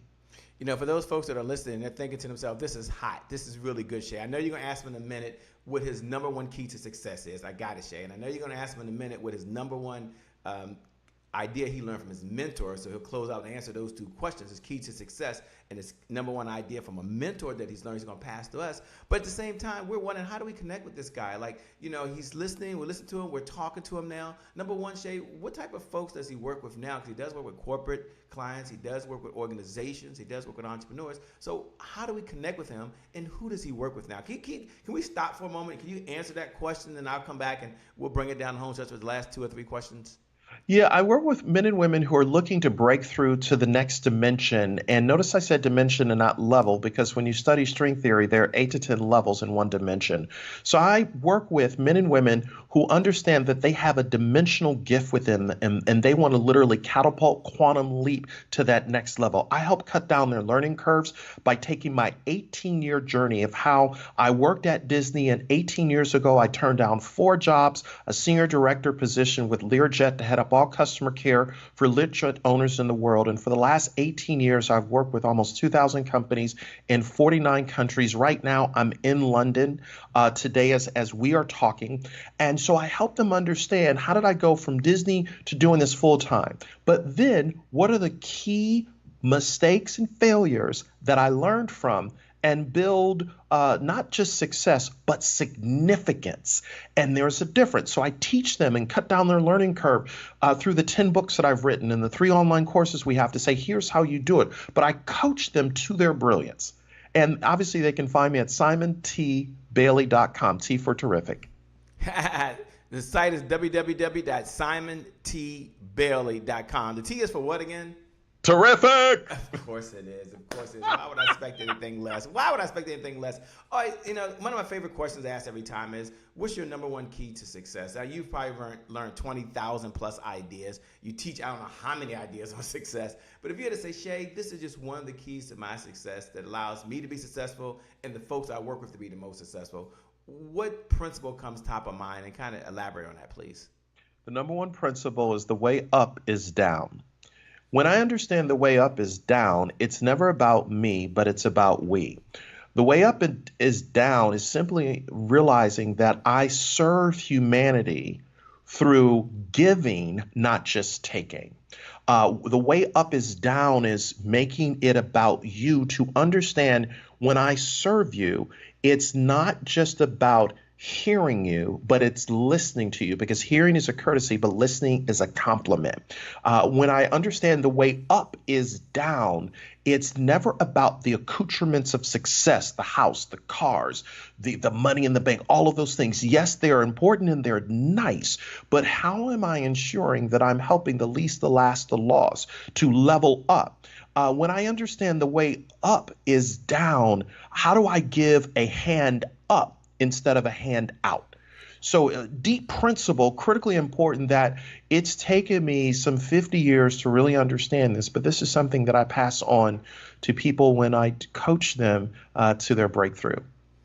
You know, we're going to close up with one of our favorite questions, which was going to be a mentor, but I'm going to shift that because we're talking about champions. And I'd like for you to give your definition of what is a champion, number one. And number two, what is one or two principles that a champion displays, not only for themselves, but for the folks that they're around. And so the final question I have for Simon T. Bailey, who you can find over at www.simontbailey.com. You can go over to www.simontbailey.com. Follow the instructions on that website. Just follow the instructions, and it'll take you directly to him or someone inside his organization who'll be able to put you in the right direction. But Simon, the word champion. We're talking about comeback champion. We're talking about champion nation. Let me spread the question and give it to you again. Number one, what's one idea that you do after you had a setback? That's number one. And then, because this is about comeback. And then number two, your definition of a champion, man, and the principles that a champion displays. Thanks a lot for being here, man. We appreciate it. You're amazing. I'm going to turn over you so you can close out the folks with your final thoughts. Thanks a lot, my friend. So in the words of Mike Murdoch, champions look at what they're going to, while losers look at what they're going through. Champions have the ability to see the possibility of what can become instead of what isn't currently happening. When a person has a champion mindset, they begin to recognize that the greatest time, the greatest period in history is to recognize there's never a perfect time to become the person you might have been. So they look at this time and recognize this is not a do-over. This is not a dress rehearsal. This is the moment that I've been waiting for. And they wake up every single day as if this may be the last day on earth, and they leave everything on the floor. That's a champion. So if there's one critical thing that I invite you as we close this out to really think about, am I ready to become the champion that is operating brilliantly and moving away from average living, average results to create the future in the present? Because that's what champions do. They look at what they're going to instead of looking at what they are going through.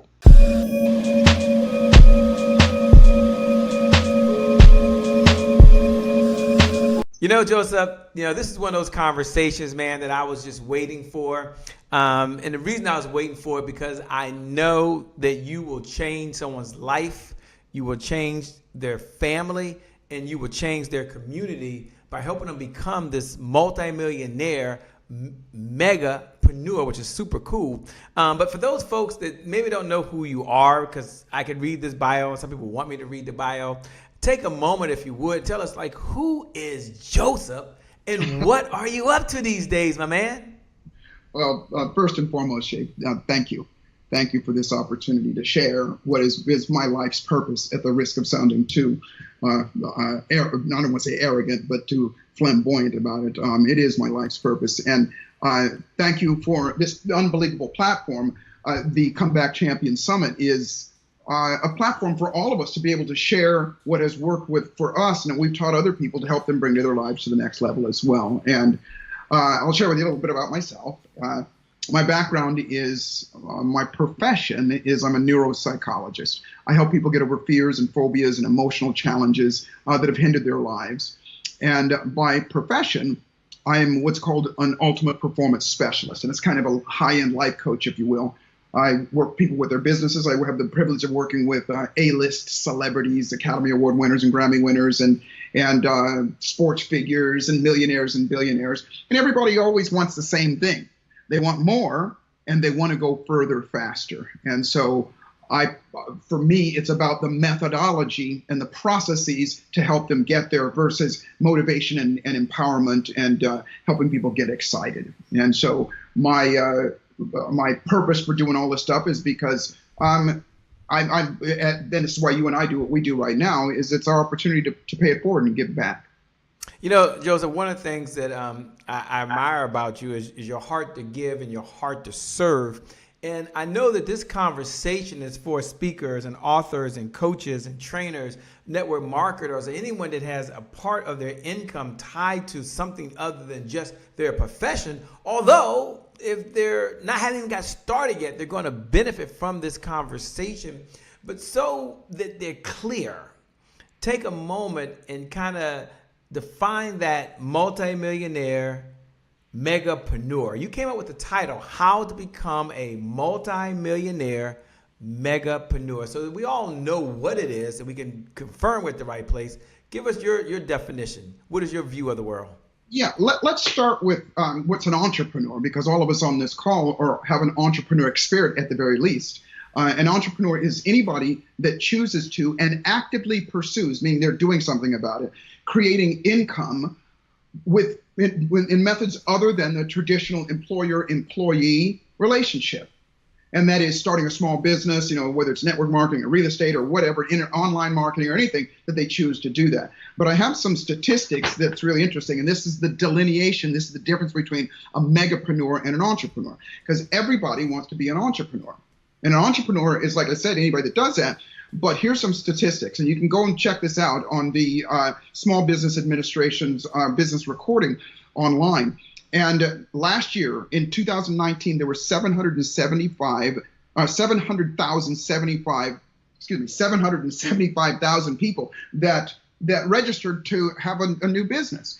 But out of those, only 100,714 of them actually reported having made money, filed taxes and made money. And out of them, only about 5,000, a little over 5,000 of those people actually became financially independent, or actually their income replaced their regular job. Why do I say that? These statistics anyway, 87% of people who start a business. And by the way, those are people who registered their businesses. Most people don't, so it's probably twice that much. 87% of people who start a business fail within the first 2 years, through 2 to 3 years. And it's not because they don't want to. It's not because they don't have a desire. It's because they don't know how to be what I call a megapreneur. A megapreneur are that upper 3 to 5% of people that succeed at that highest level in whatever they do. And they are what I call wealthy. And I would say to people, don't get it twisted, because that's what we all want to be, is wealthy. Wealthy is healthy, happy, and financially abundant. All of those three things, the Quan, if you will. And so that's what a megapreneur is, somebody that succeeds at that highest level in whatever they do, in all of those areas of their life.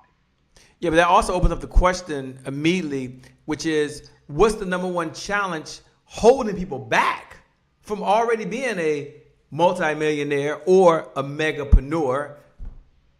Yeah, the number one challenge, it's one word, but it's multifaceted. The one word is fear. But here's what it is. Fear of failure, fear of success, procrastination, hesitation, and imposter syndrome. All of those things. And even when I say them, if you're listening to me, you probably a part of you is going, yeah, I got that. If you procrastinated, it's because you have a fear of, let's just say, being uncomfortable or failing at it or whatever. If you're not doing what you need to be doing consistently over and over and over again, which is part of the key to success, it means that something is going on here that has you fearful that if you do it, something is going to happen. Either you'll fail. And by the way, that's part of human nature. These things are part of who we are, but it does not have to be the way that we remain. And that's where, as I say, process comes in to help people eliminate that stuff and get rid of that stuff and replace it with something that serves them.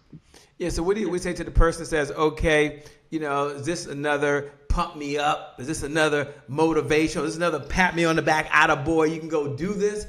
Or during this conversation, when we get a chance to break down some systems, one of my favorite sayings is systems beat goals every single time. So will you be talking about systems and processes throughout this conversation? Or is this another, let's sing Kumbaya and let's all go do it? Look, I got to tell you, some of my favorite friends and colleagues are motivational speakers. And this is not to throw any shade on them or throw them under the bus at all. The challenge with motivation is it wears off.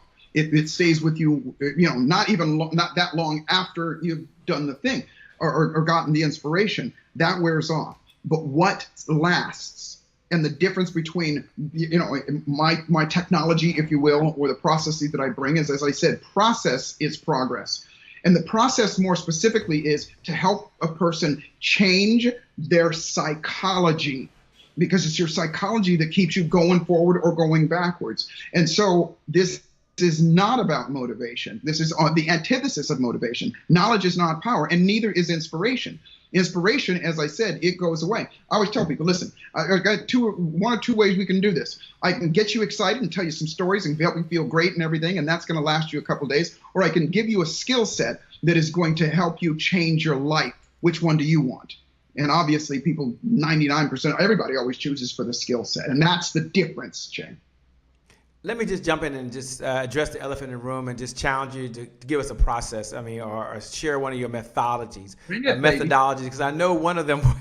I just jump right into it, man. I mean, we can sit around and philosophize, but if this is what you do, I figured let's get to it. Ladies and gentlemen, I know you showed up for one reason and one reason only, and that is to change your life and change your bank account, because you're ready to make $1 and a difference at the same time. You out there right now, you ready to make $1 and a difference at the same time? Then look right below the video and say, yes, yes, yes. So let's ask Joseph. He teaches you how to become a multimillionaire and megapreneur. This whole concept, this whole methodology he has around tell, show, try, do. I hope I got that right. Tell, show, try, do. Can you unpackage that so that can help us as we start on this journey towards being a multimillionaire and a megapreneur?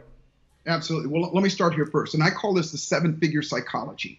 And that is, and what I mean by that is that there are the way that we learn things will determine whether we do what we learned. Let me repeat myself, because this is critical. The way that we learn things, how we learn things, will determine whether we do it or not. Because everybody knows a bunch of stuff. Knowledge is not power. Knowledge is just stored information. You know, and again, I hope I'm not hurting anybody's feelings, but if you're overweight, it ain't because you don't know how to lose weight. You quit putting so much food in this hole and move your body, you're going to lose weight. Knowledge is not power. It's only temporary power. And action is not power. It's only temporary power. What is power is this: when we change the flow of how things work through us. And that is this. I call it the 60-20-20 rule. Okay. And I'm going to get to how we learn, by the way, because this is really, really critical. The process that we learn is this. I can tell you something. I can give you a story, and I can tell you A equals B equals C equals D. And you're going to go, that makes sense, that feels good, but that's just not.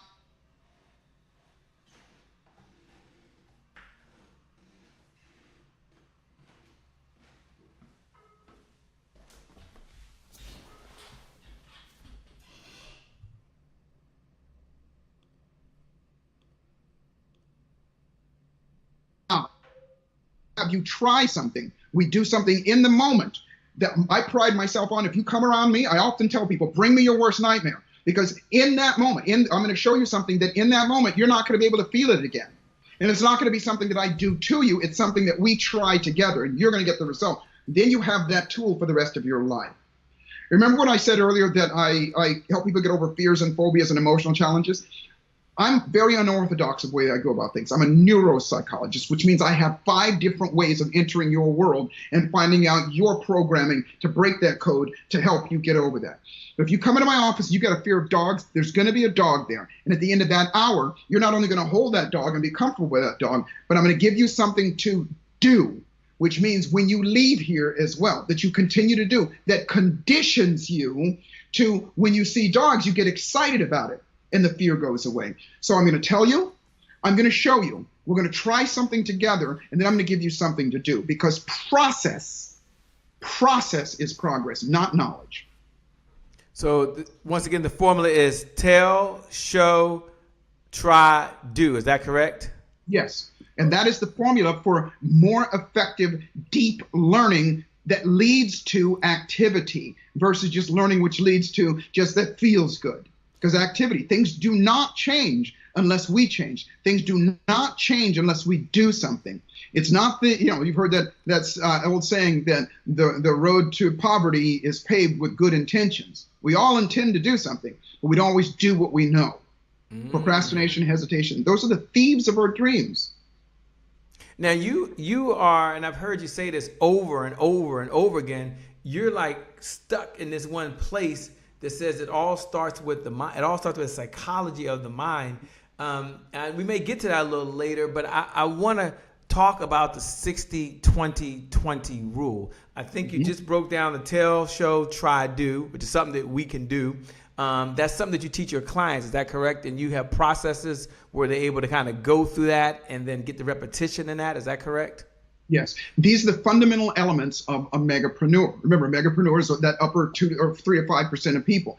They don't necessarily know that they got them, but they got this. And if you're listening to us right now, please write this down, because at the very least, you have this foundation. Here's what it is. It's 60% psychology. What I mean by that, 60% of your achievement, you're being able to be successful in anything at all. 60% of it is your psychology. And it's important to understand the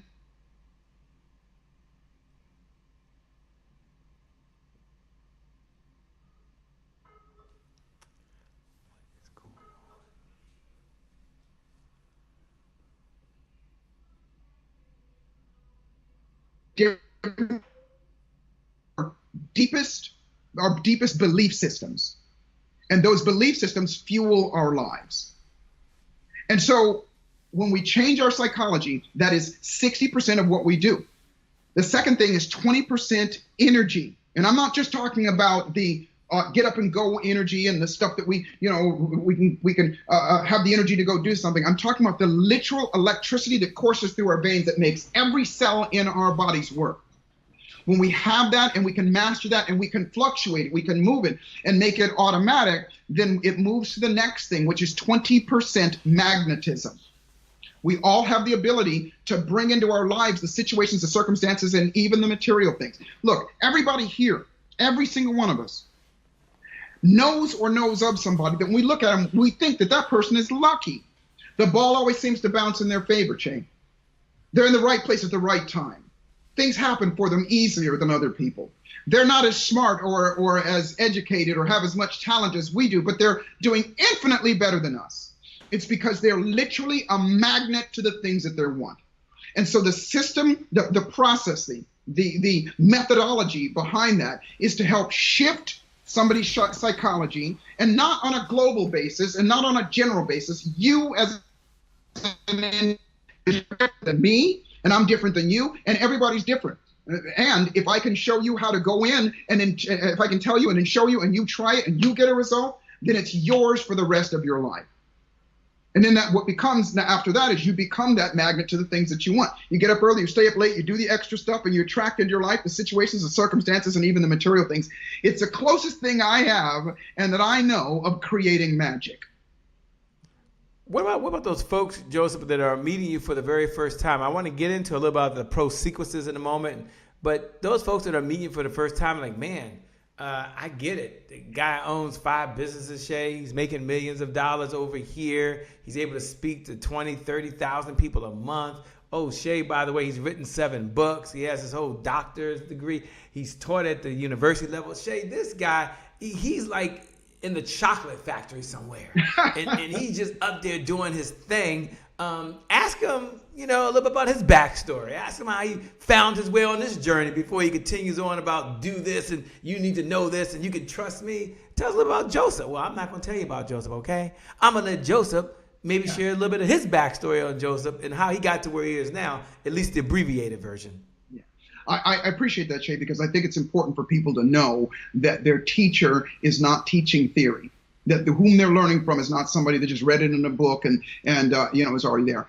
And I say that because I come from a place where I always say to people, you can sail right past broke. I was so broke, I was homeless. I lived in a cardboard box, and I was there because my self-esteem and my own belief about myself was crushed. When I was 17 and a half years old, 3 grown men tried to take my life because of the color of my skin. And it destroyed me. They left me for dead. And the things that they said to me as they were trying to kill me stuck in my head. It changed my psychology, my belief about myself, about other people, about the world around us. And so I wound up homeless. And what changed my life, Shane, was somebody that I didn't know. It was a kind person. Somebody introduced me to the whole concept of personal development, meaning that I could change all of those beliefs that I didn't even know that I had at the time. I'm intellectualizing it now, but at the time I didn't even know. I just was worthless. And so I learned that. It changed my life. I started to condition myself to default to a place of, oh gosh, I will, I'm better, I'm good, I'm all those things. And then all the other stuff started to fade away. And then I started doing things, and in a very short amount of time, my first financial win was with real estate. And I shared this with you before, Shay, but I actually saved up Coke bottles and collected enough money to take a real estate course. And I took that course armed with that whole concept of what I now call the 60-20-20 rule and the methodology to change that stuff. And I bought 26 houses in less than a year and a half's time. And I still benefit from that today. And the other things, all the other 5 businesses, the other things that I do are all a result of having a methodology versus just, a belief in being motivated and that kind of thing. And so that is the impetus of what I do. So I'm not teaching theory. The other thing is I'm not teaching theory, meaning I'm not teaching you something that I haven't done myself. But I've also taught literally 5 million people by now to do that and similar things. But I will say this, which is some of the impetus of how you and I came together, and that is that I'm a hired gun in a lot of cases, meaning I come in and I speak to other people's audiences, not the least of which being my business partner for several decades now, Tony Robbins. But I say this without excluding anybody else, only 3 to 5% of that those audiences that I speak to have black skin. And so at this place in time where we are right now, it's important that we get this information as well, which is the reason why I'm doing this. And I'm seeing in the corner here, over there, my first book is about that. It's called Unlimited Power of Black Choice, and it's to bring this information into the Black community. And now there's no time better than right now. And it's not excluding anybody else. It's anybody that this works with anybody. But right now, this is one of the things that I want all of us to get as well. As you're speaking, I'm thinking and I'm listening. I'm hearing some folks out there, and they're like, "Wait a minute, Shay. Before I get into," I wrote down tell, show, try, do. I wrote down the 60-20-20 rule. He says he got another methodology, but Shay, I've got a lot going on. And what is his magic formula? Since he's got all these formulas around overwhelm, because recently we had a conversation, by the way, and I hope it's appropriate to say that. I won't mention her name. And she called in and during this global pandemic that we were having and said, "Listen, Shay, I'm looking for some advice. I work full time, but now I'm going to be working at home full time. I'm a full-time wife. I'm a full-time mother. I'm now a full-time school teacher because she has 2 kids that are in elementary school and 1 that's in junior high. I'm also a full-time administrator because I got to freaking make sure their work get turned on. And oh, by the way, I'm also a full-time cafeteria worker, and I've never cooked this much in my life. And I'm getting my business off the ground. I'm out here. And what do you suggest that I do?" And she wasn't saying it from a place of desperation. She was like, to me, she was bringing reality. And I don't want to say just the women. I mean, it could be many guys that are in those situations as well. So the reason I tell you that backstory, Tony, is for you to be sensitive, Joseph, for you to be sensitive to what you tell the folks that are overwhelmed. They want to learn what you have to say. They want to be a multi-millionaire, and they want to be a megapreneur, but they got so much going on now. Like, is this yet another thing I got to learn? What do you tell folks that are in a place of overwhelm? 2 things. I'm super sensitive to it because been there, done that, lived there for far too long. What I didn't say is I was suicidal because of that long ago. And so overwhelm, there's 2 things. Number 1 is that there is help, and there's a way to get out of that. And I'm going to share with you the methodology or the steps to get out of that here in a second. But here's what I want to say as well, is that for somebody to say that, I can even hear it in the tension in your voice behind that. It's just stress. And what we want oftentimes brings up more stress in us. What we want, because we decide to do something, it means that we're going to have to do more. All of us are smart enough to know it means that we're going to have to do more, and that means more on our plate.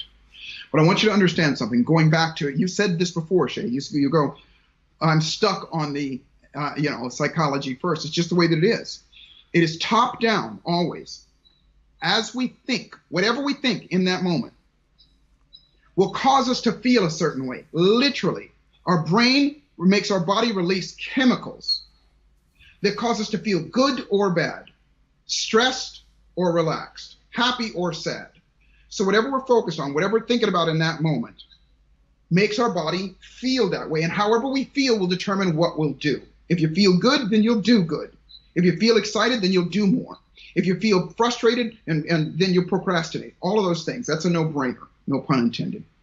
And then so what you do will be what you produce. So if you reverse engineer it, if you go, I'm broke, or I'm not getting the things done that I want, or if I'm frustrated or whatever, it is because you feel that way. And if you reverse engineer it, it's because that's what you've been focusing on. And so there's a process to help do that. And if you guys want to write this down, please do, because this is something you can all start doing right now. And this is just this slightest tip of the iceberg. What I want to show you, and that's what we're going to do at the summit, is to show you how to go in and go very specific and go deeper on this. But write this down. Overwhelm is just having too many emotionally charged tasks in our head. Let me repeat myself. Overwhelm is the emotion that is produced by having too many emotionally charged tasks in our head.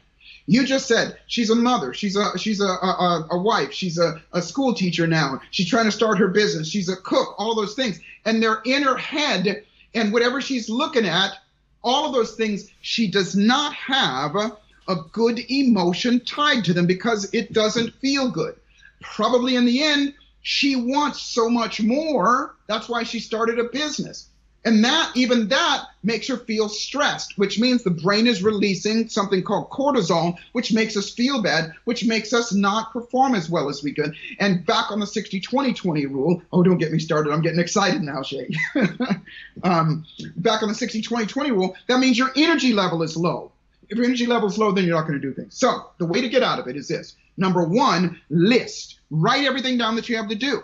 Write it down. For her, she's probably talking off the top of her head, but I guarantee you she doesn't have it all written down somewhere. And what's going to happen is two things happen. As soon as you write it down, you get it out of your head, which means now it's out of your head and it's on a piece of paper. And it's almost like magic, because as soon as it comes out of your head, because remember, that's all it is, it's in your head. It's part of your thought process. As soon as you put it on a piece of paper, the second thing that it does is when you start looking at it, it allows you to move to the second step, which is to prioritize it. And I don't mean prioritize it by going, this is the first thing that I should do. It just means which is the most important. Because as soon as you write down which is the most important, and let's just say, I use the example of, you gotta go to the kids' soccer game, or you gotta teach the kids this kind of thing. As soon as you write it down, you go, well, the reason why I'm doing this is because I love my children. And then guess what? As soon as it happens, because it's out of your head and you're focused on that one thing, then your brain gets to go, that's why I'm doing it, without the cluster of all the other stuff around. Once you've done that and you're starting to get some release of each of those things, you prioritize it. This is the most important. My children is most important. Second most important is my business. Second important is my whatever.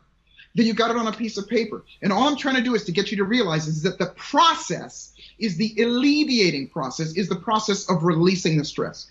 And then the next step is activity or action on something, whatever the thing that you can do right now. If you can write something down or make this phone call or whatever. And then when you do that, then you get more release. And then the last thing is praise. And what that means is as soon as you've done something, anything at all, give yourself some credit for it. She listed all of those things, but I guarantee you she doesn't go, I'm a great mother, I'm a great, and so this is what I did today, that kind of thing. Give yourself some credit, because then it's a loop. We call it a cybernetic loop, because then if you feel good, it goes back up to the top of the list and you go, oh, I get to do this, I get to do this, I get to do that. It makes you feel better. If you feel better, then you do more. If you do more, then you have more. Really, really simple process. But if you do it, you'll get results. And then later on, I'll tell you about, and that's what our summit is about. I'm going to tell you how to make it so that it becomes a loop, so that it's a cybernetic loop, so that it becomes part of who you are. So you default to feeling good and feeling excited about the things that you want to do. It's not that you're too busy. All of us are busy. I got 5 different businesses. And, I homeschool my kid, and I got all these things going on. I'm busy as well. We're all busy. They always say, if you want to get something done, give it to a busy person. They'll get it done. That's so true. So as we're proceeding on, for those folks out there, we're talking about how to become a multimillionaire megapreneur. And there's been 2 tools that have been given to us so far: tell, show, try, do. Hope you wrote that down. And the second one was the 60-20-20 rule: 60% psychology, 20% energy, and 20% magnetism, which is very, very important, how we attract what we need to attract to us. take a moment if you would. I'm going to suggest everybody get their paper and pencils. I'm going to ask him to be a big favor, but that's why he's here, right? So hopefully he's going to do this big favor. Say, yes, yes, Joseph, yes, you can do it, you can do it. And the big favor, Joseph, is there's this concept this theme that underlines what you train, which is the pro sequence outcome clarity formula. That's a lot of words. The pro sequence outcome clarity formula. For those folks, try to write that down. I'm going to ask them to break it down, tell us what is it, by the way, and how we can benefit as entrepreneurs becoming megapreneurs. It's called the pro sequence outcome clarity formula. Tell us what is it and what does it do, and then how do we use it as megapreneurs? Yeah. And by the way, these, as you said before, these are all pieces. And we got this short amount of time here. But when I get to meet you live, everybody that's watching, I'm going to break this stuff down and we're going to instill it in you. First off, pro sequences is the opposite of consequences. We always think about consequences. They're the negative, bad things that happen because we didn't take the right best activity. But pro sequences is foresight, is doing something now that's going to produce the result that you want. And so this is a formula so that you can create the outcome that you want. You can be clear on it, what that you want. And this system works with whatever you do, whatever you do. Because remember what I said, a megapreneur is wealthy, and you want to be wealthy, healthy, happy, and financially abundant. So whatever you do, whether you're trying to change your body, whether you're trying to build your business, you know, whatever you want to do, this is what changes it. And it's steps like this. Step number one is this: destination. What do you want? Clarity on what you want. The target of exactly what you want. You know, we heard this statistic 1,000 times that only 3% of the population has written down goals, and only 3% of this population is wealthy. It's been throughout time. It's Harvard study. It's throughout time. So the first step is obviously writing down goals. If you're listening to me now, you probably already know that.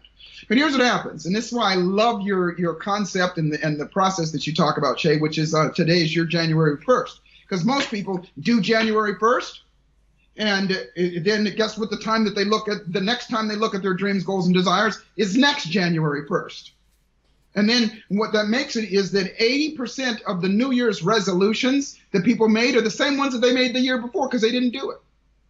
But you got to know where you're going. It's that target. You got to know what you do. You got to be clear on that. That's step number one. And by the way, when we work together, you know, whether I'm coaching you, whether I'm working with you, whether we're learning something together, it's about your specific ones, not Joseph's or Chay's or anybody else. It's about yours specifically so that you feel like you can do and get what you want. So step number one is destination. What do you want? Step number two is location, which means where are you now? Getting honest with yourself, being dirt honest where you are right now. I always say to people, you know, my car, and most cars these days, you get in it, and I tell my navigation, I go, I want to go to San Diego. I'm in Los Angeles. I want to go to San Diego. Okay. The first thing she has to know is where I want to go. The second thing she has to know, I say she, because mine talks to me in a woman's voice. She has to know is where are you, so that she can draw that line. You got to be honest. So for you, that's the second thing, is you've got to get clear on exactly where you are, being dirt honest. You know, if you're starting ahead of the game, that's great. If you got some money to invest, then that's great. If you don't, be honest about it. This is where that imposter syndrome gets in the way of a lot of people, because they don't want people to know where they really are, you know, that kind of thing. The third thing is that you've got to figure out what stops you, what has been your challenge that keeps you, that makes you procrastinate, hesitate, fear, failure, all that stuff. And I'm going to tell you right now, it's your psychology. It's how you feel about yourself, what you think about yourself, and what you think about other people, and what you think about the world around you. You know, not to oversimplify it, but if a person comes to my office, they got a fear of heights, okay? I know that they consider themselves a coward. They consider themselves a fearful person. That's their psychology about themselves. I know that they think other people are better than them, at least in this area, because most people are not afraid of heights, okay? And because that goes on, it releases a certain, let's just say, a cocktail of endorphins and dopamines and things like that go through our system that don't make us feel good. And I know that they think that the world, especially dogs, is a dangerous place. Because of heights is a dangerous place. Now, I know that that's the psychology that's going on, and I know that's what's stopping them. And if I know that, then I can go into the next step, which is to eliminate that cause. Now, obviously there's more to it than I have time to give you right now, but to eliminate that cause, bust it apart, the next step is to replace that with what you want, the feeling that you want, to have that courage, to have that, to change that psychology. And then the last thing is to condition it so that it happens automatically. Because you don't want to have to pump yourself up and get in state all the time. You want it to be automatic, so you default to that. Those steps, there's 6 of them. Those steps, if you follow those, you can get anything that you want in your life, anything. I'm not going to sit here and tell you that you're going to get exactly what you want when you want it, but I am going to tell you stack the deck in your favor. And the characteristics of any megapreneur, and I've had the privilege of being around millionaires, billionaires, healthy, happy people around the world, movie stars, all of those people, they all have this in some way. They don't necessarily know they do it, and my job oftentimes is to go in and to make it clear on them and enhance those things, but we've all got it as well. If you've got a heartbeat, then you've got it as well.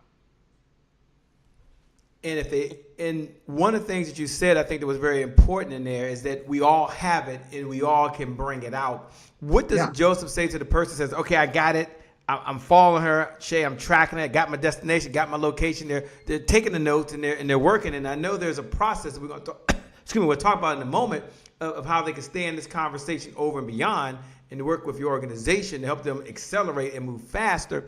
But since this is the Comeback Champion Summit, they might be thinking, okay, this is good, I can do that. What is Joseph's number one idea in order to bounce back from a setback? Because I've had some challenges, Joseph.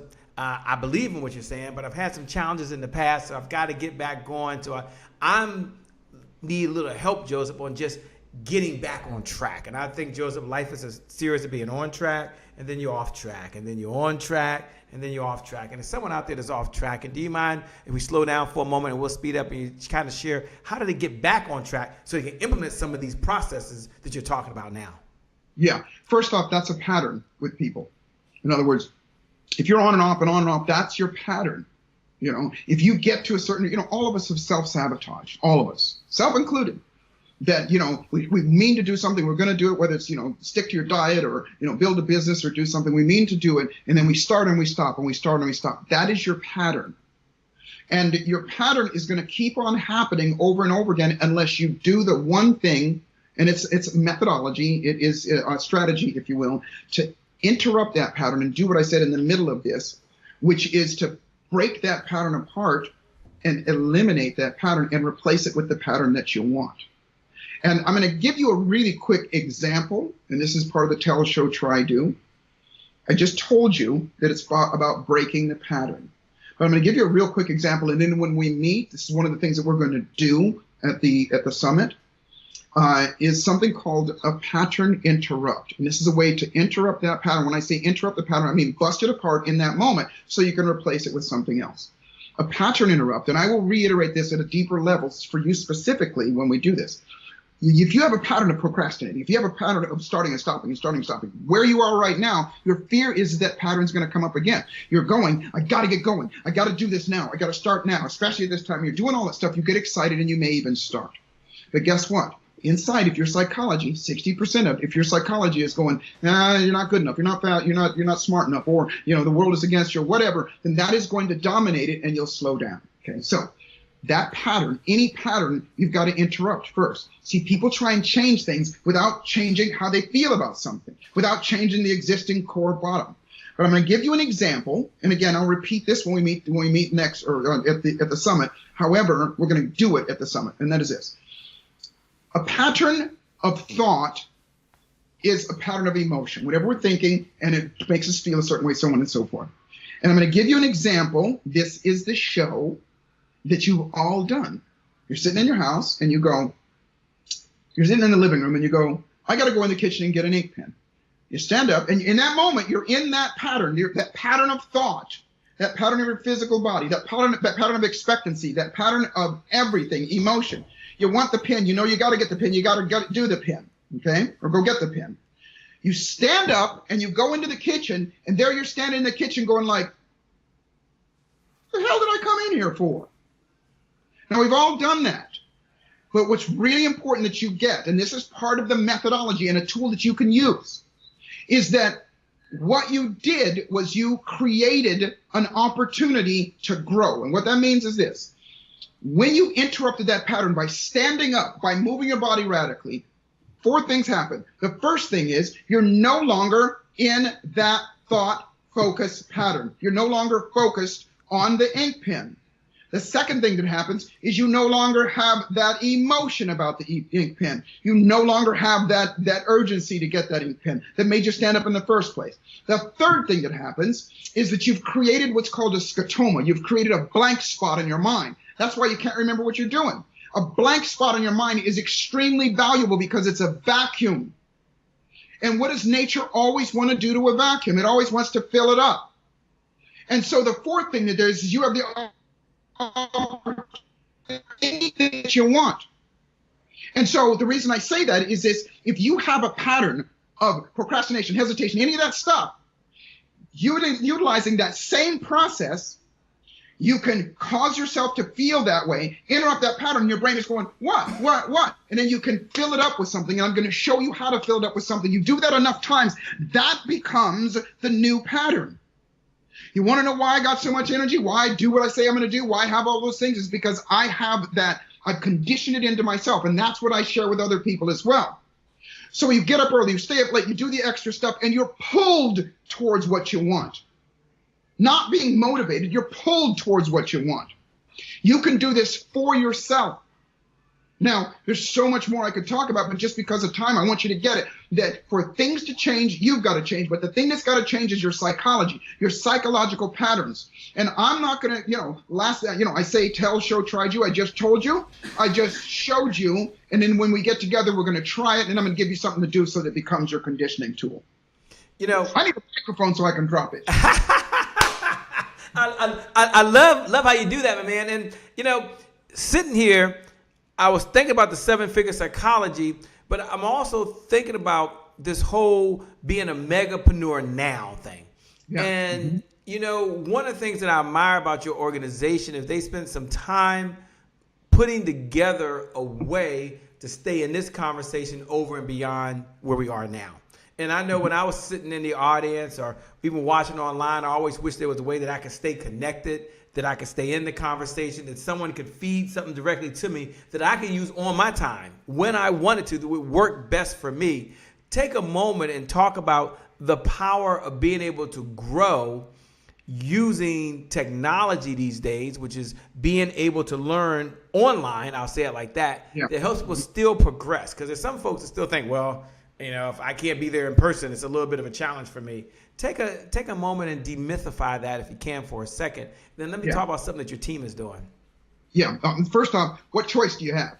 What choice do you have? And the answer to that is you got the choice to not do it or to do it. If you don't do it, it's consequences. If you do it, it's pro-sequences. It's that simple. Second thing is this. Right now, and especially the way that because like I said, I'm a live guy, but my business in terms of live events, March 15th, boom, nothing. I haven't done one live events for 6 months now, but I do a lot of stuff online. So I've pivoted and I've created, and actually it's even better because you get to do it at your time. But here's what I want you to know.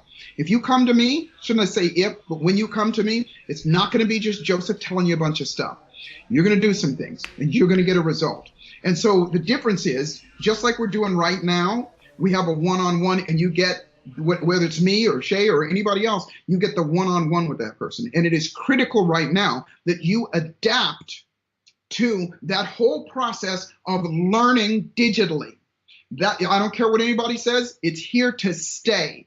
Yeah, this pandemic's going to go away. Yeah, there's going to be live events and so on and so forth, but I promise you, biggest, or maybe the biggest, but a bigger portion of learning is going to be online. And you don't have to get on an airplane. You don't have to rent a hotel room. Now you don't have to risk getting sick, all of those things. But here's the difference, though. When you come see me, like I said, you got a fear of dogs. There's going to be a dog in your room when you come see me. When you come see me, we ain't going to play. I'm going to give you something to do. You're going to get a result. You're going to change yourself. We spoke about this before, Jay, about one of my many January 1st, and one of them was the day that I realized that I could change myself. was the day that I realized that I could do something about my own patterns that I didn't even know that I was were there. And when I learned that and I changed it, everything changed, because it wasn't just that I changed doing things. It changed how I affected other people. It changed how I affected the world around me. It changed how people treated me. And it changed how all of that flowed towards me. Like I said before, all of us know people that seem luckier than the others. Luck is manufactured. Take a moment, if you would, spot on, by the way, spot on. And this megapreneur, I know this program that you have, and I just want to touch on it for a moment if we can, because I'm sensing someone out there is like, I need a little bit more, Shay. I need a little bit more. Take a moment and talk about, what does someone learn that's part of a megapreneur now type of program? Like, what should they expect to learn, and what should they expect to be their result? And I know we can't promise results, but what should the expectations be? Yeah, first off, there's 4 things. And they're all centered around the 60-20-20 rule. And so here's what you're going to learn. You're going to learn 2 things. Your own psychology. I'm going to show you exactly how you function as a human being, and then how to use that information to get the very best out of yourself. Because most people don't know, why do I do the things that I do? You know, why do I sleep late, or why do I overeat, or why do I do this? Why do I do that? Well, if you keep asking that question, you're not going to get an answer. As a matter of fact, asking that question is going to keep you asking that question. So doesn't it make more sense to help figure out the lineage and the, what I call, mechanics of how we do what we do? You know, most of us, and by the way, you don't have to know all this stuff. I'm going to give it to you, but then I'm going to show you in the end of it how to just apply it all. So the first thing is how to change your own psychology, meaning find out what your psychology is, and so that we can change it, so that it starts that domino effect of going through you and making you perform more. So psychology is number 1. That's the first thing you can learn. You're going to learn tools on how to do all those things I did before, and on your personal level. And when I say learn, remember what I said before. You're not going to just learn it. You're going to do it. Every single piece of it, I'm going to give you something to do, because that's where the change comes from. The second thing is, you're going to learn about the electricity that you produce. And this is so, so important that it's left out of, at the risk of sounding arrogant, everything. The electricity that you produce. Did you know that you have enough electricity flowing through your body right now to light up a light bulb? That's what life is. When your mom and dad got together, and that sperm and that egg got together, there was a little bit of electricity from him and a little bit of electricity to get to them, and they got together, and guess what happened? It grew. It geometrically grew into the person that you are right now. You're an electrical being. The day that electricity goes away, that's the day that you're dead. So that you have the ability to create more of it in the moment. But here's the greatest part about it, Shay, is that we all have the ability to make it automatic so that it operates at that high level. And when it does, then you have the energy to do more. But here's the greatest part about it. It's going to be where it's a little cosmic. So second piece is, you're going to learn how your energy and how to create more of it and sustain it. When you have more electricity, that electricity is something called wait for it, magnetic energy. Now, in the other call, I talked about how you can cause somebody to notice you just by looking at them. And that's because you're magnetizing yourself. Your electromagnetic energy grows, and so is theirs. But guess what? It's that way with everything in the universe. That's the way God made it to be. Whatever your religious beliefs are, that's the way the universe works. And again, I'm going to prove it to you. I'm going to show you. At some point, you're going to go, boom. Lastly is this. I call it effective pattern replacement. The process that I told you about before.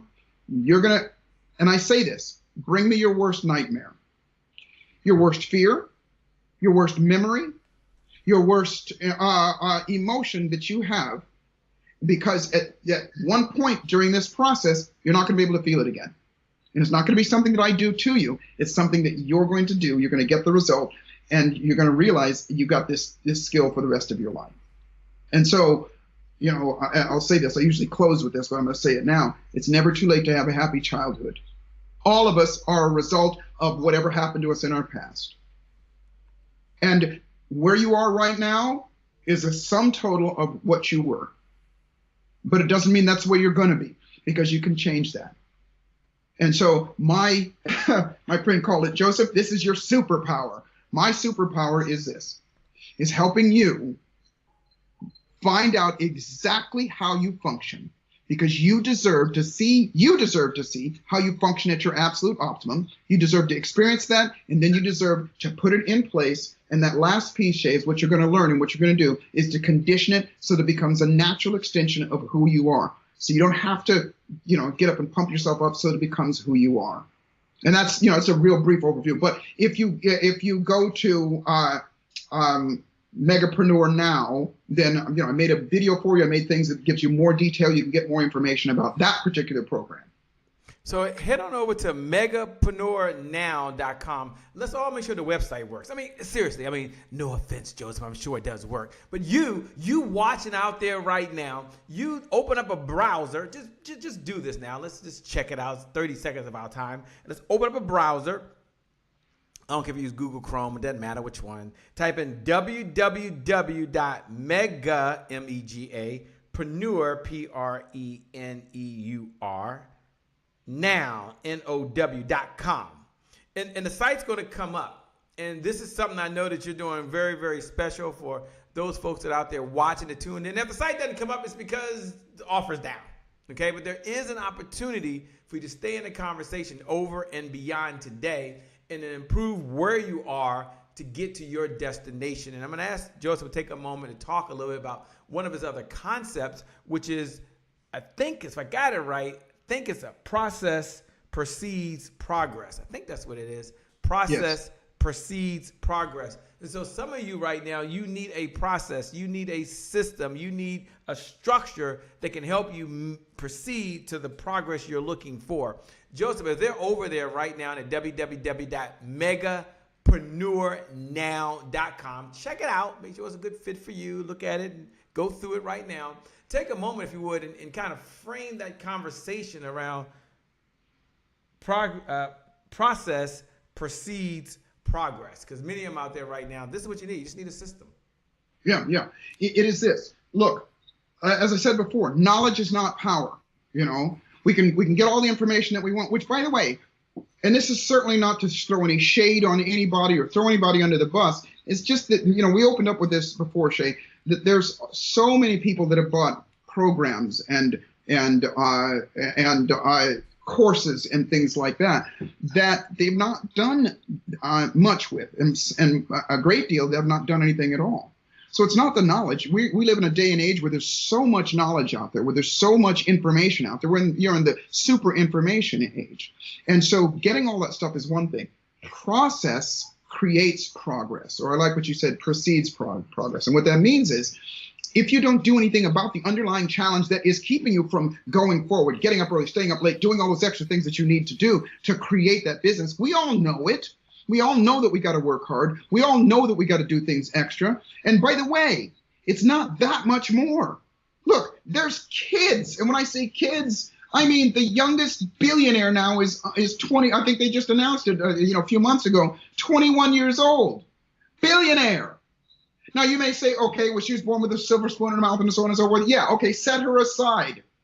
There are hundreds and hundreds of thousands of kids between 15 and 20 years old, 21 years old, that are multi-millionaires through internet marketing, through all kinds of stuff. You see them all over the place. And it is because, knowingly or unknowingly, they have the process of getting themselves to do something. And when I say unknowingly, they don't have all of these steps that Joseph has right now. Something happened where they, along the way, either it was their upbringing or so on and so forth, they stumbled into the right place, right time, whatever. But I guarantee you, if I was to peel it all back and take a look at them, they all have these attributes right now. All I've done was put it into a very, very simple, comprehensive process to create the progress that you want. I'm not going to sit here and tell you that you're going to get everything that you want when you want it. But I will say that it's going to not only just stack the deck in your favor, it's going to increase the odds of you doing it 100-fold, 200-fold. And by the way, I'll say this. It's not because Joseph McClendon is so smart. I want to say that I've had throughout my life some unbelievable mentors and teachers, and they've taught me to do things. And the difference is they've taught a lot of other people to do things as well. And all of them will tell me, Joseph, you are excelling more than anybody else that I've taught. And it's not because I'm so special. It's because I have a process, because I have something that automatically, when something shows up, guess what my identity is? I hope this doesn't sound arrogant, but my identity is I'm going to be the best at that, or at the very least, one of the best at. And I go through the process. I set my destination. Okay. Here's where I am. I go through that process every single time. It's a success formula. Most of us don't have that. And so, not to put too fine a point on it or to keep beating a dead horse, here's what I will say. If you have brown skin, if you got black skin, then you have a psychological wound.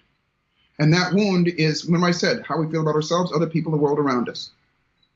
That is our psychology.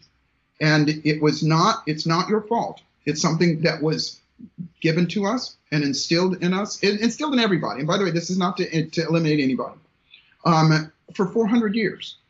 And so, I hope I'm not overshooting this, Shay, but is that it's never too late to have a happy childhood. It's never too late to change that. All I want to do is give you the gift of you changing it for yourself so that you can have that 7-figure psychology. Whether you want 7 figures or you want 6 figures or whatever you want, remember, we're entrepreneurs. You're on this call right now because you're already an entrepreneur. Let's step it up. Let's step it up with process to be able to do that. Methodology, as you say, Shane. Man, I love it, man. This is like super cool. This is super exciting. Everyone head over to www.megapreneurnow.com. Again, www.megapreneurnow.com. This is your moment. This is your time, or in the words of Joseph McClendon III, now is the time. Now is the time, and that's why let's go to Megapreneur now. And if you're ready, not only be a multimillionaire, and it's not about the money, okay? It's not about all the money you're going to make. It's about the meaning you're going to have in the world. It's not about the income, and not about the income you're going to make, because you're going to get a lot of income, by the way. It's about the impact that you want to make. You want to write a check to make some impact. And certainly, I love to say, it's all about making a dollar and a difference at the same time. And that's what being a multi-millionaire megapreneur will allow you to do. And isn't that why you got in business in the first place? To have more time, to have more freedom, to do the things you wanted to do, to change a little boy's life or a little girl's life or a big boy's life or a big girl's life, to really make a difference. And it's tough to be held back when you don't have the resources to execute the vision you have for the people you were called to serve. And this is a vision that's been given to you, and it's your assignment. And it's much bigger than you. That's why you need help, or you would do it by yourself. I'm confident of that. But you need to bring on others. Joseph, you have this whole thing called the 7-figure psychology. And I know you've kind of walked through it, and I'm going to ask you if you can wrap it into a bow for the audiences that are over at megapreneurnow.com. Again, www.megapreneurnow.com, because I believe this whole 7-figure psychology, this whole belief system, when you see it bundled, it kind of represents, in my opinion, a megapreneur. Yeah, it does, because psychology is everything. Remember what I said. I love the way you put it. I'm stuck on, top down, head, thinking. And by the way, most people don't know what a thought is, how to think. So that's what I'm going to show you how to do. I'm going to give you an example. And I made a video about this a while ago, so maybe you saw it. I was walking through my neighborhood here, and I live in Newport Beach, California. Let's just say it's a fairly well-to-do neighborhood, because I got to practice what I preach, yeah? And so I was walking around, and we're in the middle of COVID right now. But I'm going to say and I live in a gated community, and I'm going to say maybe 150 houses in this community. The cheapest house here is probably $4 million, maybe $4.5 million here. It's California, so we're going to say it's ridiculous. At the other end of it, there's $10, $15 million houses here. But here's the reason I'm sharing this. As I'm walking around, at least 10% of these houses, including the one that's right across the street from my house, are remodeling and are under construction, that are building, a whole another level. Across the street, they're building a whole nother garage and a room on top of that, all kinds of stuff. And it's beautiful. It's amazing. They're probably spending $250,000 to $500,000 to do that stuff. Why do I say that? Because these people have the psychology that other people don't. The rest of the world is going, okay, we gotta save up, we gotta be cautious, and these people are going, screw it, this too shall change. This is gonna be okay. Let me get going forward. They're doing it smart. Now you may be saying to yourself, well, they got a bunch of money. Yeah, they do, because they have that psychology, because they think of themselves and they've been doing it through time. You do not change unless you change how you feel and what you do. And so these people, as I'm walking around, they know that this too shall pass. And when it does, their investment that they made now is going to pay off tenfold. And all I'm saying to you is, it is your opportunity. Whether it's with me or somebody else, make the investment in yourself right now. Now is your time to do it. I got to tell you, through time, and I'm not saying this to brag or to boast, it's just the truth. In the 3 decades that I've been doing this, I have invested, and even though I'm the guy that's on the stage, I've invested in myself well over $250,000 in educating myself, seminars and workshops and things like that. And if I knew what I know now, I would have invested in the right things, because a lot of that stuff was a throwaway. But now, and that's the reason why I do what I do right now, is because I don't want people to go through that. Why? Because somebody did that for me. And as noble as that sounds, the reality is this: if we don't help each other and we don't help ourselves right now, then what is going to happen is that it is going to implode, and it's going to slowly implode. And what I mean by that is, at the very least, see, I'm not going to challenge you on this, Shay, but I'm going to say this. It is about the money to a certain extent. Now, I want, in the end, here's what I want for everybody: to make as much money as you need to, want to, should make. Because at the very least, my saying is, those of us that dare to dream while the rest of the world is having a nightmare, you're not only going to get the money, the abundance and the things that you want, but you're going to be a shining example for the rest of the world. And that's how we're going to change the world, because other people are going to look at you and they're going to go, they did it, I can do it as well. With your energy, with everything around. I want you to experience what it's like to look at your bank account and go, there's $1 million there. Because the day you do that, it's not going to be about, there's $1 million there and I did it and it's all about me. I promise you, what is going to happen to you at that stage is, long before that, you are going to have been giving away money and helping other people and doing other things as well. Because I'm here to tell you, there comes a point when you have everything that you want materially. There comes a point when you've got your child's college education paid for, when your house is paid for, when your cars are paid for, and you got all the stuff that you want. That's going to come, and I want you to enjoy that if that's your outcome. And I want you to know that happily achieving along the way is the goal.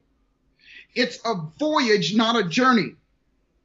A journey is exhausting. It never stops. A voyage means you start at this place and you go on an adventure. You learn some things along the way, and then you get somewhere, and then you take that and you bring it back to your life.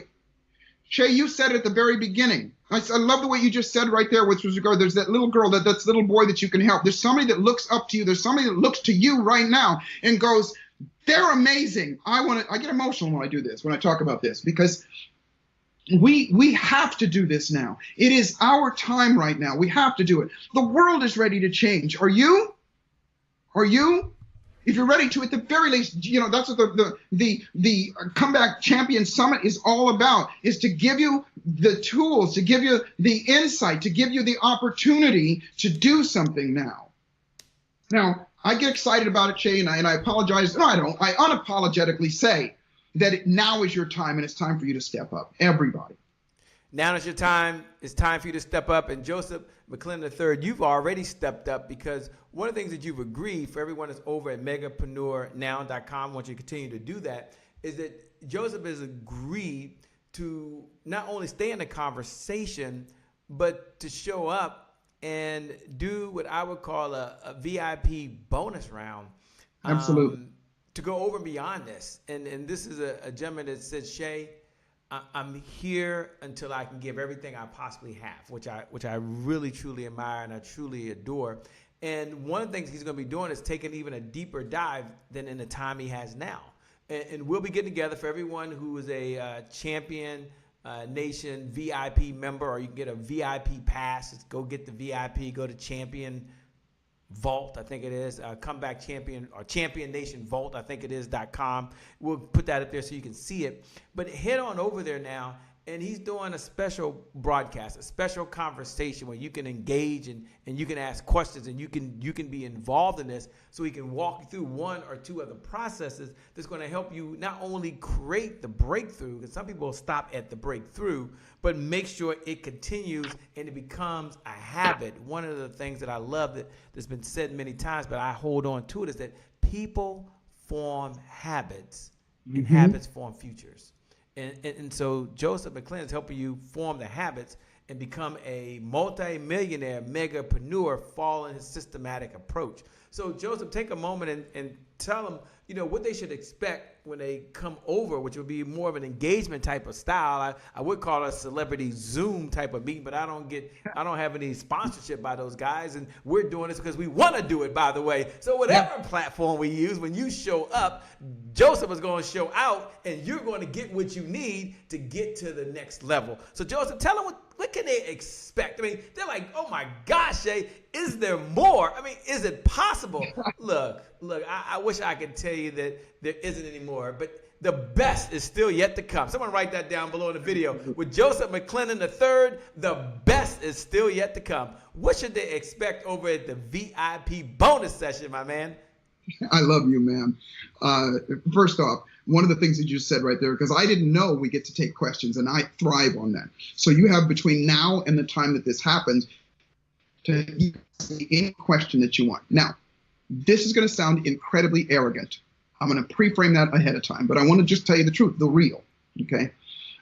I actually stopped taking them on because the clients that I have, high-end clients, if you will, they just keep re-upping, and I can't take on more than one or two a year.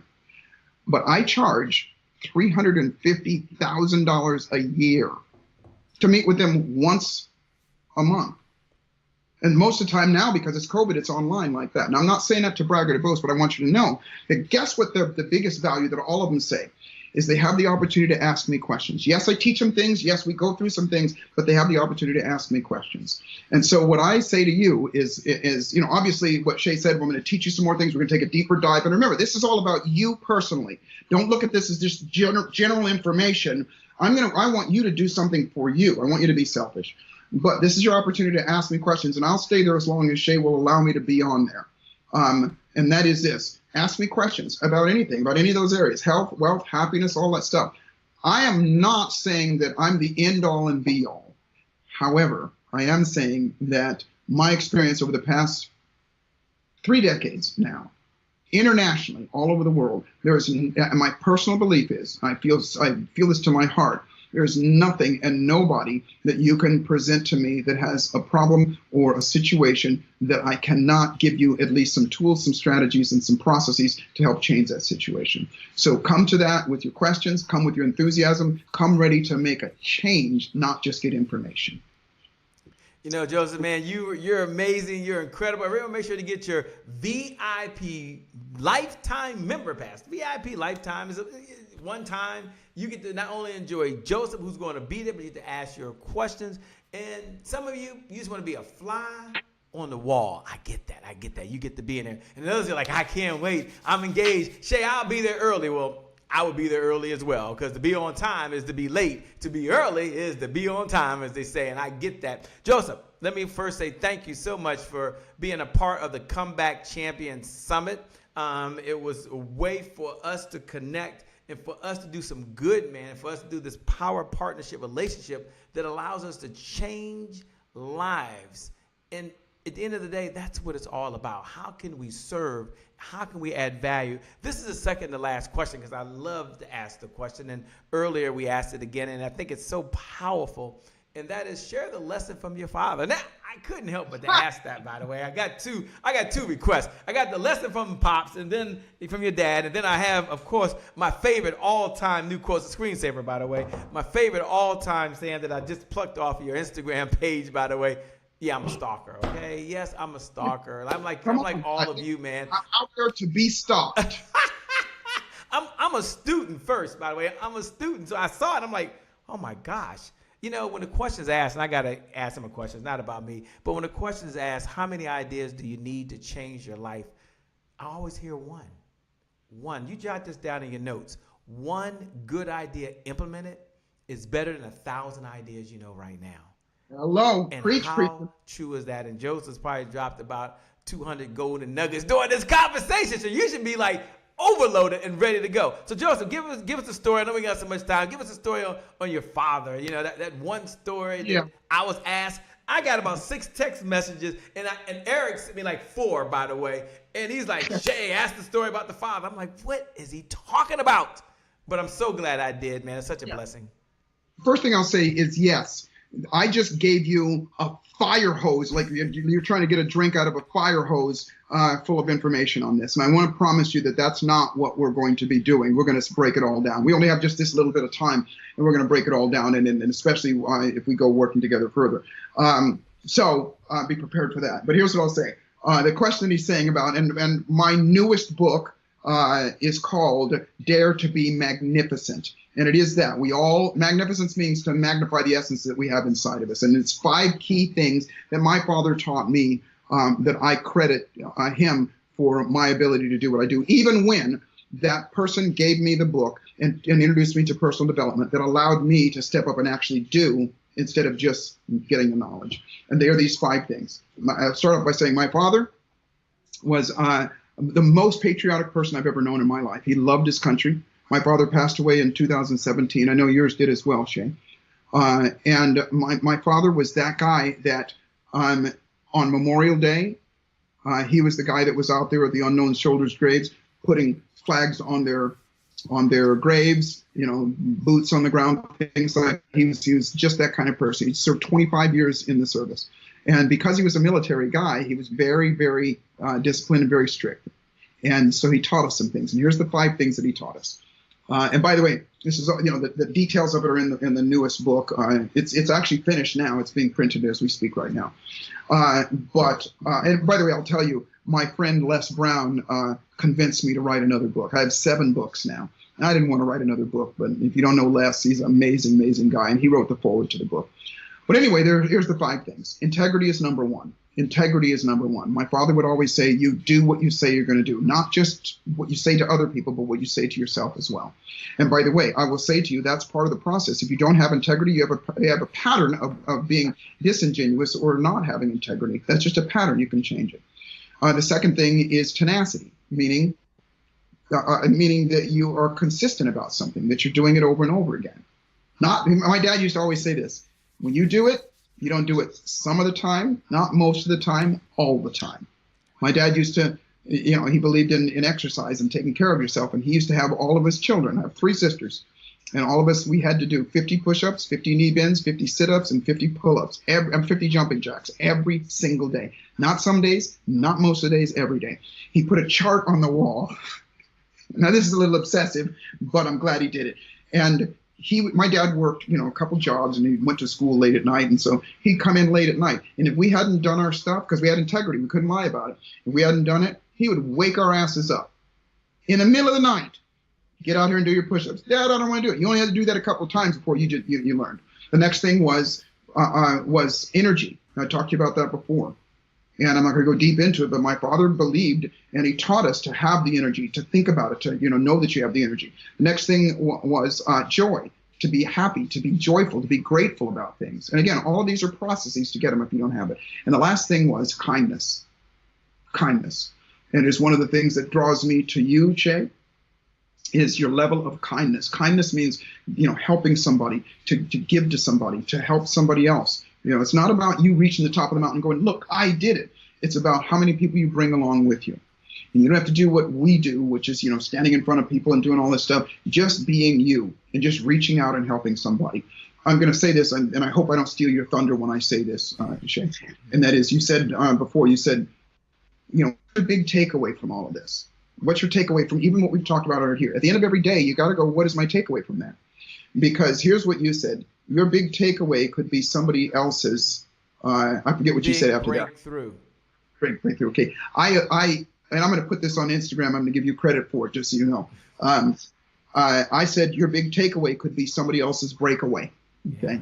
And what I mean by that is you're going to help somebody else break away from their patterns. And lastly, I'll say this, please share this.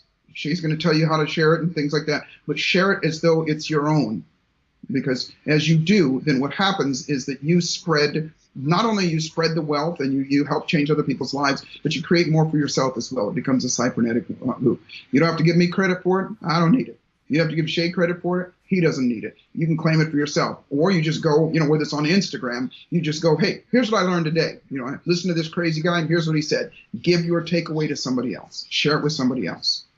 Man, Joseph, thanks a lot, man. You're a rock star, man. You're super incredible. Certainly appreciate you being here on the on the Comeback Champion Summit, man. We did something, the Comeback Champion Summit. I want to turn over to you to have your closing thoughts. For those folks that are out there, once again, you can hit the share button, hit the like button right below, but pay this message forward. Pay it forward to your community. Pay it forward to your network. Joseph says, look, share this. You can distribute it. Don't be like, oh my gosh, is he okay with me? No, he's okay with it. No. He's okay with it because you're blessing someone else. And isn't that what it's all about? One of the things I told Joseph earlier, and I think we were talking the other day, I think he think I was joking about it, but I actually have now in my phone, I took a snapshot. There it is. Well, you can't see it because it's a lot of lights in here. But it's something he put on his Instagram page. You can find Joseph at I am Joseph McClennan. That's on Instagram. For those folks like my son, IG. I know that's so. Us old guys still say Instagram. Right. I'm on the IG. Hit me on the IG. But one of the things he said was strive to be. So strive to be the hardest worker in the room, the best attitude in the room, the most focused in the room, the happiest in the room, the most optimistic in the room. You might not always be that person, but if you make that your target, you will be even more amazing than you already are. Joseph McClennan III, thanks a lot, man. It's been an honor and a privilege, a treat and a treasure to hang out with you, by the way. We appreciate you so much. I want to turn over to you, man, to have your final thoughts, your final comments. Some folks right now, they're over at www.megapreneurnow.com. That's the right move. They're there. Some of those folks that are there and others have already said, no, I want to be at the VIP celebrity session. I call it a VIP session. I was saying celebrity, but Joseph, he's such a humble guy. But the VIP session, it's where the magic goes down and you can interact. You can be that person. And then others are like, man, Shay, this is really great. I appreciate it. Leave a comment below. But your comment is important. Your big takeaway is important. But more importantly, hit the share button. It doesn't cost you anything. Hit the watch party button and pay it forward. All right, Joseph McClennan, I turn over to you to give your final thoughts, your final comments, man. We appreciate you. You're a rock star, man. Thanks so much. Yeah, I'm saying this to everybody. First of all, thank you so much, and thanks for this platform, and thanks for what we're going to do, and thank you everybody that's out there about what you're going to do. I congratulate you in advance, and I want you to write this down. You ain't seen nothing yet. Write it down. That's about me, what you're going to get from me and Shay and everything, but you ain't seen nothing yet with regard to you as well. This is your January 1st. This is your January 1st. And what you do now sets your trajectory going out. Second thing is this, is that the way that you have a debt that you owe to someone. And that someone is whomever it was, whomever those people were that took care of you and raised you. And I don't just mean, because some of you, I was fortunate to have, a dad and a mom and all those things. Some people didn't have that kind of stuff. But somebody at some point in your life cared enough about you to feed you, to clothe you, to take care of you, so on and so forth. And it may have not been that, great, amazing person, but you owe it. The way you pay them back is to pay it forward. And that's the name of the game. And it doesn't mean that you got to go out and, do selflessly give forever everything that you've got and be a Mother Teresa. That's not what I'm saying.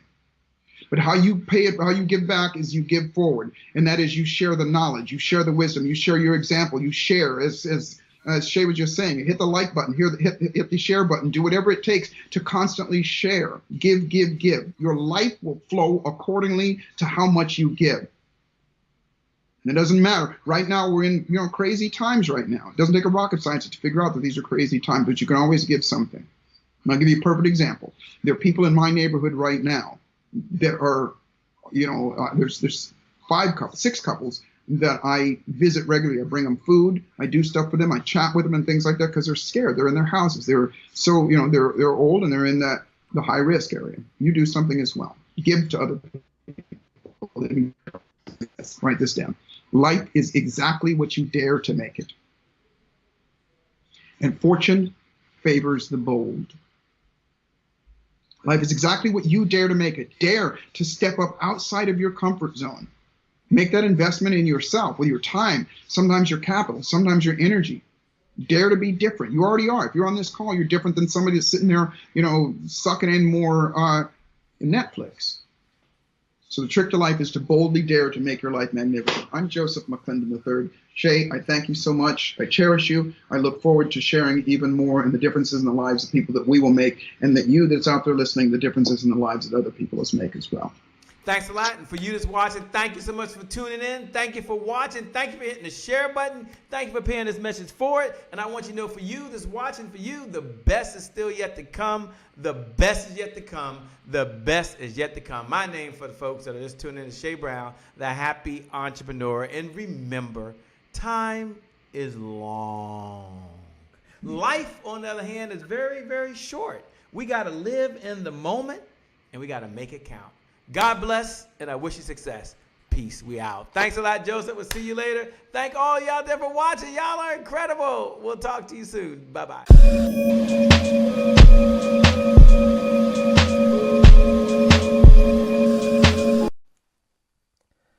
Hey, how's it going, everybody? I'm excited to be hanging out with you comeback champions. My name is Lieutenant Colonel Jason Harris, and I'm going to have some fun today sharing with you just a few of the things that I have been using to help me make it through this amazing 2020. I know some of you all are here because you want to figure out, how do you build and cultivate trust within your teams? You're trying to figure out, are there some lessons that we can implement right now with ourselves and with our teams to get us through the latter part of this year? I know many of you have been going through some of the challenges of this year. In the current environment that we're in, some of us are experiencing not one, not two, but 4 different crises all at one time. What do I mean by that? We've got COVID-19 happening. We've got Human Rights 2020 happening. We've got economic challenges that are stressing lots of us. And a lot of us are experiencing relationship challenges. Right now, if any of you all are experiencing any of those, just throw something in the chat just to let us know. Not to expose yourself, but to share that we are in this together. And so I know that some of you are excited to hear what I have to say about how we make it through the challenges of these 4 different crises, as well as how do we get ourselves up from the setbacks that this year has dealt to us individually, as employees, as team members, as entrepreneurs, as business owners, and I'm excited to share some of those things with you. You see, a little bit about my background, just to help you understand who I am and how I came to start having these conversations with people, how I work with leaders, how I work with entrepreneurs, and how I'm working with high-performance teams to share some of these exact same things on how they can get up from setbacks, how they can build, cultivate trust, how they can create winning teams in the midst of chaos, in the midst of the challenges that many of us experience every single day in our businesses, that many of us experience every single day in our workplaces. See, I grew up in Oakland, California. For anybody who's familiar with Oakland, California, I grew up in East Oakland, just a stone's throw away from the Black Panther Party headquarters. So much so that some of the founders of the Black Panther Party movement, they actually would sit on my grandmother's porch and speak to my grandmother when they started the movement. As a child, I actually got to benefit from the Black Panther Party and what they did by the free lunch program that was set up at one of the parks in the neighborhood that I grew up in there in Oakland, California. The other thing that I love to tell people for perspective about who I am as a person is I'm number 2 of my mother's 6 children, the product of 3 marriages, 4 different fathers to her 6 children. And that is something that has helped to fortify who I am as a person. And it's something that has helped me to appreciate what it is that I get to do every single day, helping people, impacting people, and helping people to win in life, win on their journey of success. You know, for me right now, as I'm talking to you, a little bit more about what I've gone through this year. You see, I've experienced some of these similar setbacks, some of the similar challenges that you have in this year. But even before then, you see, what I went through in life to allow me to be able to bounce back is some of the other experiences. Some of the experiences that I've had in life is I went to the United States Air Force Academy. When I went to the Air Force Academy, I never thought I'd be able to go to college. I was the first person in my family to go to college. And in going to the United States Air Force Academy, there were a couple of times that I thought I was going to get kicked out. Literally, I thought I was going to get kicked out of the Air Force Academy. Thankfully, I made it through that place. I made it through the challenges and experiences that were put before me. And I was afforded the opportunity to fly airplanes in the Air Force. Through my journey of flying airplanes in the Air Force, I've deployed 11 different times in combat. And in those 11 times, 7 of those 11 combat deployments, I was in a special operations unit where we got to work with some of the most unique, amazing people. Yeah, you can let your imagination run wild right now. That's okay. But in working with those people, I learned some of the exact skill sets that I'm going to teach you today. Some of the exact tools that I'm going to give you today that has helped me to succeed in combat, helped me to succeed in my business, helped me to succeed with the leaders that I work with one-on-one, with coaching, with the workshops we do, and some of the different high-performance teams that my organization works with. But the first thing I want to tell you guys about is my business model, the idea, the principle that I stand on in my company, the principle I stand on in every single thing that I do. That is the concept of no-fail trust.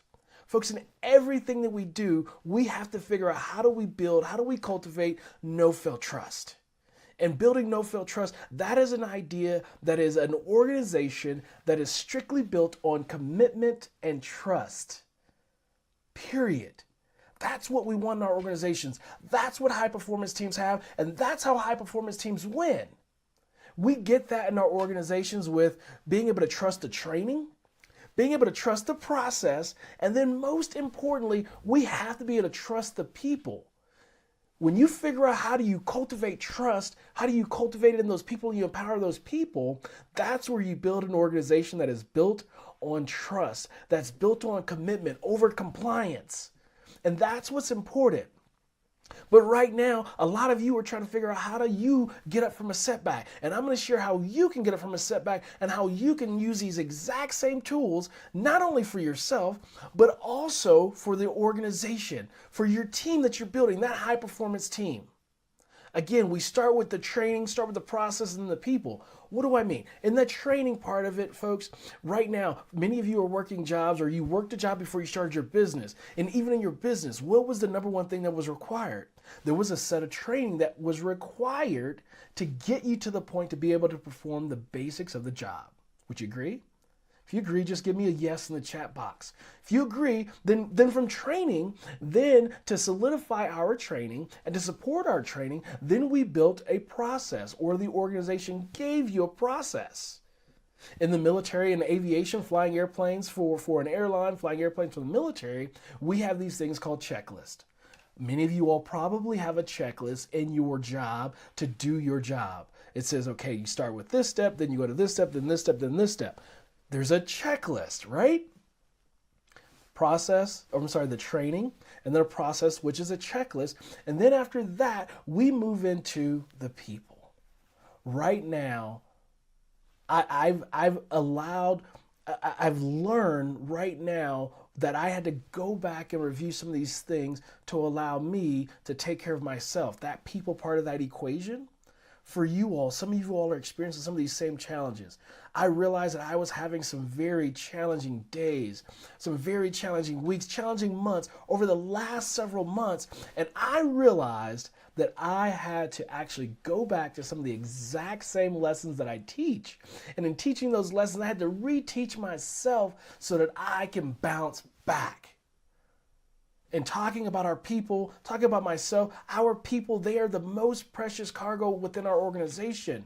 For me, I am the most precious person in my existence in that sense, because if I don't take care of myself, then I'm not able to take care of my precious cargo, my people, my spouse, my daughter. I'm not able to take care of my team when I'm expected to do my job. For you all right now, bouncing back from the potential setbacks that you've experienced, you've got to be able to take care of yourself first and then get out there and take care of the team. Well, what are those 5 principles? I want to share with you guys 5 things. I want you to write these down. It's called cargo. Of course, CARGO, cargo. I want you to write those down. The C in cargo, it stands for creativity. We're going to talk about creativity. The A, that stands for access to resources and tools.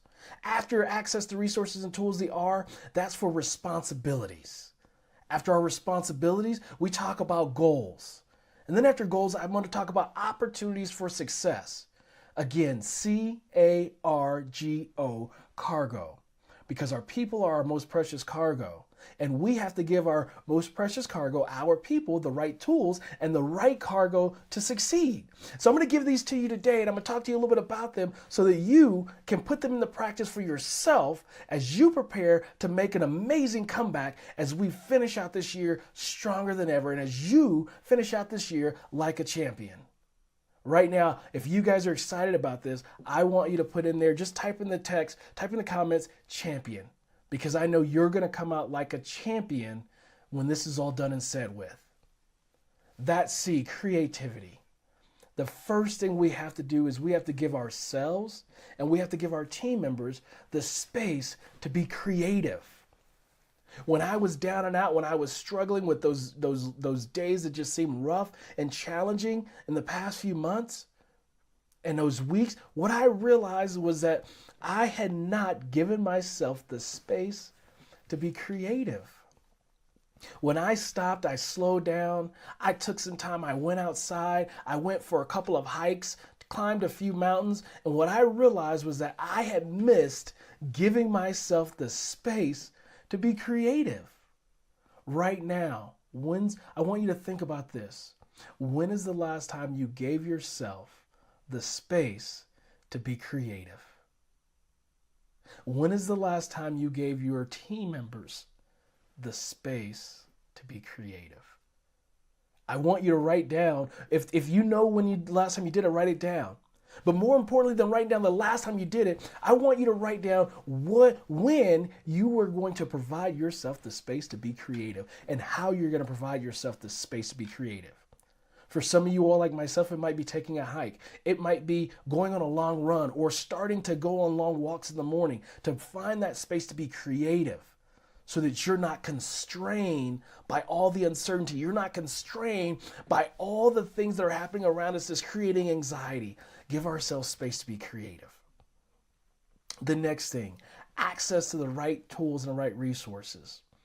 Once we realize that we need to give ourselves space to be creative and we give ourselves that space, then we realize, hey, I've now figured out after I've been able to be creative, what tools and resources I need. Then I look and see what tools and resources do I already have access to. For yourself, for myself, I realized that there were some tools that I already had. I didn't need to go out and buy new tools. There were some things I had. I just had to go and think through what those tools were. And then there were some tools I need to go and buy.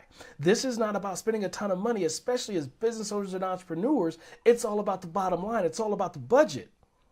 But sometimes we need to evaluate what tools we already have and then what tools do we actually need and then provide the access. The same thing goes for our teams. The next thing is responsibility. As a business owner, as an entrepreneur, and even as part of a high performance team in the workplace, one of the most important things is the level of responsibility that each person has within the organization. As a business owner for myself, there are things that only I can take care of. And there are other things that my assistant, she is all over and she's got it and I will give it to her. Right? When I'm flying those airplanes, there are certain things that I can be responsible for at the controls of that aircraft. And so no one else can handle that. But there are other things that happen around that airplane that I need to relinquish responsibility. I need to empower somebody, let them know that it is their responsibility, and allow them to own it. When's the last time you evaluated what level of responsibility is required in the organization? What level of responsibility you take on as the leader, as the business owner, or as the team lead? And then what level of responsibility do other people need? Very important. Then the next thing in the cargo model is G, for goals. Seems so simplistic. I know a lot of people are like, oh, we've heard of SMART goals, Jason, whatever, got it, whatever. No, seriously, folks. When's the last time you reviewed your goals? When's the last time you had a conversation with your team about their goals? Right now, as we've had to shift priorities, as we've had to realize that things have changed, the dynamics of business has changed, the dynamics of our world has changed. So that means that our goals need to be reassessed. We need to evaluate, do we have the right goals right now for what we're trying to do? Do you have the right goals to finish out this year? Do you have the right goals in place for next year? For some, it might be reviewing the same goals you set for this current year. You're going to start doing some of those same things for next year. For some, it might be completely different. For me personally, I had to completely reevaluate my goals, and I had to completely restructure them.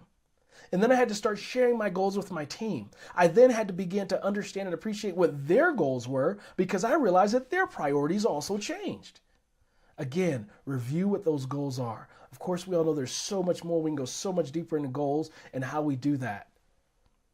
When I work with various clients, we go through these workshops and we talk through how we look at those goals. We talk through how we evaluate them and how we ensure that everyone has put their goals on the table so that we can collectively support the entire team, so that we can go after these big, hairy, audacious goals as a large organization. Then lastly, opportunities. That's opportunities to succeed, opportunities for success. I don't know about you, but for me, I need to find that I'm able to make wins each and every day. Some days I say, was there one thing that I did that was a win? And if I say that there was one thing that I did that was a win, then I provided myself with an opportunity to succeed. And I'm able to give myself a pat on the back, give myself that feel good that I need to know that I'm still in the game, to know that I had a win today, if it's only one thing. For you, for yourself, what are you doing to allow yourself to create opportunities to win each and every single day?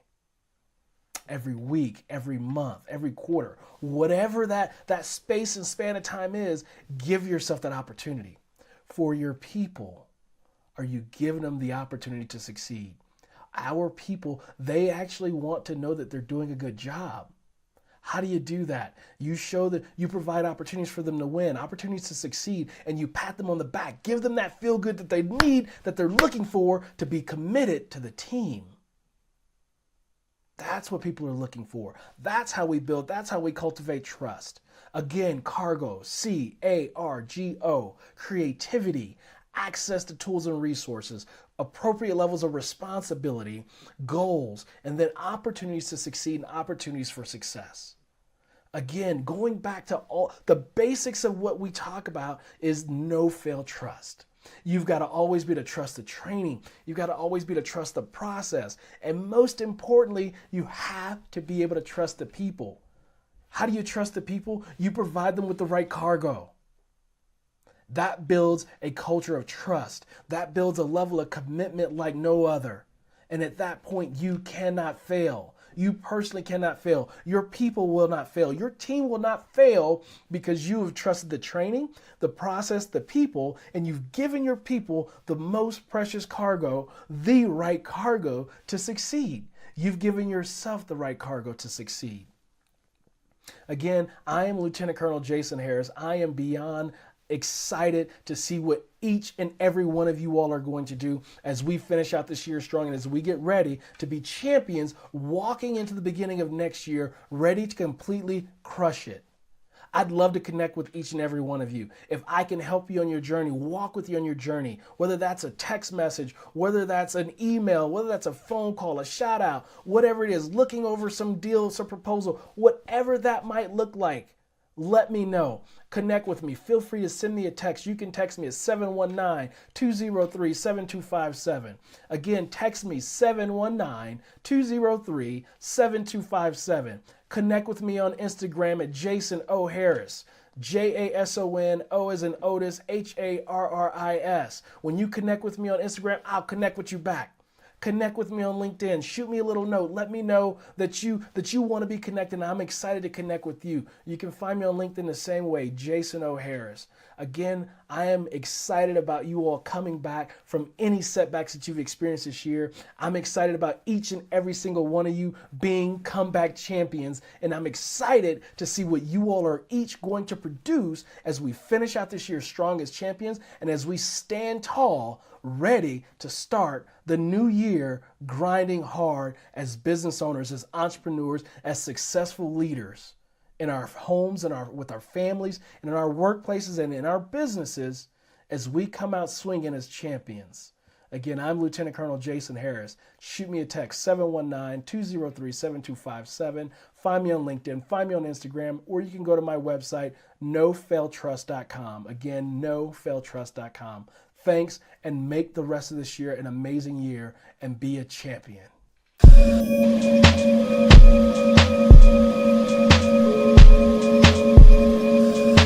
Hello, comeback champions. I'm going to talk to you today about something you've been desiring to know about for a long time, whether you know it or not, and that is how to make big profits from a small business. And you know, that's one of the things I think that all of us should desire to do, not just in business, but in life. How do we get a lot of output with the minimal input? Maximum output, minimal input.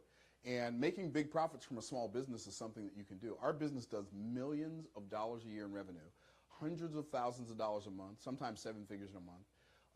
And we do that with a very small team. We've got 5 employees in our company, 5 subcontractors, and a couple of companies that we outsource to, and that's it.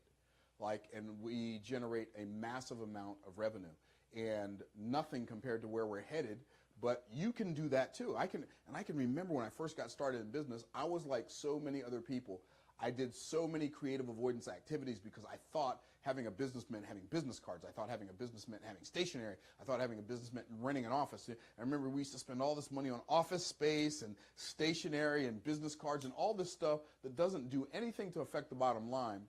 And there are a couple things that you can do that will change your life forever if you'll learn how to focus on making big profits from your small business. First thing that and so interesting, when I do consulting or coaching, I recommend that most of the people that I'm serving, that I'm coaching and consulting with, one of the first things I recommend that they all do is to raise their prices, because most people undercharge in the marketplace. And why do they undercharge the marketplace? They undercharge the marketplace because their competition undercharges in the marketplace.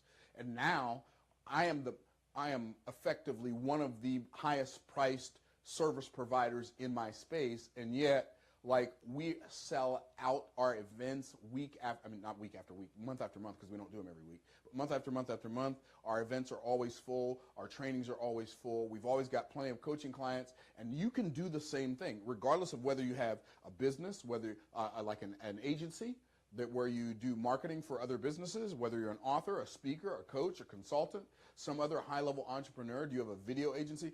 There are so many different ways you can start a small business and make big profits from it. There are even ways that you can do that in network marketing. I know some of you are probably involved in network marketing. The traditional way of doing network marketing, I think, is pretty outdated, but there are some ways that you can even use these principles that I'm going to share with you to even build a network marketing business if that's what you desire to do. So the first thing I want to share with you about how to make big profits from small business is this. You have to operate at the higher levels. You've heard me teach the 4 levels of value, and if you haven't, you're going to hear it right now, right? In the marketplace, there are 4 levels of value. Income is always the result of value. Income does not exist in a vacuum. Revenue does not exist in a vacuum. If you want to make a lot of money, you're going to get that money in exchange for something, right? Because everything is energy. Energy is neither created nor destroyed. It just changes form. And so you've got to figure out what value you're going to create for the marketplace that's going to change into the form of revenue for your business or income for your family. And so what you've got to do is you've got to operate at a higher value. Now, what most people do when they want to make more money, they want to get more income, they want to get more revenue, what they do is they work harder at the lower levels. Working harder at the lower levels does not produce more revenue. Working harder at the lower levels does not produce more income. You can work harder at doing something that the marketplace doesn't value, and you still don't make any more money. What you have to learn how to do is you have to learn how to level up and start operating from higher levels of value. So what's the lowest level of value? The lowest level of value is called implementation. And implementation means you are the person who does the thing. And the resource you use down here on this level, this is the lowest level of value, the resource that you use down here, you use your muscles over time. So you usually get paid by the hour, and you're moving something, you're lifting something, you're driving something, you're cleaning something, you're painting something, you're hammering something. You are using your muscles over time. Your income is going to be limited if this is you. You are an implementer. You are the person who does the thing. And as long as you are the person who does the thing, the amount of money that you will make will be limited. Don't really have time to go into why that is, but it's just the way it is. If you go stay at a hotel, the housekeeping staff at the hotel are absolutely essential to renting hotel rooms. Absolutely essential, but guess what? They can't rent a hotel room to anybody unless the room is clean. But even though the housekeeping staff are the ones that keep the hotel rooms clean, and their job is absolutely essential, they still make less money than anybody else that works at the hotel, and more than likely, they're the hardest working personnel in the hotel. Can you imagine going in every day and looking forward to the same thing over and over? Cleaning the bathroom, cleaning the toilets, changing the sheets, and vacuuming the floor and wiping up all of other people's germs for whatever they make. Can you imagine just doing that all day, every day? It's hard work. But guess what? The marketplace doesn't value implementation as much as it values the other levels. The next level is called unification.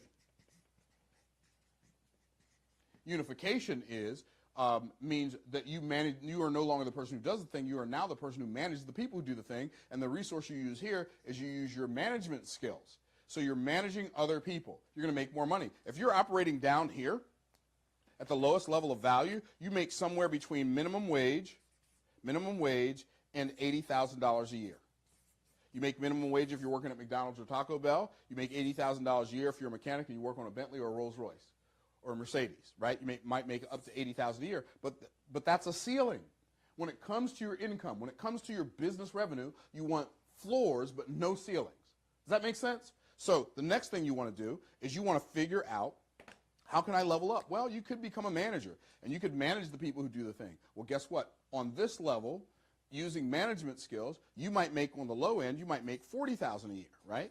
And on the high end, you might make, what, $250,000 a year? If you're a middle manager for Lockheed Martin or Boeing or John Deere or one of those Fortune 100 companies, you might make $250,000 a year on the unification level. But what you really want to do is you want to learn to level up to the next level, which is, this is where the fortunes start to be made. Top two level, this is the fortune threshold, fortune threshold right there. What is this? Well, this is the communication level. And on the communication level, the resource you use is you use your mouth to make money. This is where on the low end you might make $100,000 a year as a car salesman, or if you're an A-list actor, you might make $100 million a year. But you're using your mouth. You're creating a message that moves the masses, right?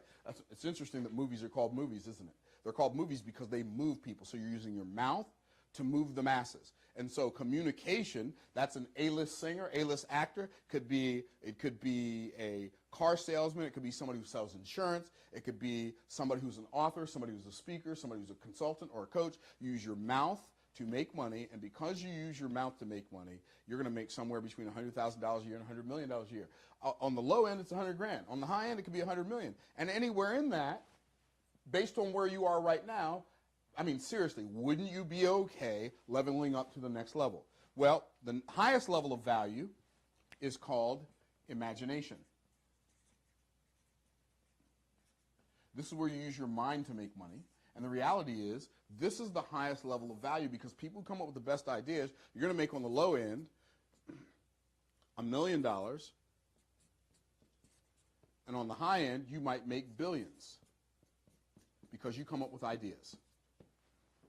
And you come up with those ideas, and you find people to communicate those ideas, or better yet, you're an Imagineer and a communicator, and you're really good at coming up with ideas and conveying those ideas to other people, when you master these two top levels, you can make big profits from your small business. So that's the first thing you've got to do. You've got to level up and operate in the top two levels of value. Stop starting service-based businesses. Start a business. Start focusing on your business selling products. And then when you're selling those products in your business, raise your prices so you can sell those products for high profit.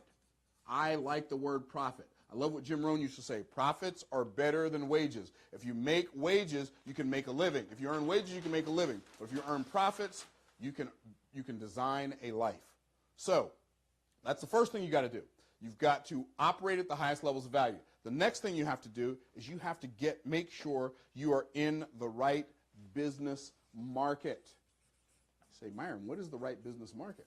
Well, the right business market is, before I tell you what the right business market is, I'm going to tell you there are three different kinds of markets, right? So you got three different markets. You got CMs, you got MMs, and you got PVMs. Okay, so those are the three types of markets. So CM stands for commodity markets. What's a commodity market? It's where you sell something that it's a commodity. It just does the thing it does. Got this pack of screws right here, right? So screws, right?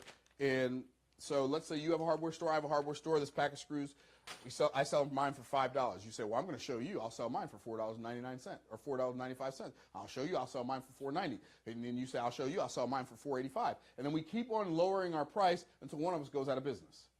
And we get in this race to the bottom because a screw is a screw is a screw, a nail is a nail is a nail, a battery is a battery is a battery. And eventually, if we're in the commodity market, we're going to price ourselves out of business and nobody wins. So commodity markets are not the best market to be a part of. When you are in a commodity market, the things that I don't like about it for a business is, number one, your competition sets your price.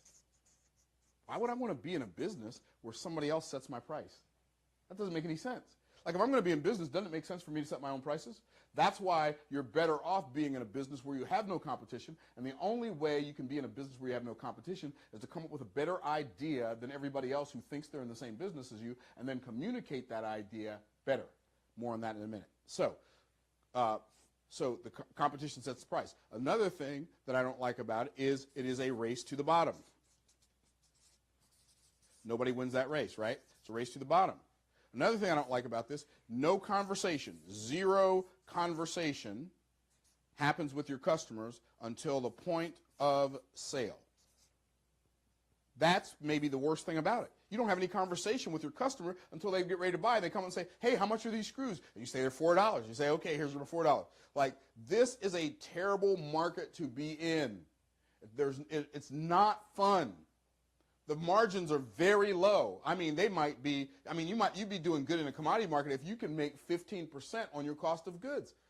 That's, that made my soul hurt just saying that, right? So the next one is main markets. What are main markets? These are things like houses, cars, things that you have to have, but I don't like this business because the price is set by the cost of goods. The cost of goods establishes the price. Again, why would I want to be in a business where someone or something other than me sets the price?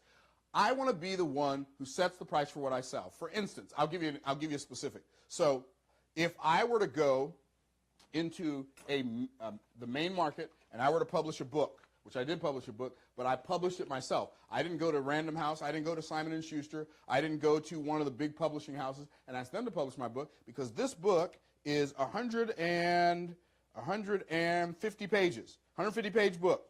It's a 150-page book, and it sells for $20. Now, if I would have gone to a publishing house, they said 120-page book, you can sell that for anywhere from $12.99 to maybe $14.95, right? Well, that's because they're basing it on the cost of goods. I'm basing my price on something else, which I'll share with you in a minute. So cost of goods sets the price. Another thing I don't like about it is the margins are so small. You might make 15 to 30% margins. If you're 30% margins on a car, on a house, oh my goodness, if somebody could build a house and make a 30% margin selling the house they just built, Like 15% is good. 30% is, oh my goodness, this is great. Like, can you imagine building $1 million house and selling it and only making $300,000? Oh, that's so painful, right? Hey, this book right here cost me 75 cents to make, and it sells for $20. That's like a 2,000% margin on this book. 2,000%. I could literally give them away and still make money on them. So 15, 30% margin, which I don't like that. The other thing I don't like is the conversation about your product happens away from you. This is terrible. What do I mean by that? Well, when you sell a house or you sell a car, what people do when they're getting ready to buy a house or a car, they're getting ready to buy a house, they go on Zillow. They look up all the houses in your neighborhood, they compare prices, and then they come into you, you own the house, and they come and say, will you sell me your house? And this is all I'm willing to pay for it. Whoa, baby, wait a minute, slow down. You're going to tell me how much I'm going to sell my house for? This is my house. Well, that's how it works, because they already had the conversation about price before they knew anything about value with Zillow. If you're going to sell a car, they go to Kelley Blue Book or Carfax.com. They look up the value of the car on some other service that happens away from you. And when they do that, they come back and tell you how much they're willing to pay you for your car. I hate these markets. You can't make big profits from a small business if you're operating over here. The only place I know of that you can make big profits from a small business is if you operate in PVMs. What's PVM stand for? Premium value markets. What's a premium value market? Premium value market is a market where the result sets the price. For instance, we have a lady who just bought my $55,000 coaching program yesterday. $55,000, right? She bought it 2 days ago. So she bought this 2 days ago. Why? Because she fully expects to be able to 10x her results over the next 12 months from that $55,000 program. Well, she's so good, she might be able to 100x her result, right? So I've had people who bought that program and gone out literally and done $1 million, for $55,000, have gone out and bought and done $1 million in sales, like in a day. And I know that sounds ridiculous, but it is what it is. $100,000, $200,000, $400,000, $1.8 million, $1.9 million, $5 million. Like literally, these are the kinds of results that my clients are getting. So if I said to you, hey, I'll tell you what I'll do. I'll sell you this $50 bill for $5. Who would take it? Well, if your hand's not raised right now, and you say, well, I wouldn't buy a $50 bill for $5, then you are either confused in math or confused in logic, because that is a great deal for you. If somebody can give you 10 times the value for the price you're paying, well then, obviously, you'll take that deal. Nobody ever buys anything because they feel like it's worth the money. People only buy something because they believe it's worth more than the money. The thing they're buying is worth more than the money to them. That's why people buy. So, your result sets the price. Well, I've got students who are producing all kinds of crazy, amazing results, and those results are setting the price. Next thing that happens is the conversation, the margins. The margins are, at worst case scenario, margins, 10 times markup. 10 times markup. Worst case scenario. You create a home study course, you mark it up at least 10 times. That's 1,000% markup. You write a book, 2,000% profit on a book. What? So I love the margins. The margins on premium value markets are the best margins in the world. Why? Because they want the result so badly that the price becomes nebulous. Well, what's the next thing? The number one reason that I think premium value markets are the best and they work so well is because the conversation about the value, which, by the way, is the result, happens long before you ask them to buy. That is what makes premium value markets work. You have a long conversation with your customer. You give them value upon value upon value upon value upon value, and then you say, hey, by the way, if you want some more value, I'll sell it to you. That is how you create, how you operate in premium value markets. I've got, for instance, my Instagram page, at Myron Golden, right? I post, like, I could literally, in fact, I'm probably going to do this. I could literally take all of my Instagram posts with the image and the Instagram, the content under the post. I could literally take my Instagram post and turn it into a book. And people would buy it.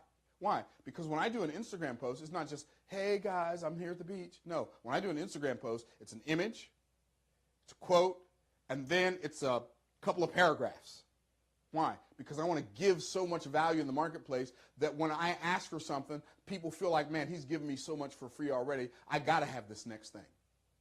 I've got a Bible study group on Facebook called Bible Success Secrets. What do I do in there? Well, I go there. I show up in there every Wednesday. When I'm in town, I show up in there every Wednesday. And what do? I teach people some mind-blowing success principles from the Bible, and they join that, and then they begin to seek me out.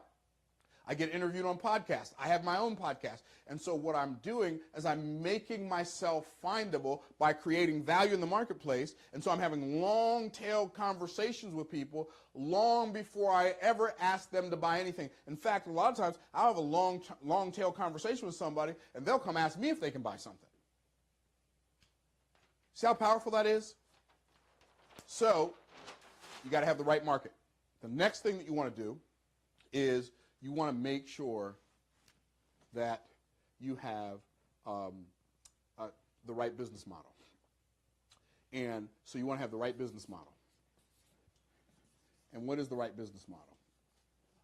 I would go into a big dissertation about all the different business models, about the entrepreneur business model. I'll tell you what they are. I'm not going to write them all up here. I'm only going to spend time writing on the one that is most important. So there's the entrepreneur business model. What's that? LP times LV. That's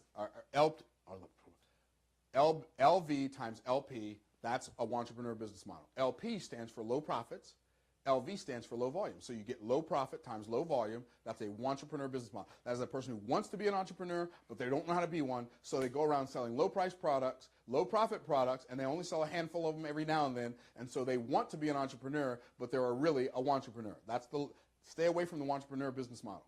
Okay, then you have an actual entrepreneur business model. And that is high profit, low volume. High profit, low volume. Okay, so you have something that sells. Maybe you have a $997 webinar product. And maybe you do your webinar every now and then. And maybe you do your webinar 3 times a month and you make 3 sales every time you do a webinar. And so you make $9,000 a month. You're a real entrepreneur. You're making money. And you're making $9,000 a month.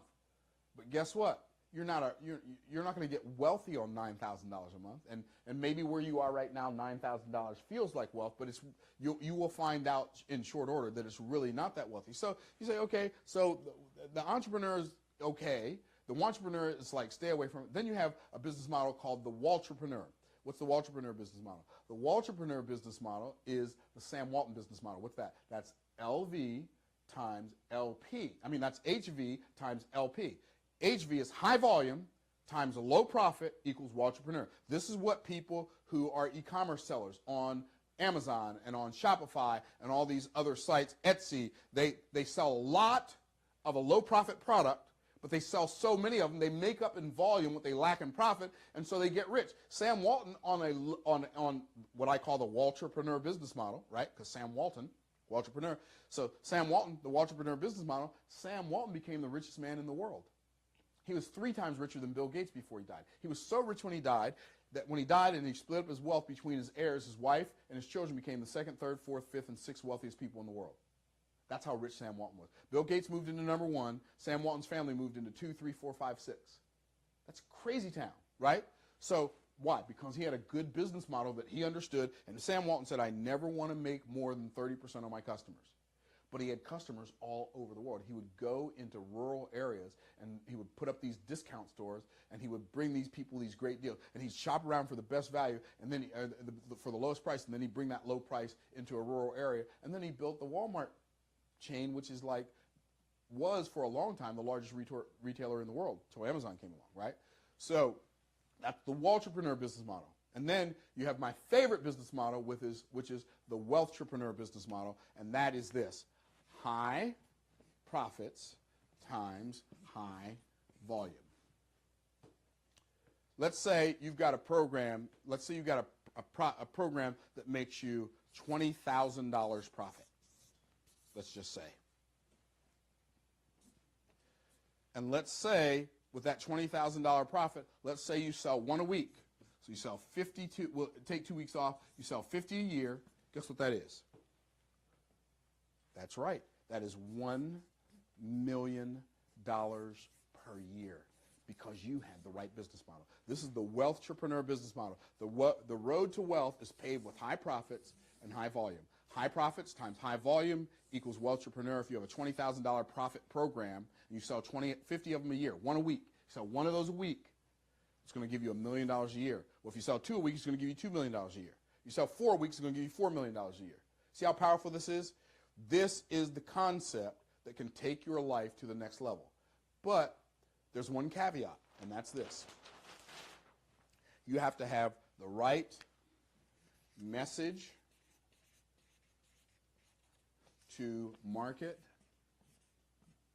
match. You got to learn how to say what your deal is, what your value is, what the result is. You got to learn how to say it so well that when people hear you say it, they say, I have to have it. What is your value proposition in the marketplace? See, most people who got a bad message, they think their prices are too high, but the reality is it's not that their prices are too high, it's just that their value is too unclear. And so what they do is they keep lowering their price, and then they finally start making some sales, but they can't provide good enough support for the amount of money they sold it for, so they end up pricing themselves out of business, all because they didn't have the right message to market match. What you've got to get good at is you've got to get good at using your mouth. We're going back now to what? We're going back to the highest levels of value, coming up with a great idea, but what? You got to be able to say it well. It's not enough to conceive it. You got to be able to say it well. I love the fact Steve Jobs is like the ultimate example of this. Why? Because Steve Wozniak invented the Apple computer, but I go around the world and I ask people, I'm going to name a company. You tell me who's the first person who comes to your mind. I say Apple Corporation. Everybody says Steve Jobs. He's been dead, I think, for 11 years. That's kind of mind-blowing. He's been dead for at least 8 years, but people still say Steve Jobs. Nobody says Tim Cook. Nobody says Steve Wozniak. People say Steve Jobs. Why? Because he was the guy who imagined what Apple could be. But not only that, he knew how to say it. Do you remember what he said in 2007 when they came up with the iPhone? He said, it's a browser. It's a browser. It's a music player. It's a telephone. It's a phone. It's a browser. It's a music player. It's a phone. It's a browser. It's a music player. It's a phone. It's a browser. It's a music player. And he said that over and over again. He had a message that matched his market, and it was a simple message. It's a phone. It's a browser. It's a music player. Do you remember what he said when he showed that it had no buttons? He said, yeah, we got rid of the lower third. The guy was brilliant at crafting messages that moved the marketplace. Maybe the biggest problem you have is you haven't put enough effort into making sure your message matches your market in a way that causes them to move. Like people ask me, so Myron, what do you do? Well, I teach people how to sell high ticket from the stage. For instance, teach people how to sell high ticket. I teach people how to sell high price products because you have to convey the message of a $30,000 offer differently than you do a $3,000 offer. A $30,000 offer is not harder to sell. You just have to use different messaging. In fact, a $30,000 offer is easier to sell than a $3,000 offer. And it's way easier to sell than a $300 offer, and you get a better clientele. But that only happens when you craft your messaging properly. And see, I know what my clients want. You don't know what your clients want. I know what my clients want. See, people who are broke, they sell price, right? Because they think everybody cares about price because they care about price, right? But the reality is, people who are wealthy, they don't want more price. They don't want a lower price. They want more time. They want more time. More time. They want greater value.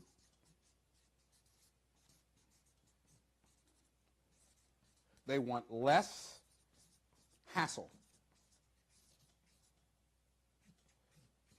I think I spelled that right. No, I didn't spell that right. Less hassle.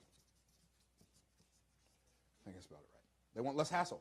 This is what people who have money want. So when I'm talking to people about a high-price program, the price becomes nebulous.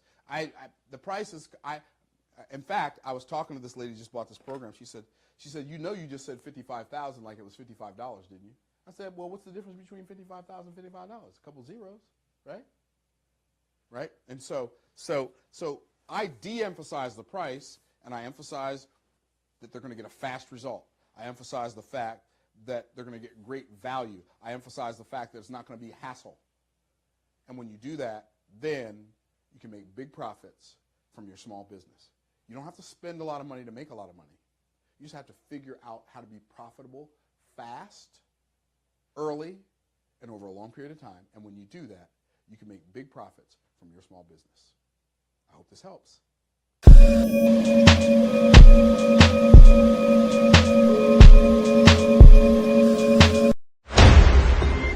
Hi, my name is Sean Harper. Man, you know what? I played 7 years professional football, blocked for some great running backs and quarterbacks, and I was blessed to take the same concepts that I learned playing professional football to the boardroom, from the locker room to the boardroom. I've been a CEO for close to 20 years now, owning a security firm and other companies.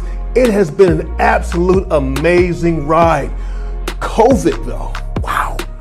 That was a paradigm. And if I have time today, I'm going to talk to you about how to profit in paradigms. Welcome to my portion of the Comeback Summit. We are going to play to win. I believe each and every one of you are not just winning, but you are a born winner. That's a difference. One is action. The other is a state of being. Now, you say, well, you know, Sean, it's easy for you to talk about winning. You know, you play professional football. You know, you're a business owner, CEO, executive, motivational speaker, coach. You know, I've heard it all, but you know what? Nothing could be further from the truth. You're looking at the results, but the come up, there's a lot of pain, adversity, pressure. You know, the main thing about pressure is that without pressure, you can't have diamonds. Adversity can break you, but it also can make you a record breaker. I remember standing in the second grade line. First day of school in the second grade, man, I was so excited to be in the second grade. And, you know, I had my friends, just like it was yesterday. And, you know, we're all talking about what we're going to do this year. And we know we're high-fiving. And to the left of me was my teacher. And she's talking to the principal. And they're looking at me. And after about a minute, I'm looking. She walks over and she grabs my hand and she pulls me back into the first grade line. And my friends from the second grade, they're now looking at me. They're not laughing anymore. They're frowning. When one guy, he out of nowhere, he just says, Sean, you failed. Sean, you're stupid. Sean, you're dumb. No, you can't hang out with us no more. You're a special kid. You're the dumb kid. From that day forward, I was the dumb kid. From the first, second, third, fourth, fifth grade, I was the dumb kid. One day, I'm struggling in class, and the teacher walks over. She asked me to stand up to read, and I'm stuttering because I could not complete a sentence till college. She was horrible, and I'm struggling to complete a sentence, a simple sentence, and all the kids are laughing. She silenced the kids, and she went on with class, and at the end of class, she said, Sean, stay behind. And she said, you know what? I got something for you. The next day, I'm in a room with a psychologist, a sociologist, you know, all these ologists, you know, and they're testing me for 3 to 4 days. And at the end of the test, I remember that doctor's face. He looked at me. He took off his glasses. He put the pencil down. He said, we have to meet your mother immediately. And she said, or he said, ma'am, your son has 4 to 5 documented learning disabilities. And we have to, you know, put together systems and special classrooms and, you know, segregate him with tutors and the list goes on. And finally, after about a minute or so, my mom stands up, longer than a minute. She stands up and she says, no, she slams her hand down. No, you will not label my son. And she pulled me to the side. She said, baby, I didn't raise no dummy. Baby, it's in you, and you have to dig deep to find it. Okay. Continue to struggle. Kicked out of not one school, but 2 schools because of disciplinary issues. You see, after that moment and other moments of abuse and physical abuse, I grew into a mad boy, not a bad boy. See, in the streets, you know, we all look at the bad boys, but you have to be really careful of the mad boys. I went from 6th, 7th, 8th, 9th, 10th, 11th, 12th. I left high school with a 1.62 accumulative GPA, 9 on my ACT. Out of 154 seniors to graduate, my academic ranking was 154. Graduated last in my class, voted most likely to fail. Oh yeah, athletics, right? Listen, I wasn't even honorable mention all conference. I was the guy in the back. And the guys are up front and getting all the awards with their parents. I was too embarrassed to bring my mom. This guy's all state. This guy's all Franklin County. This guy's all American. That guy's all universe, intergalactic, whatever you want to call it. And then there's me in the back, eating that nasty cordon bleu, you know, like who made that, right? And Sean, come up and get your participation award. But underneath all of that, man, was this dream. And it was pounding, you know. Have you ever had a desire? Have you ever had an urge that was so strong it could explode from your chest? And I had this dream of one day playing professional football, one day being, you know, just doing great things. But all I saw was failure. I had this dream of getting to the mountaintop, but all I saw was misery. The thing about a dream is this: you can often count the number of seeds in an orange, but you can never count the number of oranges in the seed. The dream is like a seed. You have no idea what's in you or the potential that's lying within you. Never allow people to crap on your dream. Never allow circumstances to define your dream. Your dream is not the outside in, your dream is the inside out. Your dream moves in elements or situations and circumstances that produces manifestation greater than creation. I can't see it. All I see is failure. You see, it's one thing for them to say I'm stupid. It's another when I say I'm stupid. Last day of school, I'm sitting in the kitchen, the phone rings. There's a junior college calling, a 2-year school in Mason City, Iowa. Sean, come play football in Mason City, Iowa. I'm in the middle of 2 cornfields. I was like, no, I'm not going. But that dream began to speak. Nothing, I can't do nothing on the hood. Might as well go up there. First year at that junior college, you know what? I sat the bench the entire season, not one play. I would carry water for the starters, right? I would hold the dummies for the starting tackles. And guys are joking, man, why did he even come here? I'm on the bench. I'm watching the coach look for a substitute player. He makes eye contact with me and he looks past me. He looks off. He looks away. Now I'm getting discouraged. In the last game, I went home to the dorm and I picked up the phone and I called my mom.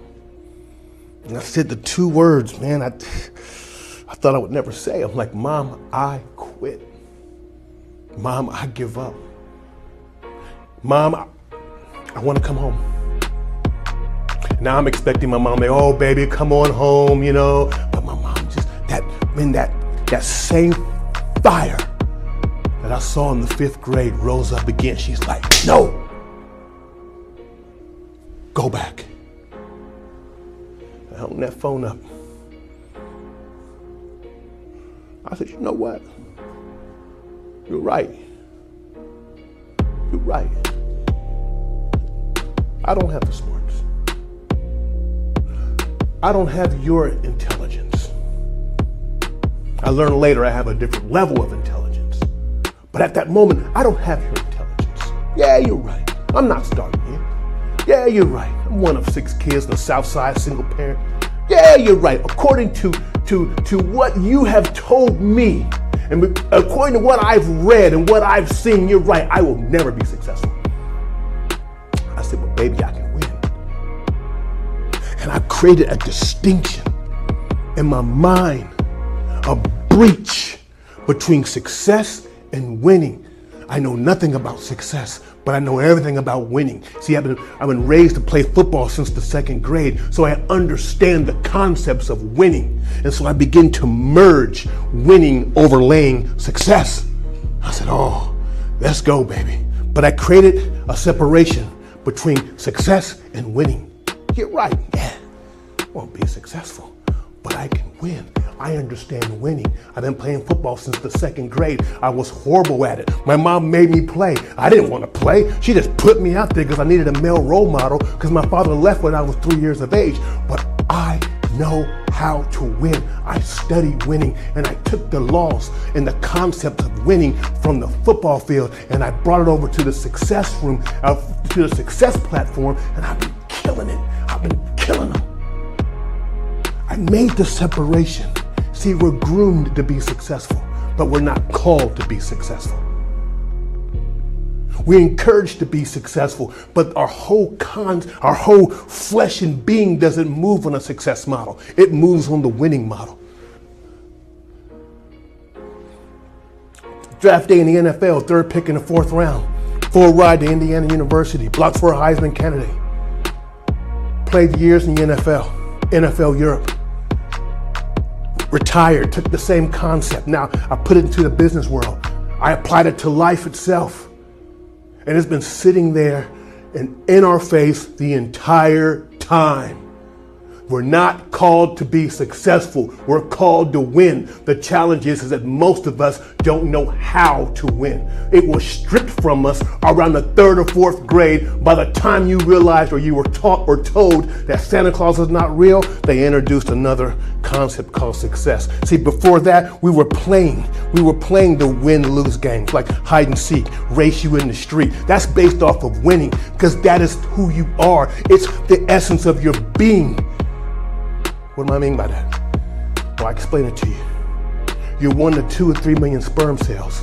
One of the sperm cells, which is you, fertilized the egg. Now you're born. Years later, you're playing the games. The games that you're playing is win-lose games. It's not success games.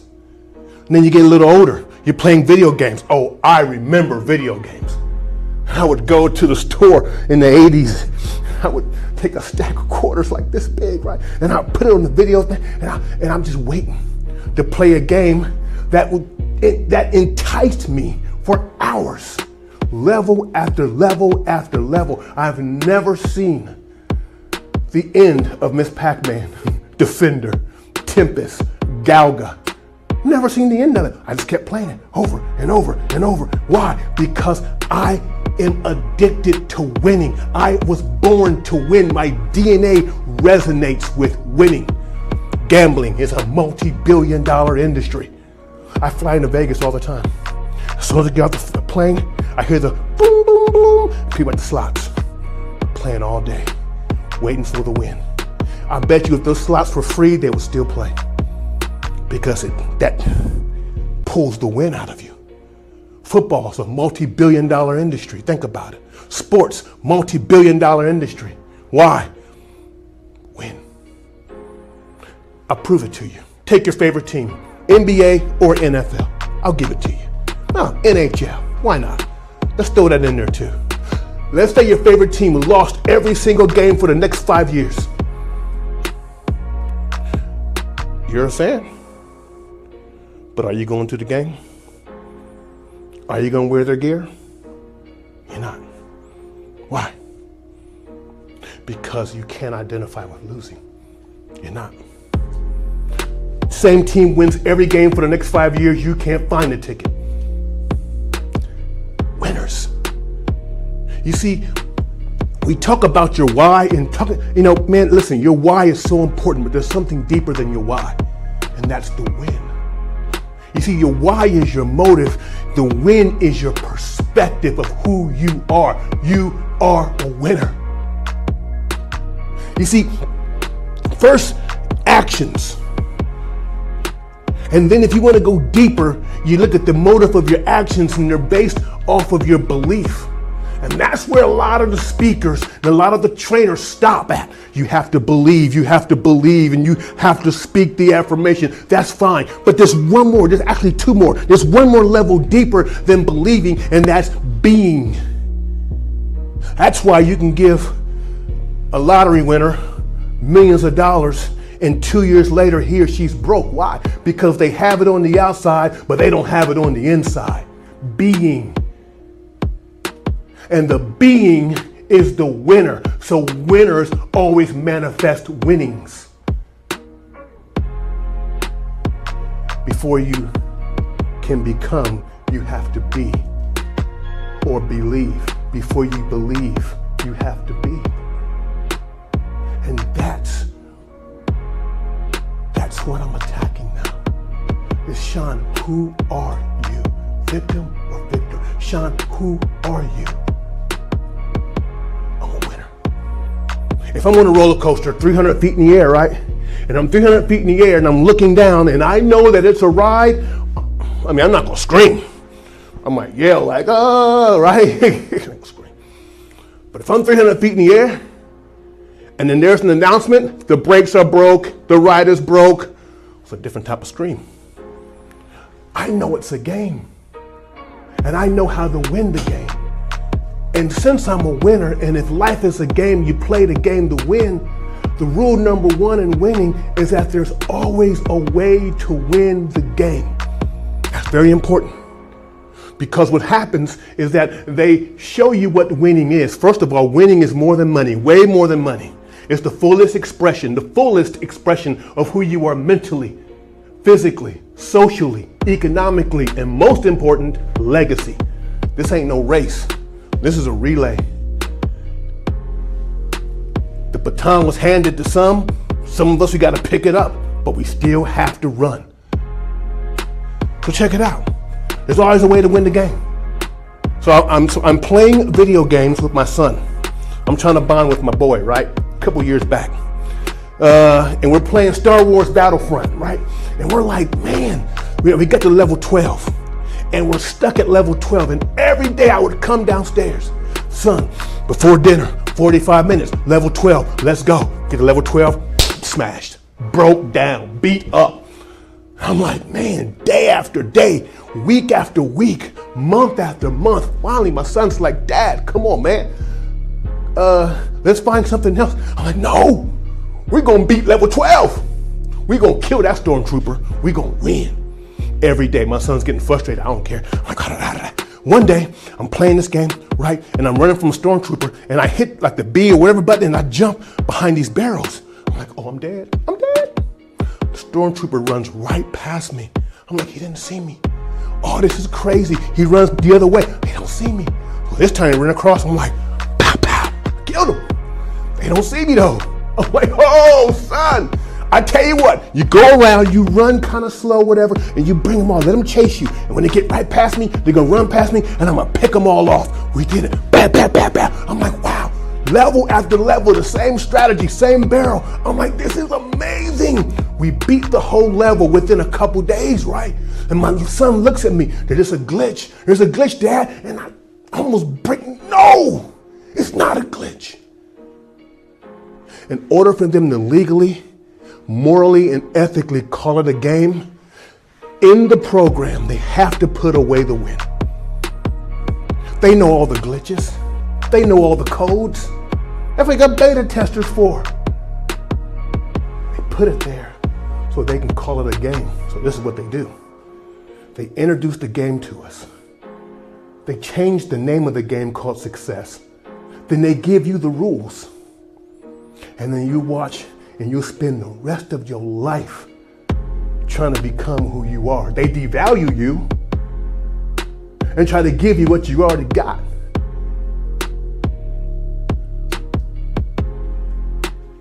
There are other rules out there. And I'm gonna share them. I gave you the first one. There's always a way to win. Rule number 2 is that once you realize the systems and how to win, then you have to go all in. Now, I watch some ESPN, right? I'm watching ESPN, and And I love the whole gambling shows, right? It's amazing gambling shows, the gambling programs on ESPN, and it always happens, right? It's this guy has a whole bunch of chips. This guy has millions of dollars in chips, and this got the funny glasses on, and there's always one person, and he has about maybe like 12 chips left, and they're all laughing. But then what he does is he takes two hands, and he doesn't yell. And he pushes it to the middle. And he says two words that puts fear and anxiety in every single one of those guys. They have millions of dollars. It's kind of like a badger going up against a tiger. He says, I'm all in. And those two words, everything stops. They are second guessing themselves now. The millions of dollars, and they're nervous. 13 chips. $13,000 is backing down $13 million. Because when you are all in, you are dangerous. And so the reconciliation process, or the reconcile process of bringing your body, your mind, and your beliefs to a point that you are all in, you're unstoppable. Most people are not all in. I study body language, right? And they'll say something. I don't listen to what they say, I watch what they say. And when I see that they're talking one thing, but their body language is saying something totally different, I know you're not all in. Waste my time, you're not ready. But when a person is all in, fully invested, spirit and soul and body, they're in agreement. There's so much power in the word agreement. There's so much power in the word agreement that when you have internal agreement, the world reacts, the universe reacts, people around you reacts, because you're all in. I love my country, right? The Declaration of Independence, think about that. These guys signed the Declaration of Independence under the penalty of treason. That's all in. You gotta have that mindset, because the atmosphere will not respond if you don't. Next is you gotta move into the 212. What I mean by that? Water is water at 211 degrees. It's just water. It's hot water, but it's water. But at 212 degrees, water boils. It changes forms. And from there, that water can turn to gas. And so much has been done with boiling water. 212 degrees. That one extra, that inch extra, 212 degrees, changed the world. The steam engine. People who are running and racing, winning a tenth of a second. They're not huge margins between first and second place. It's not. They're both training, but one wants it more. I know basketball players who trained in the 212. What extra are you doing? My coach told me one day, he said, Sean, the only thing I'm asking you to do, after he yelled at me all practice, right? The one thing I'm asking you to do, Sean, is get this much better each day. That's all. It's much better. And over a year, it's going to turn to this much. That's it. Flow in the 212. Now, I'm going to be honest with you, okay? It's very hard for a person to operate in the 212. It is. This is why we have coaches. This is why we have mentors. This is why we have people in your face. So if you don't have a coach, if you don't have a trainer who's pushing you, whether in business or other areas of your life, you can forget it. You have to have someone on your team. It's a bonus. Your team to take you into the 212 and keep you in the 212. Next, you got to know the rules. If life's a game, play to win, okay? What are the rules? Everywhere you go, you have to know the rules. So when I want to win in a certain area or in a certain environment or a new group or a new business setting, the first thing I learn is the rules. The second thing I learn is the words. I can exist in many circles. Why? Because I know the rules or the etiquette, and I know the words and the language. You have to know the rules of the game. In the game of life, they don't have rules, they have laws. and you have to learn the laws. And if you really want to get really good at it, you stack laws on top of laws. When you see a plane fly, all that is thousands of laws working together. The law of lift, the law here, this law, the law of gravity, 32 feet per second in the vacuum, stacking laws on top of each other. Now, bend the rules, break the rules, never break the laws. Know the laws of the game. Man, I tell you what, we fight so hard and you can just wear us out. It can wear you out. Because the laws don't care. The laws don't care if you know them or not. If you break them, it's gonna spank you. Period. Know the laws. I talk about that. I share laws. I live by laws. Speaking of laws, my last point is very important. I talked about becoming, being, believing, reversed order. Excuse my ADD. By the way, I'm not disabled. I'm uniquely enabled. But the last point is that I belong. This is where you have to get to. That we are all a part of a community. Yeah. Before you can become, you have to believe. Before you believe, you have to be. But in order to really be, you have to belong. It's deep. You belong to a community, whether you acknowledge it or not. You belong to a spiritual community, whether you acknowledge it or not. See, when you belong, it tempers your successes, or your wins. It tempers your wins. It gives perspective to your wins. See, if you walk around and you're living life and it's about me and my wins and my wins and my wins, then it sets you up for a fall, because pride will destroy you. Arrogance will crush you. Self-centeredness and myopic thinking will just derail you. But when you belong and you're attached to something greater than you,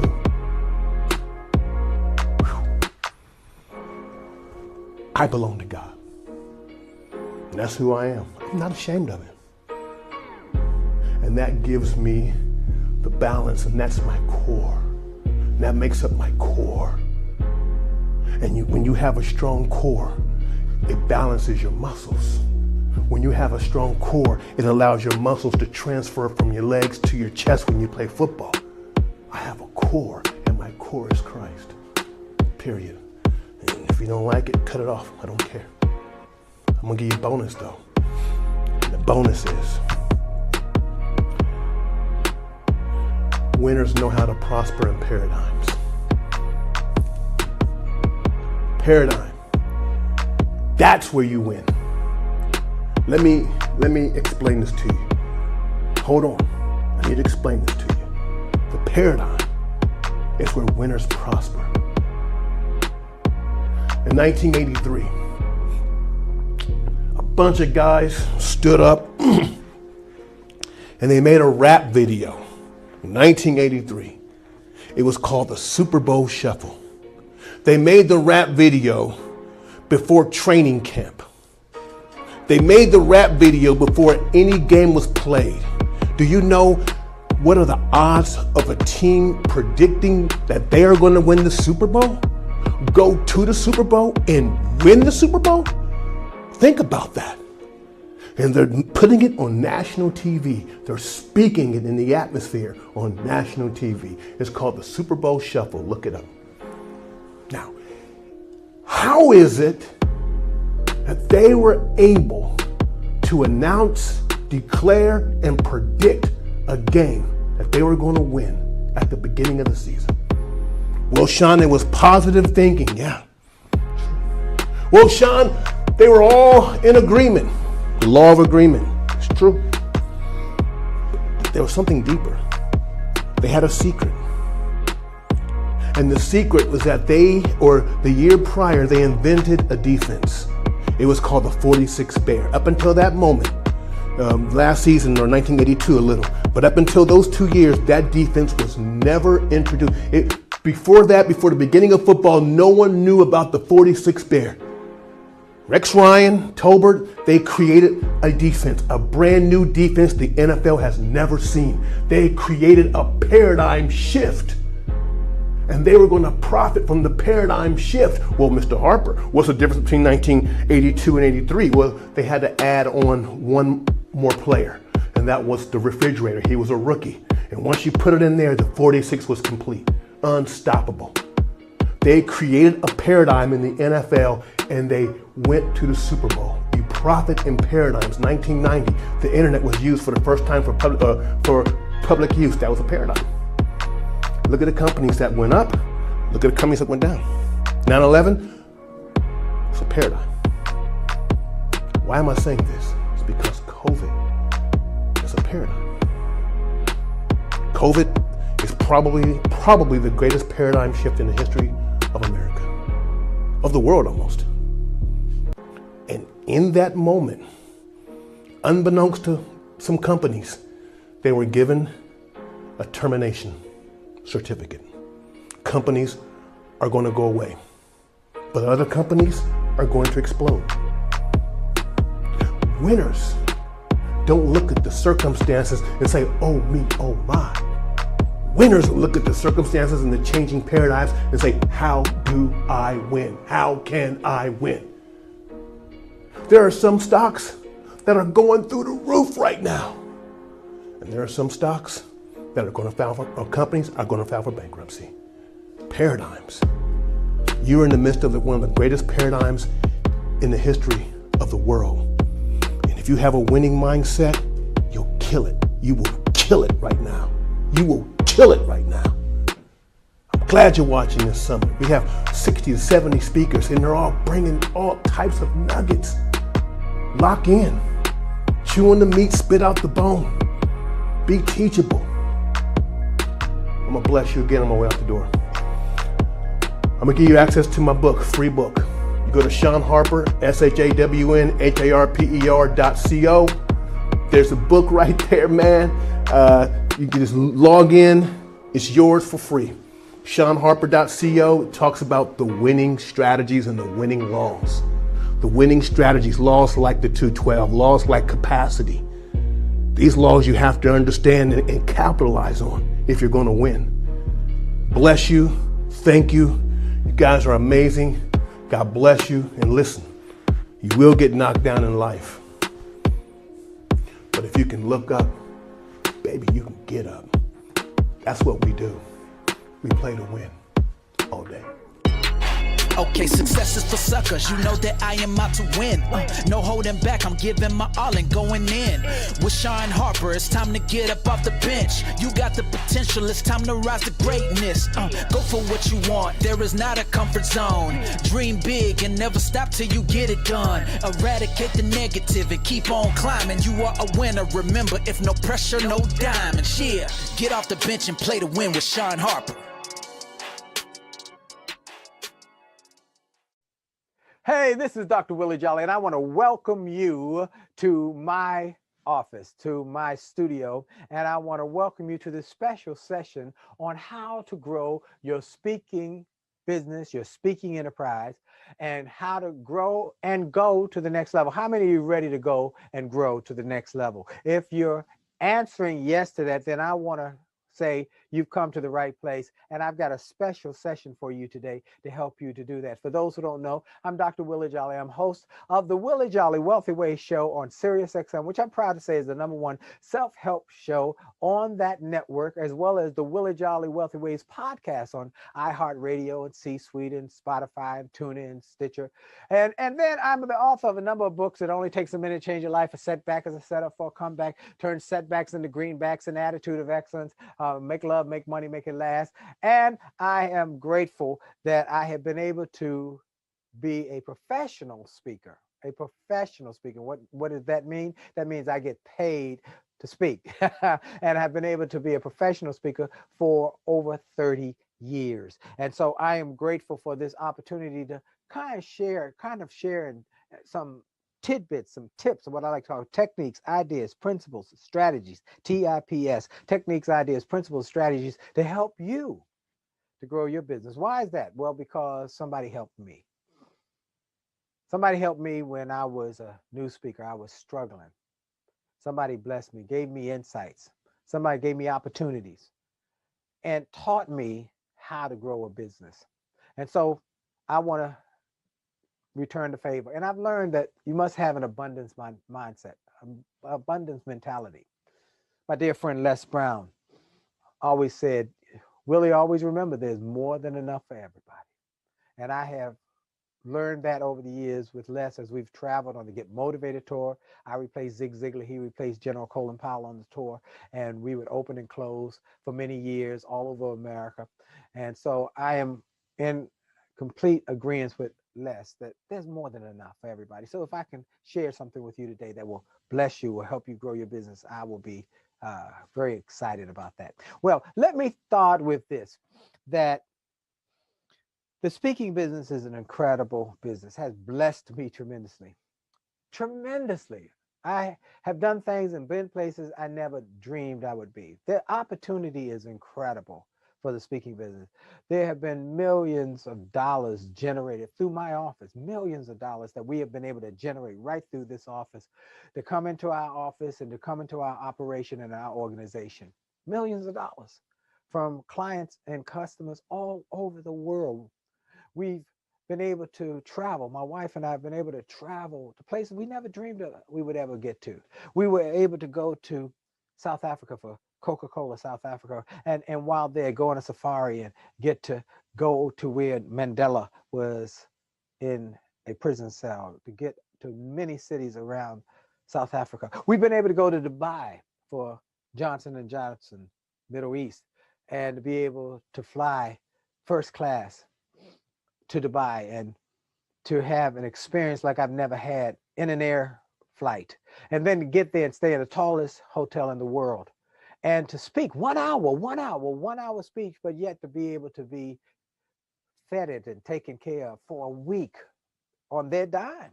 And they were grateful. They said, we are so grateful. Do you want to stay long? I said, I got to go back. And to be able to go to Japan and the Caribbean and Paris and to see and experience things that I could not believe. And to be able to generate more money in 1 hour than I used to make in 1 year. Wow. See, I used to be a nightclub singer. These are some of the awards I won as a nightclub singer, best jazz singer, best entertainer. And to be able to make now as a speaker more money in 1 hour than I used to make in a year. It's mind-boggling. But this is from a guy who showed you that I did not come from a place where I had a golden, silver, bronze spoon in my mouth, but someone who learned how to grow a business from some wise mentors. And that's what I want to talk to you about. And it almost didn't happen to be. It didn't happen. It almost didn't happen to come to be because I almost messed up. See, when I was a new speaker, I kept hearing about this guy who was helping speakers become millionaires. I kept hearing about him, I'm making $150 a speech at that point, speaking to schools and a couple education groups, $150 a speech. And I kept hearing about this guy who was making millionaires, and I kept hearing about it over and over. And I called his office, and the lady said, yes, it's true. And she named some of the people who had been through his course. I said, what? What? And she said, they weren't millionaires when they came, but they're millionaires now. I said, wow. I said, you know what? I got to come to that course. And I said, ma'am, when is the next event? She said, we got one coming up in about 3 weeks. In fact, it's the last one of the year he's going to do. And we got 2 seats left. I said, what? I said, one of those seats is mine. One of those seats is mine. How much is it? And I'm thinking it's going to be $500, $700, $1,000 maybe. She said, it's $10,000. I said, what did you say? She said, $10,000 for a couple of days. $10,000. Yes, sir. And I was getting ready to hang up and say, Forget that. I learned it on my own. I learned it on my own. I don't need it. But something inside of me said, don't do it. Don't mess up. This is not the time to make that decision. I said, ma'am, tell me a little more. She told me a little more about what I would be involved in and what he would teach me and how he would mentor me. And I said, ma'am, I'm coming. I'm going to send you a deposit. Now, I only had $200 in my bank account at that point. I'm going to send you a deposit. I'm going to send you a check, and I'll send you the rest shortly. And I sent the $200 check, and then I went to work. I begged, I borrowed, I didn't, well, no, I didn't steal. I almost stole, but no, I didn't steal. I begged her to borrow, but I didn't steal. But I got that $10,000 up. And I went to that event. And I came back with a new mindset. And I quickly made my first $100,000. And then from there, I was off to the races. And the next year when he had the seminar, I not only went, but I took my wife and I wrote a check for two of us. You hear I say I wrote a check for two of us and sent it. And when it went up to $15,000, I wrote a check for two of us and sent it. Because I learned in that process that I almost hurt my own future. I almost killed my own possibilities by being small-minded and cheap, to be honest with you. And I was able to make a wise decision. What I learned in that is this: there's a price for success. There's a price to go to school, price to go to college, price to go to any kind of trade program. There's a price for success, learning how to be a success. And then there's a cost for not being willing to pay the price. The cost of staying the same, being in the same place next year as you are this year, wasting time. Let me tell you something I know about everybody who's watching right now. I know about you. I know that you can make more money. You can make more money, but let me tell you what I also know. You cannot make more time. You cannot make more time. You cannot make one more second per day. There are 1,440 minutes per day. You can't make one more minute, one more second. So when your time is up, your time is up. And so you got to make the most of this time that you've been given, every moment, because you don't know how long you're going to be here. And you can make money, but you can't make time. So you got to make the most of it. And I'm grateful that I had a wise moment where I said yes, and I went to that seminar. And so today I want to give you some basics, some of the basics that I teach in my Speaker Basics program that will help you. Now, I'm going to start with this. This is a football. This is a football from Florida State University. My son was a Florida State fan, and Coach Bobby Bowden signed it, and my son has kept it. And I want to tell you about this football because this is a football. Now, Vince Lombardi, the great coach of the Green Bay Packers, who the Super Bowl trophy is named after, the Vince Lombardi trophy, he did something very odd after winning the first Super Bowl. The next year, at the first day of training camp, when these guys come in there, they just won the first Super Bowl. They were all pumped up. They're all excited, ready for a new season. And he started with the first thing out of his mouth that he came to the guys and said, "Gentlemen, this is a football." They said, "We know it's a football. We won the championship." He said, "I know, but we're going to start at the basics like I did last season. I started with the basics that I want you to know this is a football and we are football players. And let me tell you how the game is played and the bylaws and the rules and the regulations." And how, they said, the basics. Because if you don't have the basics and you don't remember the basics and you're not clear on the basics and you're not sound in the fundamentals, you'll never win a championship. And so today I want to give you some of the basics, the foundational points that will help you grow your success and your possibilities and understand how powerful it is. One of the basics that I've learned, and I told you the story about the guy who became my mentor, is that you are in a place right now where you could be the next big multi-million-dollar earning speaker. But there are a lot of people who can give a great talk, who got a gift for gab, who can just spin a message, but don't know how to monetize it, don't know how to make money from it. And that's where I want to talk to you, because you need mentors. 2 ways to get to any goal. Write this one down. 2 good ways to get to any goal: mentors and mistakes. Now, both will probably get you there eventually, but one gets you there quicker, faster, with less heartaches and headaches, and that's a mentor. And that's why I'm grateful that I have had great mentors over these 30 plus years who have empowered me, inspired me, and taught me, and showed me where the potholes were, where the bumps in the road were. So you got to get good mentors. So remember, mentors versus mistakes. Another thing you must understand is that where there's an opportunity, you understand that there will be some challenges. Now, here's some of the challenges. Now, I told you the opportunity that you can make millions of dollars in this business. You don't have to be the brightest bulb in the pack. I was a nightclub singer, but I was willing to learn from wise mentors. But then there's the problems that will come as a result of the opportunities. One of the problems is that most people who start out in the speaking business fail. Yeah. Statistics show, as I said, I'm a leadership position with the National Speakers Association, and I'm with the Speakers Association. Let's look at what I've been able to accomplish in these 30 years. I've been named one of the top 5 speakers in the world by Toastmasters International, 175,000 members of Toastmasters. Only 50 people have been given that award. Colin Powell, Norman Schwarzkopf, Nelson Mandela, Margaret Thatcher, Christopher Reeve, Les Brown, Zig Ziglar. I've been inducted in the Speaker Hall of Fame. I've been named one of the legends of the speaking industry. I've been named one of the top 5 leadership speakers in the world. I've been grateful for all those things. And now I'm the chair of the NSA CPAE Hall of Fame Leadership Council, first African American to be able to get that honor. Okay, so we got that. Now, here's what I've learned. That of the speakers who come into this business, 30% fail in the first year. Give up. Done. 30 more percent fail in the second year. Give up. Done. Can't sustain it. And we find that in getting to the 6-figure, 7-figure level, less than 10% are able to do that.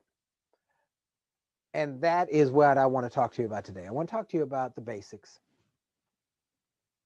and the ABCs of speaking. First, I want to talk about the ABCs. A stands for attitude and action. Yes, it's critical about your attitude.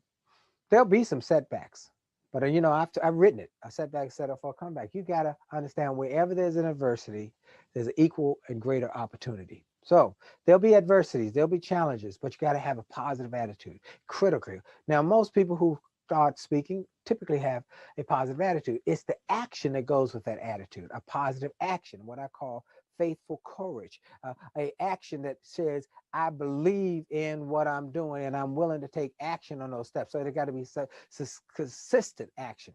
Number 2 is B.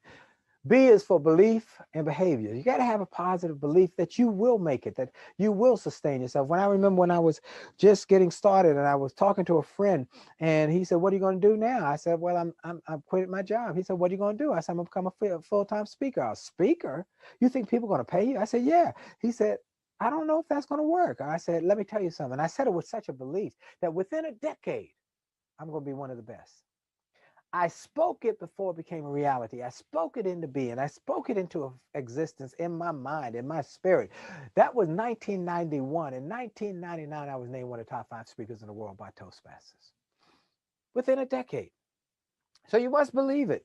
But then you must have behaviors that go along with your belief, which is different than the action. It's the behaviors you do every day. Every day I would get up at a certain time. Every day I would make a number of calls. I would make a number of sales calls. I would check it out. Even when I was tired, I'd always make that number. Oh, I got to hit that number. I'm tired. Keep going, because these are the behaviors you got to get to that will make you successful. You've got to market. You got to network. You got to get the word out. You got to write the books. You got to do the television and radio. You might be tired. Got to do it. These are behaviors you got to do over and over again until they become habit.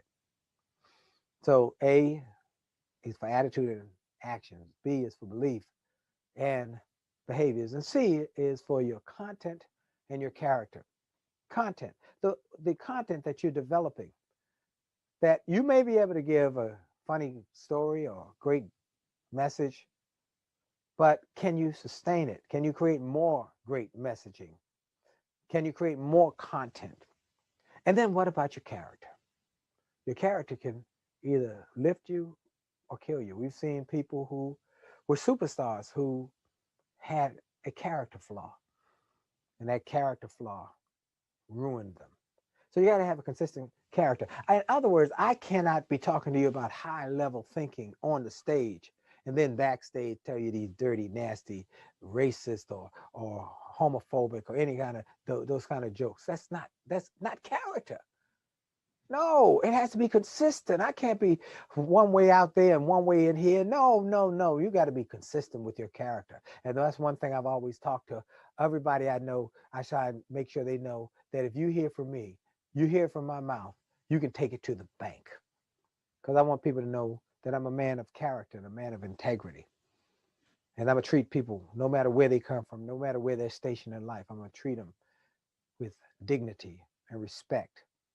About your character. So content, what you're going to talk about, and your character, what you bring with that talk. And so you're going to have the ABCs. You're going to have some understanding about what it's going to take to understand the basics. And then you're going to need to know about how important it is to speak, not to impress, but to speak to inspire. Oh, that's one of my catchphrases. I've had speakers who've come up to me who've been speaking 20, 30 years who said that one line changed it. That was worth it while I came to hear you speak at a chapter for the speakers or for events for speakers. Speak not to impress, speak to inspire. You know, when you're speaking, often you'll have some nervousness. You'll have those butterflies flying around. You know what I'm talking about, the butterflies. And what I've learned is many people are nervous and they're trying to impress the audience, to make people like them. And there'll be some person over in the corner who doesn't like them, or they'll be working hard and they're trying to impress them, make them like them. And what I learned is that my career exploded. It shot up like a rocket when I learned this principle. Speak not to impress, speak to them, inspire them. Because see, if my goal is to impress them, I might give them a lot of fluff, but nothing of value. But I speak to inspire them. They'll leave with a confidence that they can do some of the things that I've told them that they could do. And that they'll do it with a spirit and a commitment to excellence. See, those butterflies, when you speak to impress, the butterflies will fly. But when you speak to inspire, the butterflies will fly in formation. And then when you do that, you won't be worried about impressing. Let me tell you something, in fact, about impressing people that my friend Les Brown, this is something that all speakers should know. Many young speakers don't know. They see that one person over in the corner, arms folded. You tell them their jokes and then nothing happens. I'm giving them and they take all their energy trying to make this one person or these group of people who are not feeling them, love them, and ignore the rest of the group. Well, let me tell you what I've learned over the years. That if you speak to 10 people, 3 of them are going to like you because you showed up. 3 of them are going to like you because of what you say. 3 of them are going to like you for the way you say what you say. And 1 of them is not going to like you no matter what you do or say. So with that in mind, speak to the ones who are already in your camp. Focus on them. Don't dwell on the one who, no matter what you do or say, they're not going to like you. That 1%. That 1%. 10% or 10% actually. 1% is 1 person out of 10, but 10% of that audience. So 10%, 30% are going to love you. Well, no matter what, 30% are going to love you for what you say. 30% are going to love you by the way you say what you say, and 10% are not going to love you no matter what you say or do. So just go forward and have a mindset. I remember speaking one time, and I was in a room, and a lady was, and but I kept that in mind, and I kept on speaking and inspiring other people. And at the end of my speech, when it was time to sign books, this lady was the first one in line. She said, "That was the best speech I ever heard." I said to myself, "Why didn't you tell your face?" So don't dwell. You never know. So finally, I want to talk to you about the fact that, as I started with, impact. Because wherever you have impact, you'll create income. Write that one down. If you ever have impact, you will create income. And I've been trying to impact people, but not just my audiences on television and radio in my speaking, but also I've been trying to impact people who are doing this industry, who want to be great speakers. And I'm very grateful. I've had the influence on a number of great speakers who were not speakers when they started with me, who came to me, or I mentored, or came to my speaker boot camp, or took one of the programs I recommended from our office and get that, do that. And they did it. And then they came to my boot camp and they did that. And they came and maybe got some personal coaching and they did that. Well, let's look at a few of them. Simon T. Bailey, met him at Disney. I was speaking at an event. He was working for Disney. He said, I want to do what you're doing. I told him what to do. And he listened and he did it. Today, he's in the Speaker Hall of Fame. Walter Bond was a former basketball player with the Timberwolves, who called me on the phone one day and said, I want to do what you do. I've heard nothing but great things about you. Everybody says you're willing to help. What should I do? And I told him what to do. He did it. He's in the Speaker Hall of Fame. Delatoro McNeil. Y'all know Delatoro McNeil. Delatoro was a student at University of South Florida, and USF.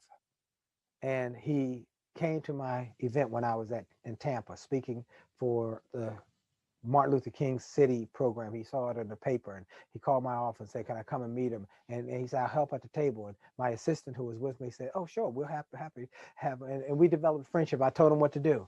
He came to boot camp. He's gone to programs. He's done everything I've told him to do. He now is the youngest certified CSP, certified speaking professional ever. And I believe he's on his way to the Speakers Hall of Fame really soon.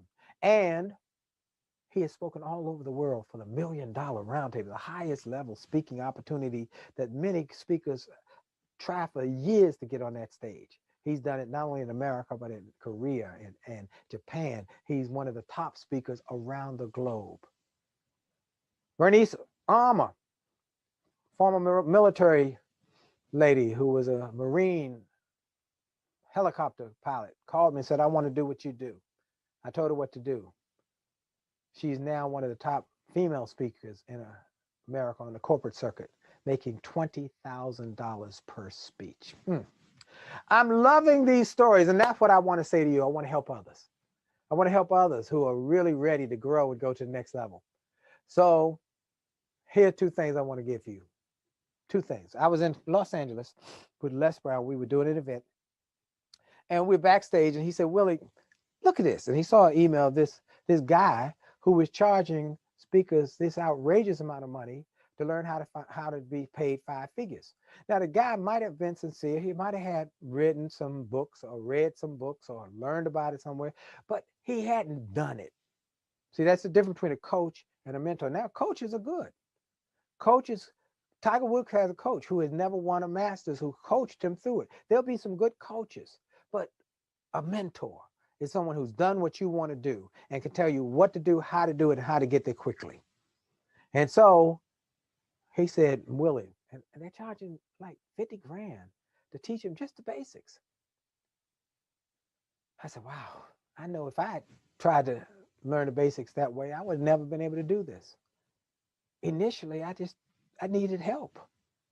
I said, I'm gonna do something about it. So I went back home and I did a training, a 3-hour training, and we recorded it, called Speaking Basics, 3 hours on the basics of speaking, marketing, media, books, publishing, all the things I've been able to do, basics. And I said, you know what I'm gonna do? I'm gonna take all of that stuff that others might be charging $50,000 for.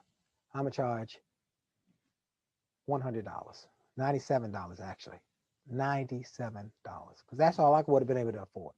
So if you go to youcanspeaknow.com, youcanspeaknow.com, go there and get that training, $97, and bless somebody else after you've done it.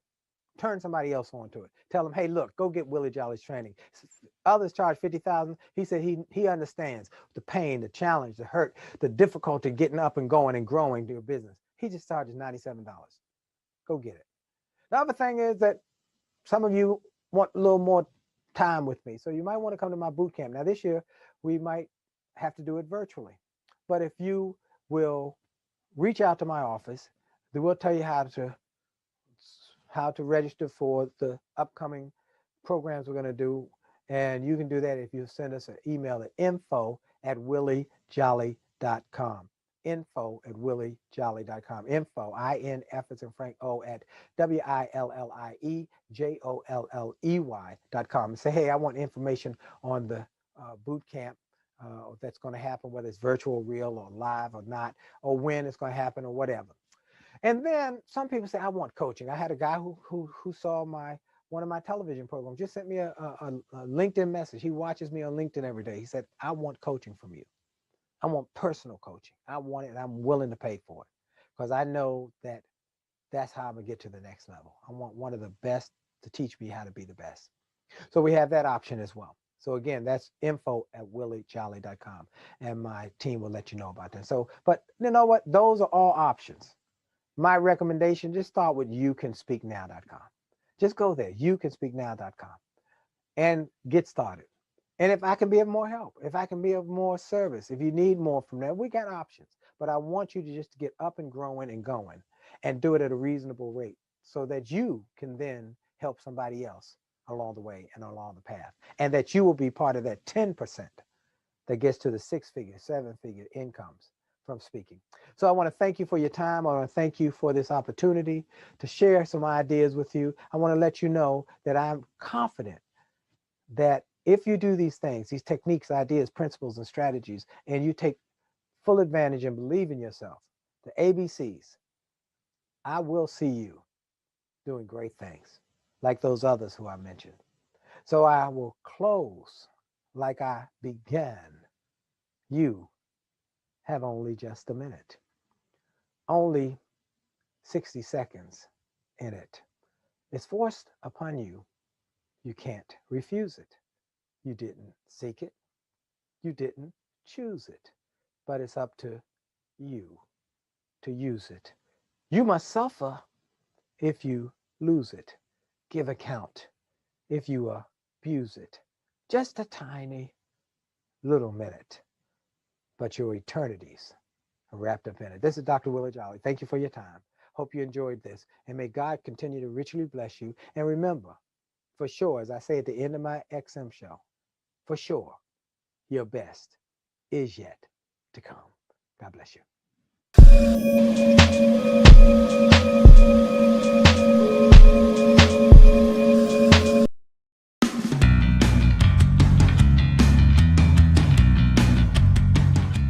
Living in the fast lane. It used to be the alarm rings and you hop out of bed. A quick shower, grab a cup of coffee and hightail it on the highway, and another day is off and running. It seems we all have experienced, one time or another, a full throttle sensation of doing what we enjoy. However, today, facing many challenges that you've never experienced before has created a feeling of being stuck. So wouldn't it be amazing to wake up feeling exhilarated with determination and self-motivation as you reach your destination?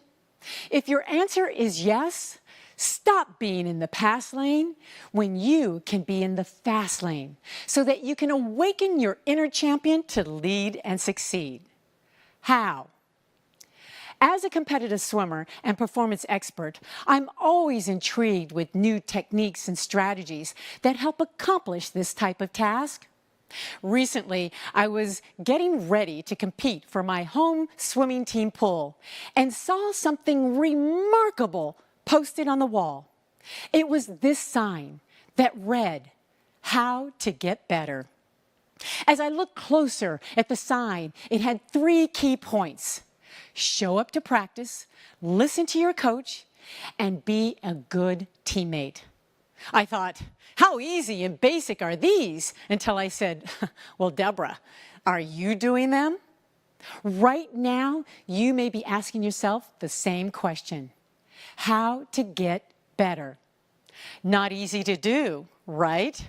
Well, I'm here today to share with you it's time to believe that to get better at anything important to you is possible. Nothing changes until you change. It's just a matter that we need to slow down to speed up and look at each of these 3 key points so that even during challenging times, you can live and accelerate in the fast lane. So let's drive your ambitions forward to what's important to you. Better at living the life you want. Maybe as a better friend, better at your job or your career, being a better person, or even better as a comeback champion. Show up for practice or practice showing up. 80% of your success comes directly from showing up to practice. Champions are made in practice, not just on game day. Now, I understand just the thought of practicing may hinder many of us from showing up. I get it. The truth is, we are practicing all the time, whether consciously or unconsciously. Right now, you're probably practicing in the workplace without even being in the workplace. But the best part about practicing, you gain confidence, which in turn helps you get better. What are you practicing right now? You're going to need it in order to get control of any situation. As a young kid, I remember growing up in a small trailer, a small 16-foot aristocrat trailer with my family of 5. Okay, not as cute as this trailer, but it was this trailer. My dad, who just got out of the military, was looking for a job, and he could not afford a trailer for our family to live in. But as kids, we actually had fun living in a trailer. Sometimes we thought we were actually celebrities, and we would just say to our friends, step into our trailer. However, the longer we lived in the trailer, the harder it was for all of us. It was crowded. So crowded, our refrigerator had to be on the outside of the trailer. There were times I would even cry because I couldn't have my own bedroom or my own bathroom like a lot of my friends. But my parents would tell us, we understand how you feel. But sometimes in life, things happen for a reason. But if you reframe the situation by taking what you learn and believe things will get better, they will. And then they said, be proud of what you have accomplished. Now be proud of what you're about to accomplish. Looking back at my childhood life, living in a trailer actually turned out pretty good. A wonderful family memory that I enjoy talking about today because it helped me prepare for life. And it all came down from what I practiced every day. Discipline, self-motivation, being positive, organized, resilient, appreciative, and even being vulnerable. Life skills that awakened my inner champion to lead and succeed today. And an interesting word that continues to remind me to take practicing seriously was what my parents said. Things happen for a reason. See, having a reason is the key to help awaken your inner champion. You must have a reason to show up for practice.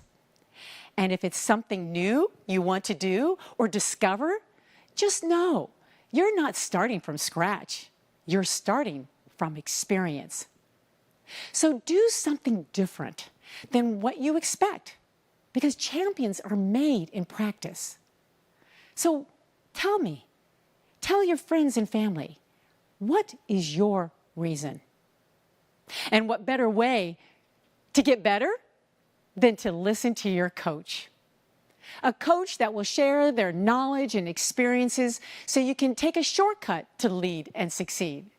Coaches have the quality of thought and action to help you see what you can't. They can give you the feedback needed to help you reach your destination. And trust me, they want to tell you. They will find the little things that matter in more ways than you possibly could even expect. I experienced that firsthand back in my old college days. As a student athlete in college at Arizona State University, I didn't get a chance to have a regular job, but the athletic department did take on student athletes on campus. And my job was to actually be the PA, the public address announcer, for the games, the basketball, football, volleyball games. And the first job that I had was in the activity center on campus that seat 14,000 people. I call this my very first speaking gig. The night of the game, I walked in to this huge arena packed with fans from all sides of the world, it seemed like to me. The team, Arizona State University Sun Devils, against their rivalry, the University of Arizona Wildcats. And as I walked in, I also noticed not only was my voice going to be heard around the arena, but CBS Sports was televising it nationwide. I was so nervous. But I looked at the official in the middle of the court, and he looked at me and said, "Start the game." And that's exactly what I did. Ladies and gentlemen, now please welcome your Arizona State Wildcats. And then I just noticed I announced the wrong mascot. You could not hear a pin drop in that entire arena. And then all of a sudden, boo, boo. Pepsi cups were being thrown at me. Popcorn was being thrown at me. I was so embarrassed, completely embarrassed, to where I crawled underneath the table. And then all of a sudden, my coach actually put his hand on top of mine and said, "Deborah, it's okay. It's okay. Just keep going." Which gave me some strength and some confidence to come from the bottom of the table to the top and put my big headsets back on and continued the game. And little by little, the boos subsided. And before you know it, everyone forgot. If you don't have a coach, how about a mentor? Either way, they're there to support you in the good and the bad. And I'm not just talking about a mentor that is close to you, like your mother or your father or your boss. I'm talking about a mentor that could help you see a more objective side. If you are in the world of sales, this would apply to your client or customer. Ask yourself this question: who is your favorite client or customer? They like you, you like them. Ask them to be your mentor. Now, here's another question, but I want you to be very honest. How many of you have a nightmare of a client or customer? Yes, we all have experienced a few of those, right? We may even been one before. Well, ask them to be your mentor. Yes, think about this. How much you have learned from them, and what better way to have them on your side? If you ask your nightmare of a client to be your mentor, watch how they respond. Me? I would be delighted. Who would you like as a coach or mentor? Tell them. Allow them to show you the way but please remember, you must listen to them. And thirdly, be a good teammate. See, no matter how good you are at your craft, you need to be good and helpful to your teammates. It's great to be a leader, but you don't have to be a leader all the time. Being a good teammate plays whatever role is needed. Being flexible within that role, or when it's time to change that role, helps everyone win. My speaking coach, Lou Heckler, mentioned a great example the other day.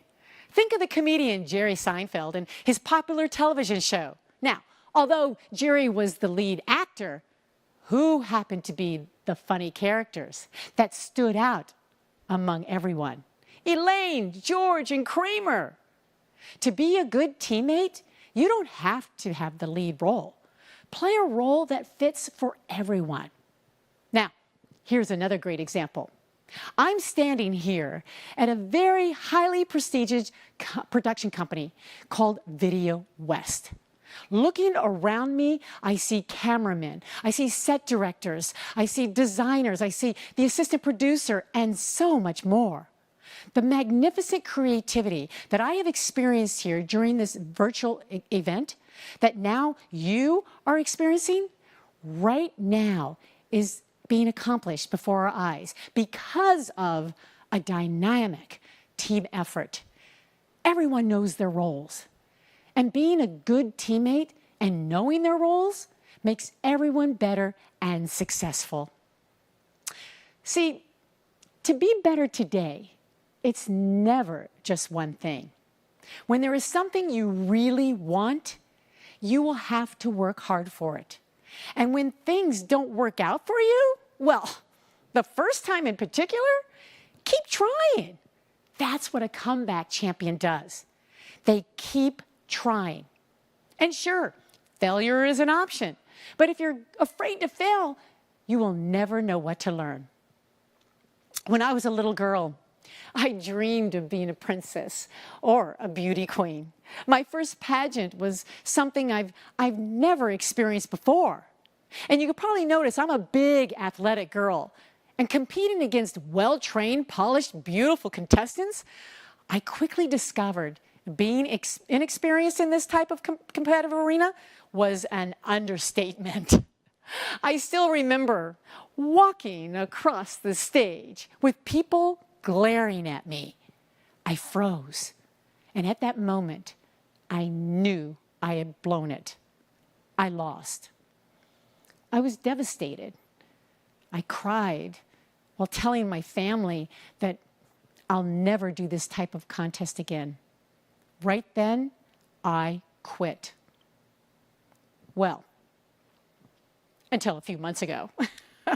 I posted a big birthday milestone celebration on social media because I was eager to set new goals. And I thought, I'm going to put it out there to the world to hold myself accountable to see what happens. At this time of my life, I figured there's no age limit to living in the fast lane. It was time to wear my confidence crown by believing and proving to myself that if I can compete in a pageant again, maybe, just maybe, I could become a comeback champion. And sure enough, looking at this sign, how to get better, every single day, I wanted to make that happen. I showed up for practice, and I practiced, and I practiced. I listened to my coach and held hands with the contestants who I considered my teammates. And then all of a sudden, I heard my name. Deborah Gardner. I won! Why do I share this with you? In life, things around you will change, and they will challenge you. You will be fearful. You may even be completely terrified to try something you want or even what you want to become. But bottom line, if there is something truly important to you, just try. And then try again and again and again. Reflecting on my first pageant as a young girl, I felt like a complete flop. But the truth is, it was just my time to learn and grow. The hardest races are the best races. And now I consider myself a comeback champion. What about you? What can you do to become a comeback champion? Determination applies to all of us. What is your desire? I know you can do amazing things. In life, the biggest risk is standing still. Instead, keep moving. You just have to put things into action to determine what really works for you. Action equals results. No action equals results. It just depends on what kind of results you want. Today, there is no need to live in the past lane. Live your life in the fast lane. Accelerate in the fast lane. Believe in you. If you believe, you will receive the power to make things happen. So get up and dive in with these 3 key points. Show up to practice, listen to your coach, and be a good teammate. And like my wonderful parents said to me, I'd like to say to you, be proud of what you have accomplished. And now be proud of what you're about to accomplish.